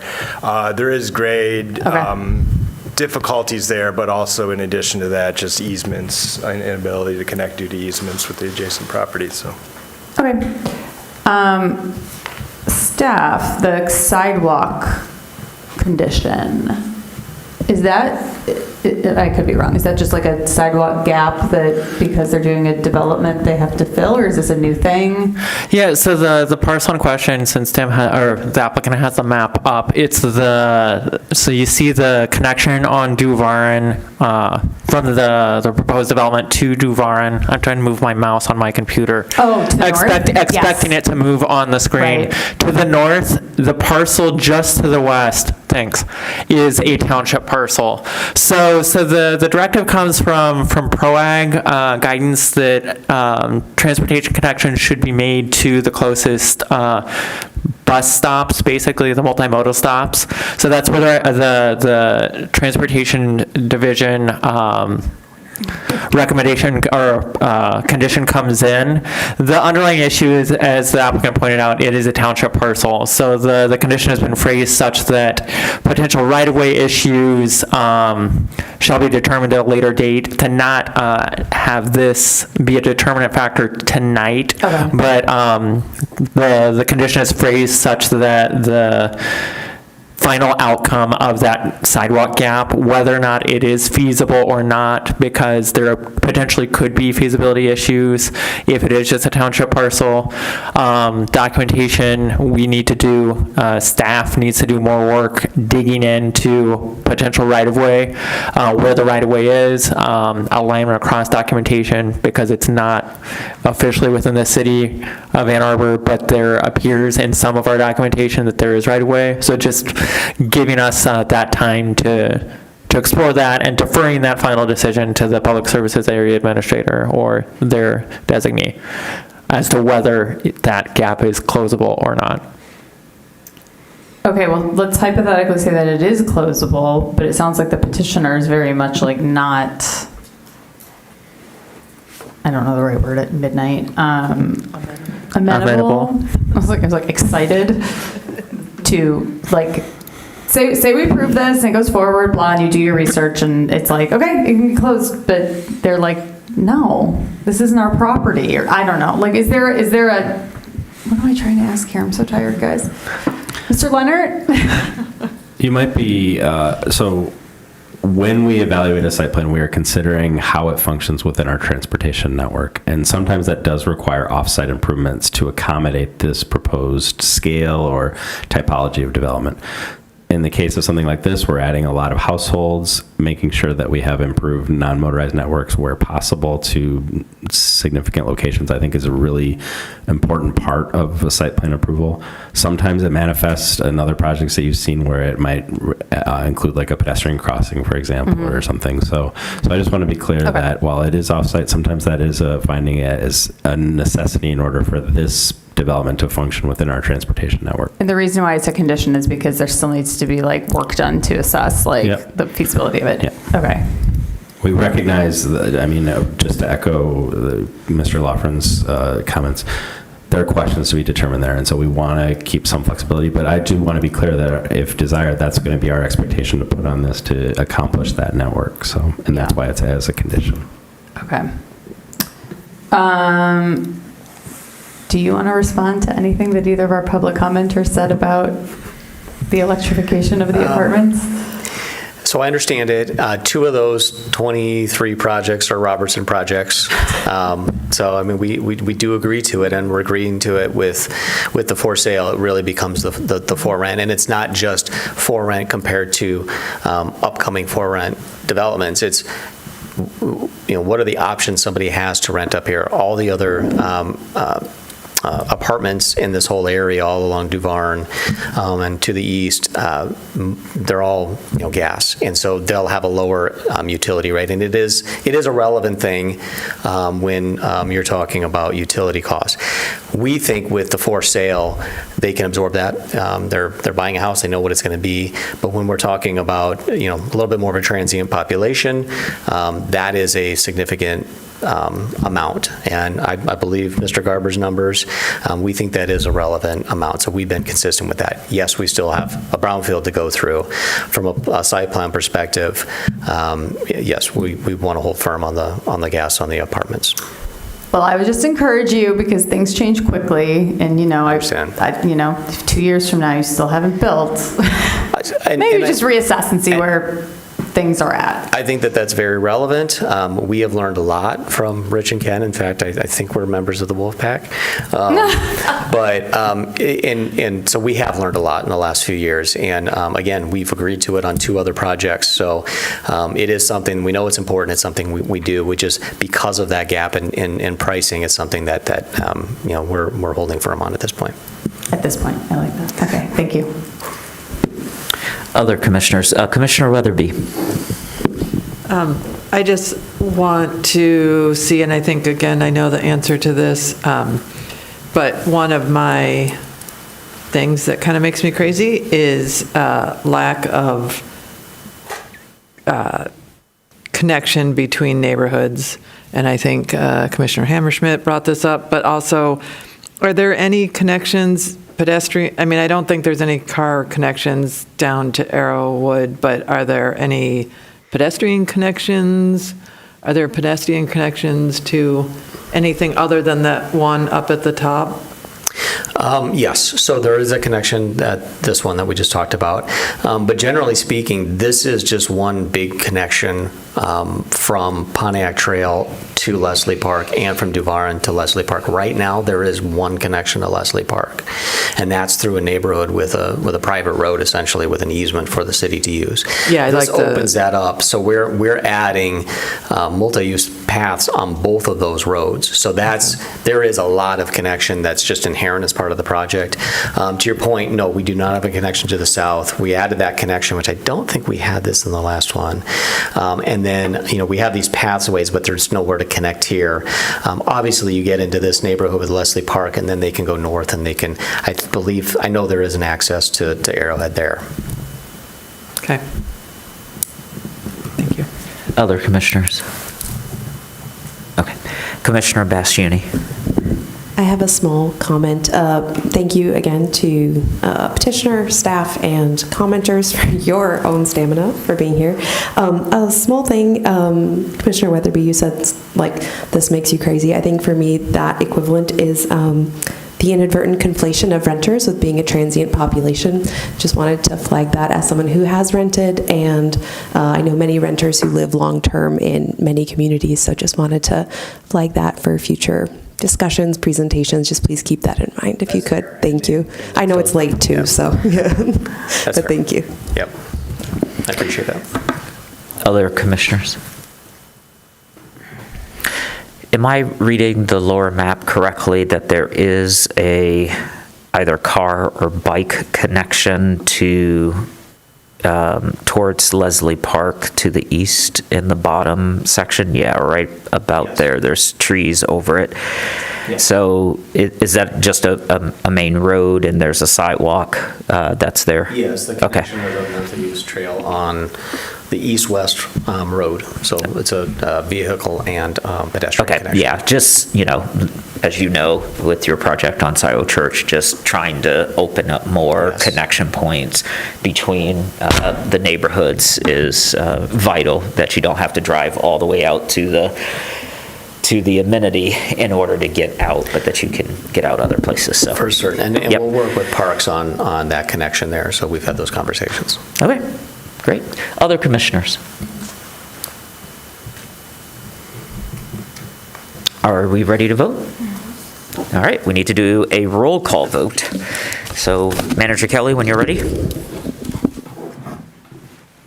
Somehow, the course of the evening, I lost my pen. Okay. I don't know how that happened. Okay, on the motion with conditions as presented, Weish. Yes. Hammerschmidt. Yes.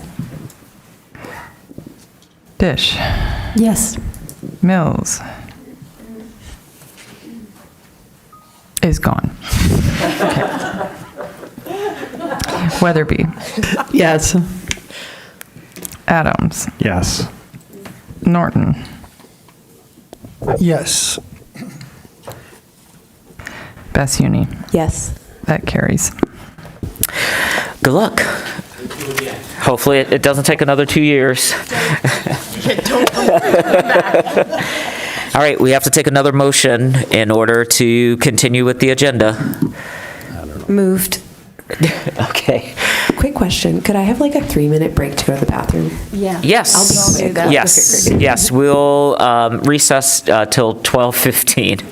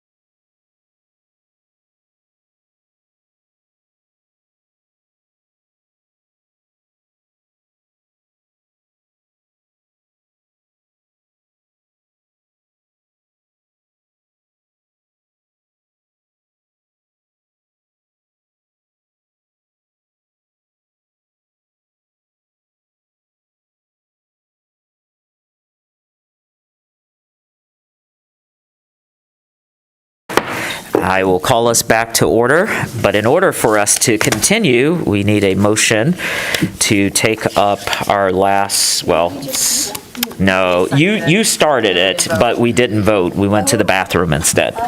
So it's an agenda item on my list, 11A. It is. This is the Comprehensive Plan Implementation UDC amendment. So who's this moved by? Adams, and seconded by Councilmember Dish. All those in favor say aye. Aye. Any opposed? All right, the motion carries. Okay, can I jump into it? Yes, sir. All right. Yes, sir. Thank you so much. We did receive a couple of questions. Given the hour, I'm going to skip a few of the questions unless they want to specifically be raised. Question 1, the draft RFP directs the UDC rewrite to, quote, use the current format as much as possible. What's the rationale for committing the rewrite to the existing UDC structure? Question 2, page 11, 2A, project goals, using the current UDC format as much as feasible. Is this referring to the modern framework referenced in the second paragraph of the introduction on the same page? If so, what metrics are being used to characterize it as modern?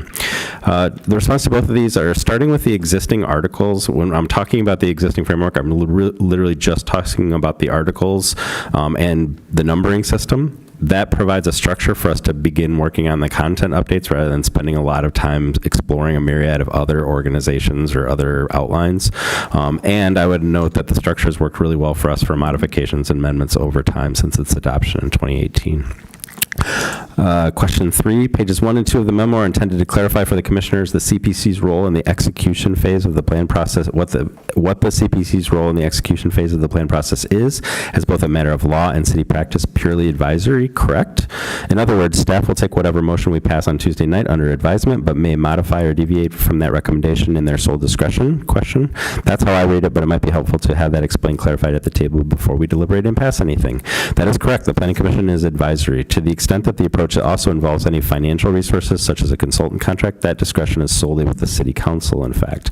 Planning staff does intend to follow the desired direction of Planning Commission in regards to the selection amongst the options presented tonight.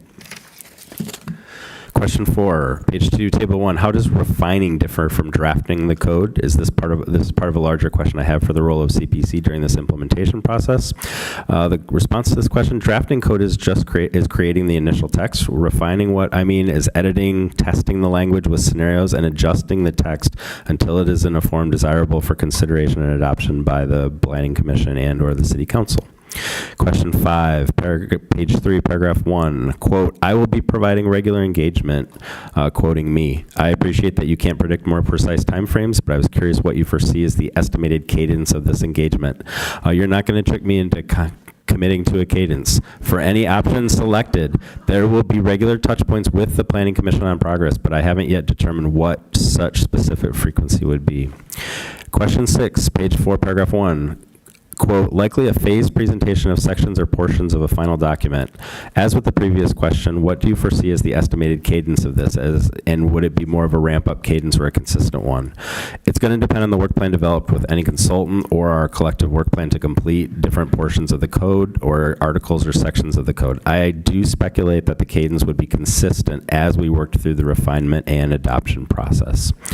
There were 11 other questions submitted. They were all focused on questions about a draft work scope that we had attached to the memorandum. This scope is just a draft intended to illustrate what it may include. There will be lots of opportunities for staff to finalize that or make changes to it, frankly, before that goes. Again, I'm happy to address any of those specific questions, but given that it's just provided as an example of how that might look like, I'm not going to spend all the time at this juncture. All of that is, thank you for those questions. Those are in response to a memorandum that I shared with you that on page 3 tidily provides you with a proposed motion that selects either option A, B, or C. In short, option A would be the work scope that we have been discussing most consistently up to this date. This would be going through different land use categories of the comprehensive plan on a one-off basis. We would do hub, we would do transition, we would do residential. Then in good time, we would take on things like the development standards, the authority standards, other aspects of the code. This process generally, I anticipate would take longer because we're going to be starting different phases. We're going to be going through exercises, refinement, and I think it has a greater opportunity for us to have to revisit a decision early in the process as we make decisions later in the process. Option B, which is staff's recommended scenario, is let's commit to a new modern ordinance. We would issue an RFP ideally, help identify a consultant who has been through this process with more frequency than we have. Help us do it. I think this is the best chance to complete all of the work within a 3-year time frame. I've shared some examples in previous memos of other communities that have fallen both within and without that range. Again, I am not promising. I'm just telling you, relatively speaking, I think there's a greater likelihood of accomplishing everything.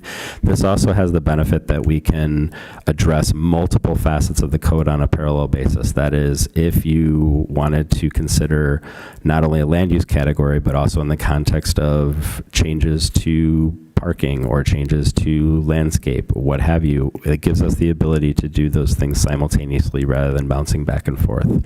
And then option C is provided in response to a gracious conversation that I had with Chair White and Commissioner Dish as chair of this board and a representative to City Council, to share that my intention of giving the Planning Commission these options, and have included this option, which is somewhat of a hybrid of let's do something with Hub and then comprehensively deal with the balance of the ordinance. I think that has the same pros and cons, relatively speaking, as I've described for options A and B.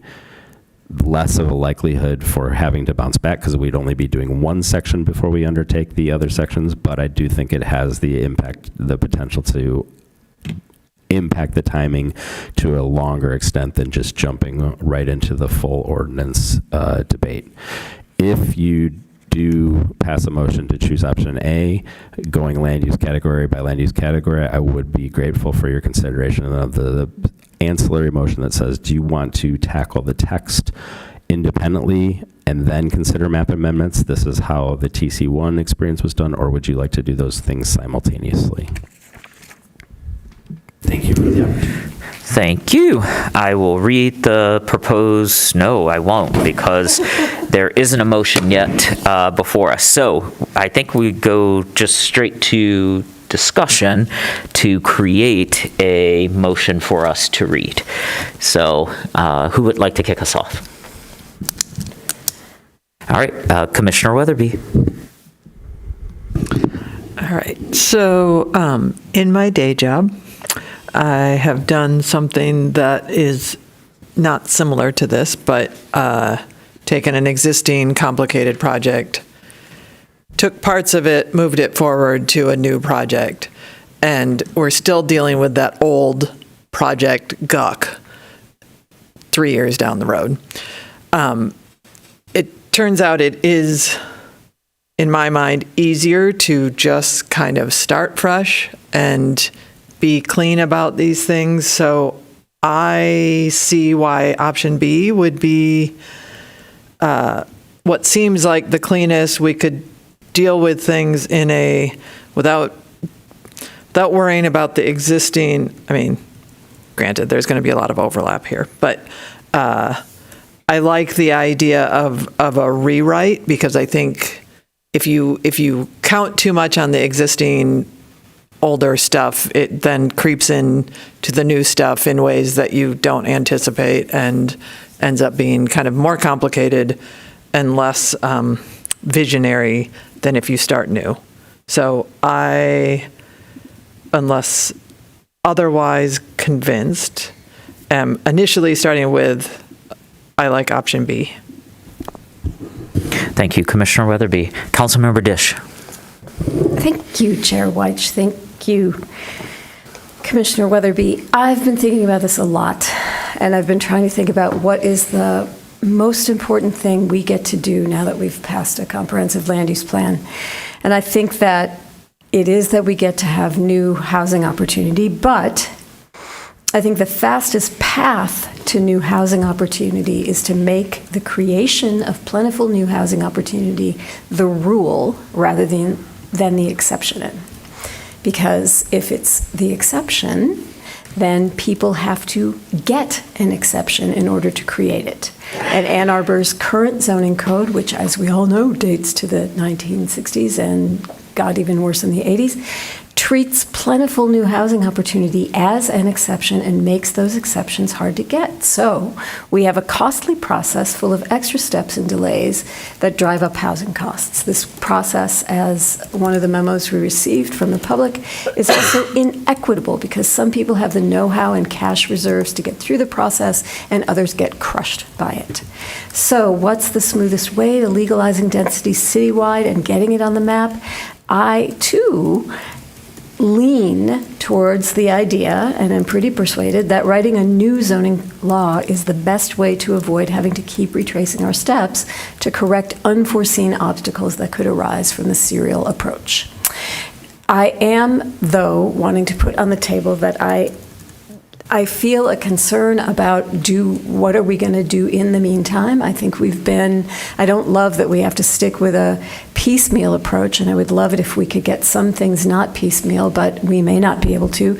And I really am concerned about whether we have tools. We've been using certain tools to provide density with the vision of the comp plan in mind, and I'm worried that those tools just got ruled out last night. So I really don't know how to proceed from here. I would love to have some advice on that. Thank you, Councilmember Dish. Commissioner Norton. I have a question and then an observation or two. The question is, if I'm understanding, Mr. Leonard, you're really suggesting both of these options are pretty much the same timeline. They just play themselves out differently. Or do you think one is actually going to be quicker than the other? I believe that option B would be quicker, all in all. Once you step through it all. I think that option A is going to, again, I'm modeling it largely on TC1. I think it's going to be sort of project initiation multiple times, determining questions about engagement multiple times, taking action, refining multiple times. I don't sit here and signing in blood that option B guarantees less than 3 years and option A would be guaranteed to be 4 years. Mm-hmm. But just looking at the methods, my advice is that I think option B is longer before changes happen, but probably faster for all of the changes to happen. And to get them, and I have in the past stressed some concerns that we not move quickly to solve one problem and then end up creating other problems. And my sense is option B would give us a better chance to avoid doing that as well. So I'm inclined to go along with option B. I want to go back to the first part of your memo. I think I'm disagreeing with you, Mr. Leonard, about the role of the Planning Commission vis-a-vis the staff. I'm reading from the Michigan Zoning Enabling Act. The Zoning Commission, or in our case, the Planning Commission, shall adopt and file with the legislative body the following recommendations: a zoning plan, the establishment of zoning districts, the text of a zoning ordinance, and the necessary maps, the manner of administering and enforcing the zoning ordinance. I don't believe the Planning Commission is only advisory to the planning staff on proposing amendments to the zoning code. I think that's the policy prerogative of the Planning Commission. I totally get that the planning staff is in charge of I'm sorry, I'm not talking in the, or is that? I totally get the planning staff and you and who you report to make the decisions about how to allocate resources, and I completely with you, but if I'm hearing you correctly, you're saying, but you're also, if you disagree with the policy that we select, you would set that aside because we're advisory to the planning staff when it comes, and I don't think that's correct. You're advisory to the city council. Correct, yes. But we're the body that's making the recommendation to the city council on how we think the planning code, is that correct? So it's my responsibility to, like you said, the city administrator has resources, decides staffing of those resources. In the case of planning services, I determine how to allocate those resources as well. Part of those resources we do is we support this board.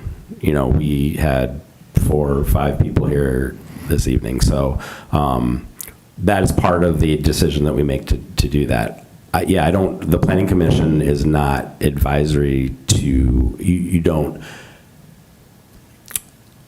you are not simply an advisor to the planning staff. At the same time, I do make independent resource decisions that might be different from what this group's desire is. We have to work collectively to fulfill your obligation and for me to staff you in such a way so that you can advise the city council. Yes, okay. I'm completely in line with all of that. Yeah. I'm just going to clarify that we need to work together, and we have an excellent planning staff, and we're utterly dependent on you to help us draft things and work them up. But at the end of the day, it's the planning commission who decides these are the recommendations we're making to the city council on how we think the zoning code should be amended. I just wanted to clarify that. Yeah, and it's my job to put things on the table for you to react to. Yeah, okay, all right, thank you. Other commissioners. Commissioner Hammerschmidt. Thank you.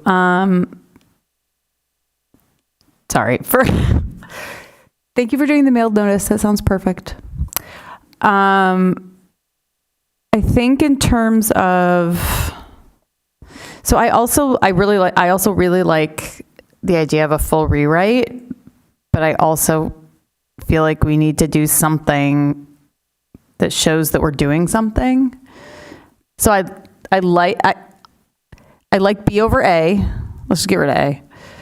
But I'm intrigued by C, and I'm wondering if we started like on Hub, but simultaneously started a consultant, if there's any like path to that, like doing those two things kind of concurrently and like seeing where Hub goes, and if it becomes something like you just mentioned, Commissioner Norton, like we don't want to do something that we're going to have to like undo because we're doing something too fast. And if we get into this process and it just feels like it's not going the way we want it to go for whatever reason, like maybe we just fold that in with the consultants.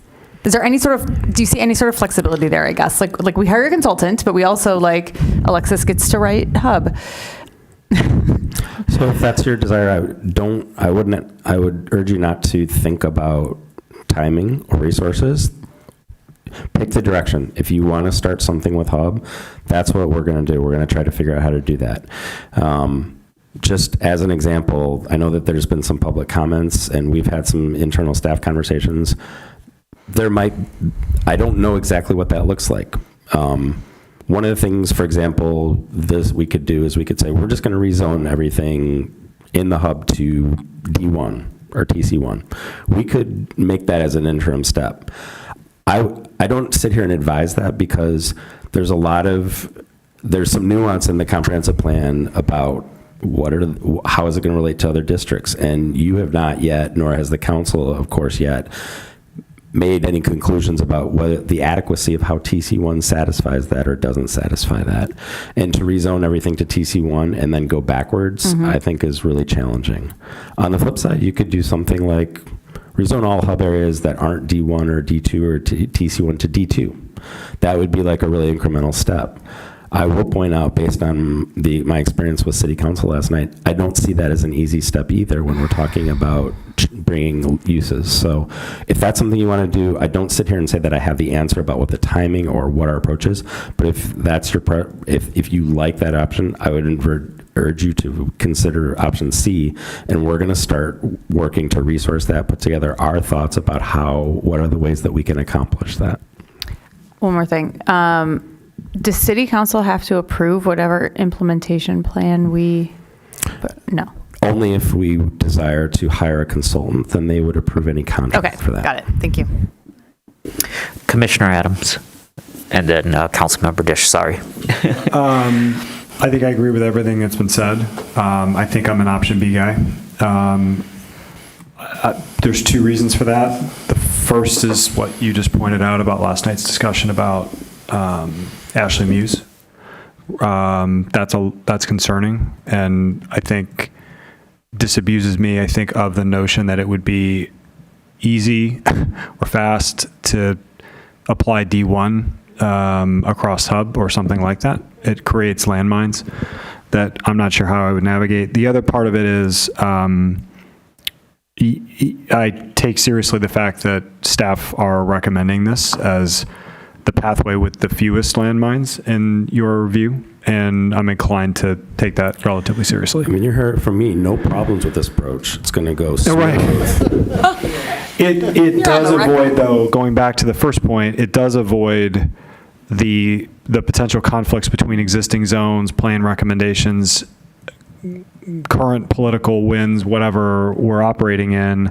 If I have a complete rewrite, then I might stand a chance of getting that done on some reasonable timescale. That doesn't mean, though, going back to some of the comments about if there are quick wins out there that are something that we can allocate resources to in the interim, that's a conversation worth having, but I think I'm an option B guy. Thank you, Commissioner Adams. Councilmember Dish, then Commissioner Basciuni, and then Commissioner Norton. I just want to clarify that it's not that City Council has to approve our work plan. It's that what they showed last night was that if we send them something that broadly permits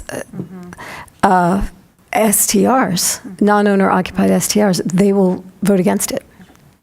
And so unless they want to go back on that and say, oh, we didn't realize that that was the implication, and we would actually delay your doing a quick fix so that we could have something to show.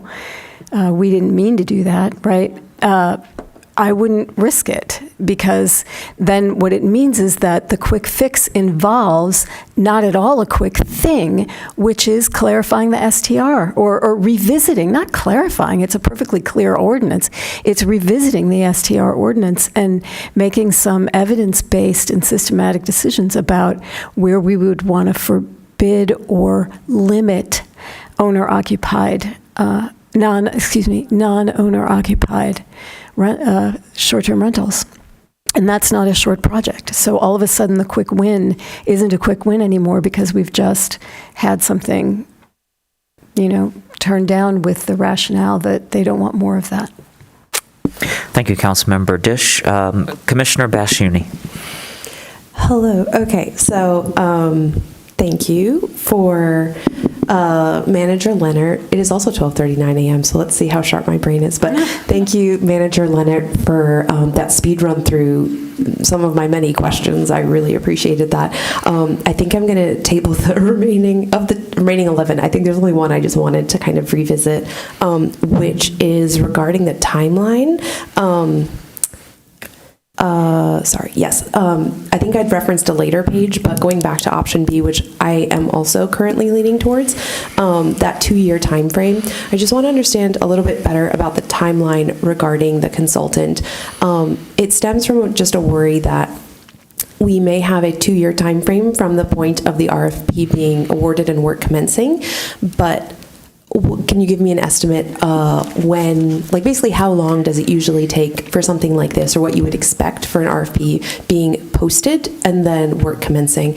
I just don't want it to take a couple years and then we get to the 2-year time frame. Yeah, no, it's a good question. When I'm talking about those time frames, I'm referencing it off other community examples. And again, to be clear, some of those communities did work in 12 months. Mm-hmm. Some of those communities did it in 4 years, and after 4 years, some of those are being revoked now. So there's a wide range of examples. Just for reference, the consultant that was selected to help with the comprehensive plan, from issuing the RFP until the contract at council, was about a 6-month process. Mm-hmm. I will say, as noted, we've already taken the liberty of starting a draft of this. So I am not in any desire to prolong this, but it's a good point. It will take some months for us to issue it, provide consultant teams the opportunity to respond to it, ask questions, and for us to do an appropriate evaluation. So I'll say that I hope it's less than 6 months, but I think that's a good question. We're talking about my estimate is about 2 years. And again, I do think we can draft a new code in 2 years, and that gives like a year of adoption after, if need be. So I don't want this to take years. We took 9 years for the last time. It's easy for me to say Alexis bore a lot of that pain. I'm trying to keep her happier. I think we all are. Absolutely. We want you all to be happy, because I can only imagine just how sandwiched you are, given the just day-to-day site plans and then a fun little adventure like zoning implementation. Excellent. And then the other thing I just kind of wanted to share with the commission a bit more widely and with the planners, just a general desire, and I think we all share this, but just for transparency, I think it's a key pillar for me as we embark on this process, which hopefully will not be too rocky. I think it will help cement not just public trust, but kind of public buy-in.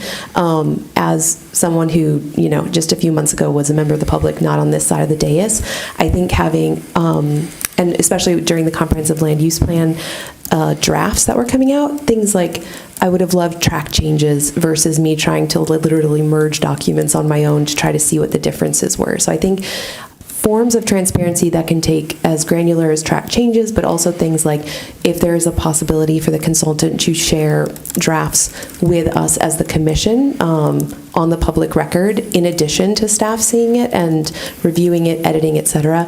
I think that's something I would really desire, and I think it would really be valuable. I understand timing and all of that, but I think it's just something I would really like us to consider as we move forward. Heard, committed. I think one of your other questions was like the frequency. Just as an example, we have put an expectation that if we engage a consultant, they would be meeting with this body at least 10 times over the course of that. We will be refining that. If we select a consultant, we're going to be leaning on them to an extent too. Like, part of the reason of doing this is engaging a partner that does this on a more routine basis, has frankly a work plan that they know that they have delivered in other communities within a 18-month or 24-month time frame or whatever that is. But one of the things I learned from the comprehensive plan too is I'm going to put an expectation in that contract, because having consultants sit through a meeting like this to get to an agenda item is pretty costly. And so I just want to be really clear, whether it's travel costs or like, so that'll be a part of it. But undoubtedly, that is part of the refinement. I don't intend to just drop something on this body and say, please vote on it. You are going to have agency to help shape that, to make sure it's speaking to not only the comprehensive plan, but what you think will be successful. Thank you, Mr. Leonard. Commissioner Norton. Really, just two quick things. I understand Commissioner Hammerschmidt's desire to try and move and make some progress and show that we're making progress. And I know that we're under a lot of pressure from folks saying, you can do this, it's quick, it'll be easy and painless. You start with this. And I think all of our conversations and the bumps we've already run into are just showing that's not going to be true. So I'm reiterating, I really like the option B better than trying to do the morphed A and B version. I think it would be better to just start from that perspective and do it in a coherent way. I hope, Manager Leonard, that you'll look for opportunities when you come across decision points, especially like we could go this or we could go there or we could approach it this way, that those are the kinds of questions you can bring to us to give some feedback on. And then I wanted to say again, I really liked the public engagement approach that you're heading down and what Planner Bennett worked up. And I don't want us to go back and redo the whole public engagement thing again, but I think we need to think carefully about where are the places where we do need to do meaningful public engagement, and starting off with postcards is an appropriate way to go. So I wanted to reiterate my support for the way you're laying out the public engagement piece and how you're approaching that. So I think that's a sensible way to do that. Thank you. Thank you, Commissioner Norton. Any other commissioners? For me, I proposed option C, but that was before last night's councilman meeting that I watched and was somewhat surprised by the action at the table, especially because it was first reading. I think in my 5 years of watching, I had not observed a council voting no on something at first reading. So, and I'm not making that an absolute statement, but I was surprised. So, given that surprise, I am no longer convinced that just collapsing TC1, D1, and D2 into hub and presenting a text amendment for that and moving that through the regulatory process would actually happen as quickly as Planner DeLeo indicated at our work session, somewhere around 8 to 10 months. And I think that is also an area of concern for me, because that petition daylighted a concern that was not before the commission as clearly articulated. And I wonder if there, for staff to help us in the coming weeks to figure out how we can daylight any of those things, because I think you are both correct that if we were to present, or sorry, not you, Mr. Leonard, Councilmember Dish is correct, that if we were to present a hub that included all of the permitted uses in D1, that it would be rejected and that would delay the implementation of hub. But we don't have a memo.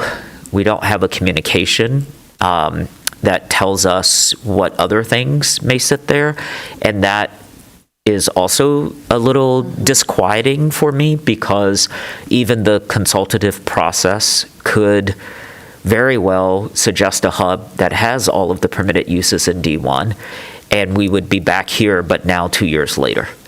And so I'm not proposing a specific change today. I think I'll vote with the table to take up option B as recommended by staff. But I do want to highlight, I think we need some kind of conversation around how do we move forward in this way. And maybe it's just STRs.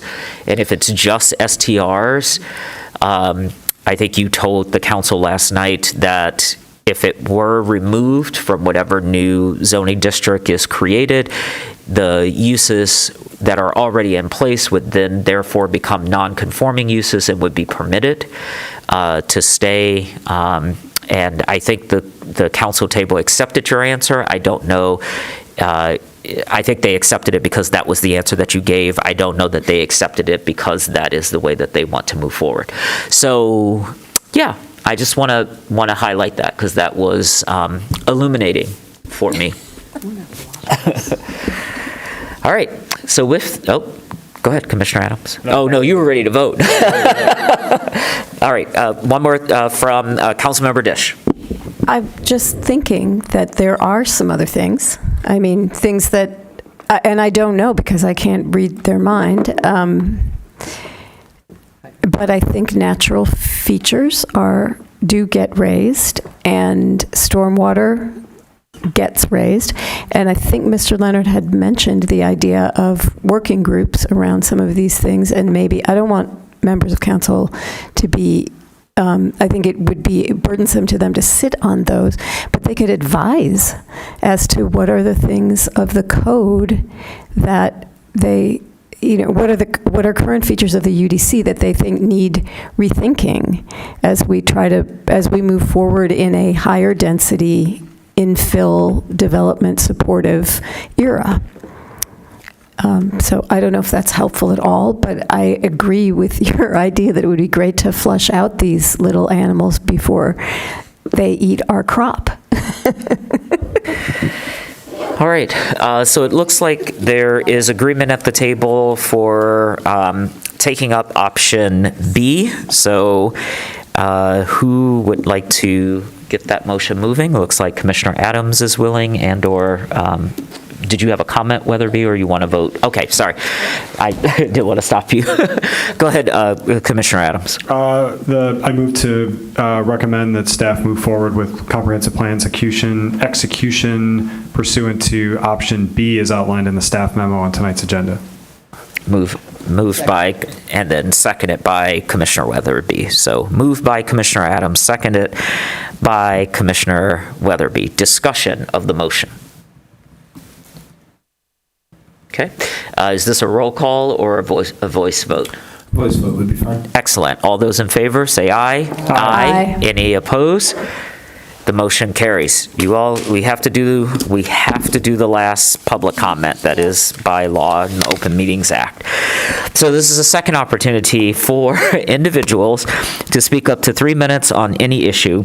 We will first hear from those of you present with us, then remote participants, and for those watching, there is a human in the chambers that is not a commissioner.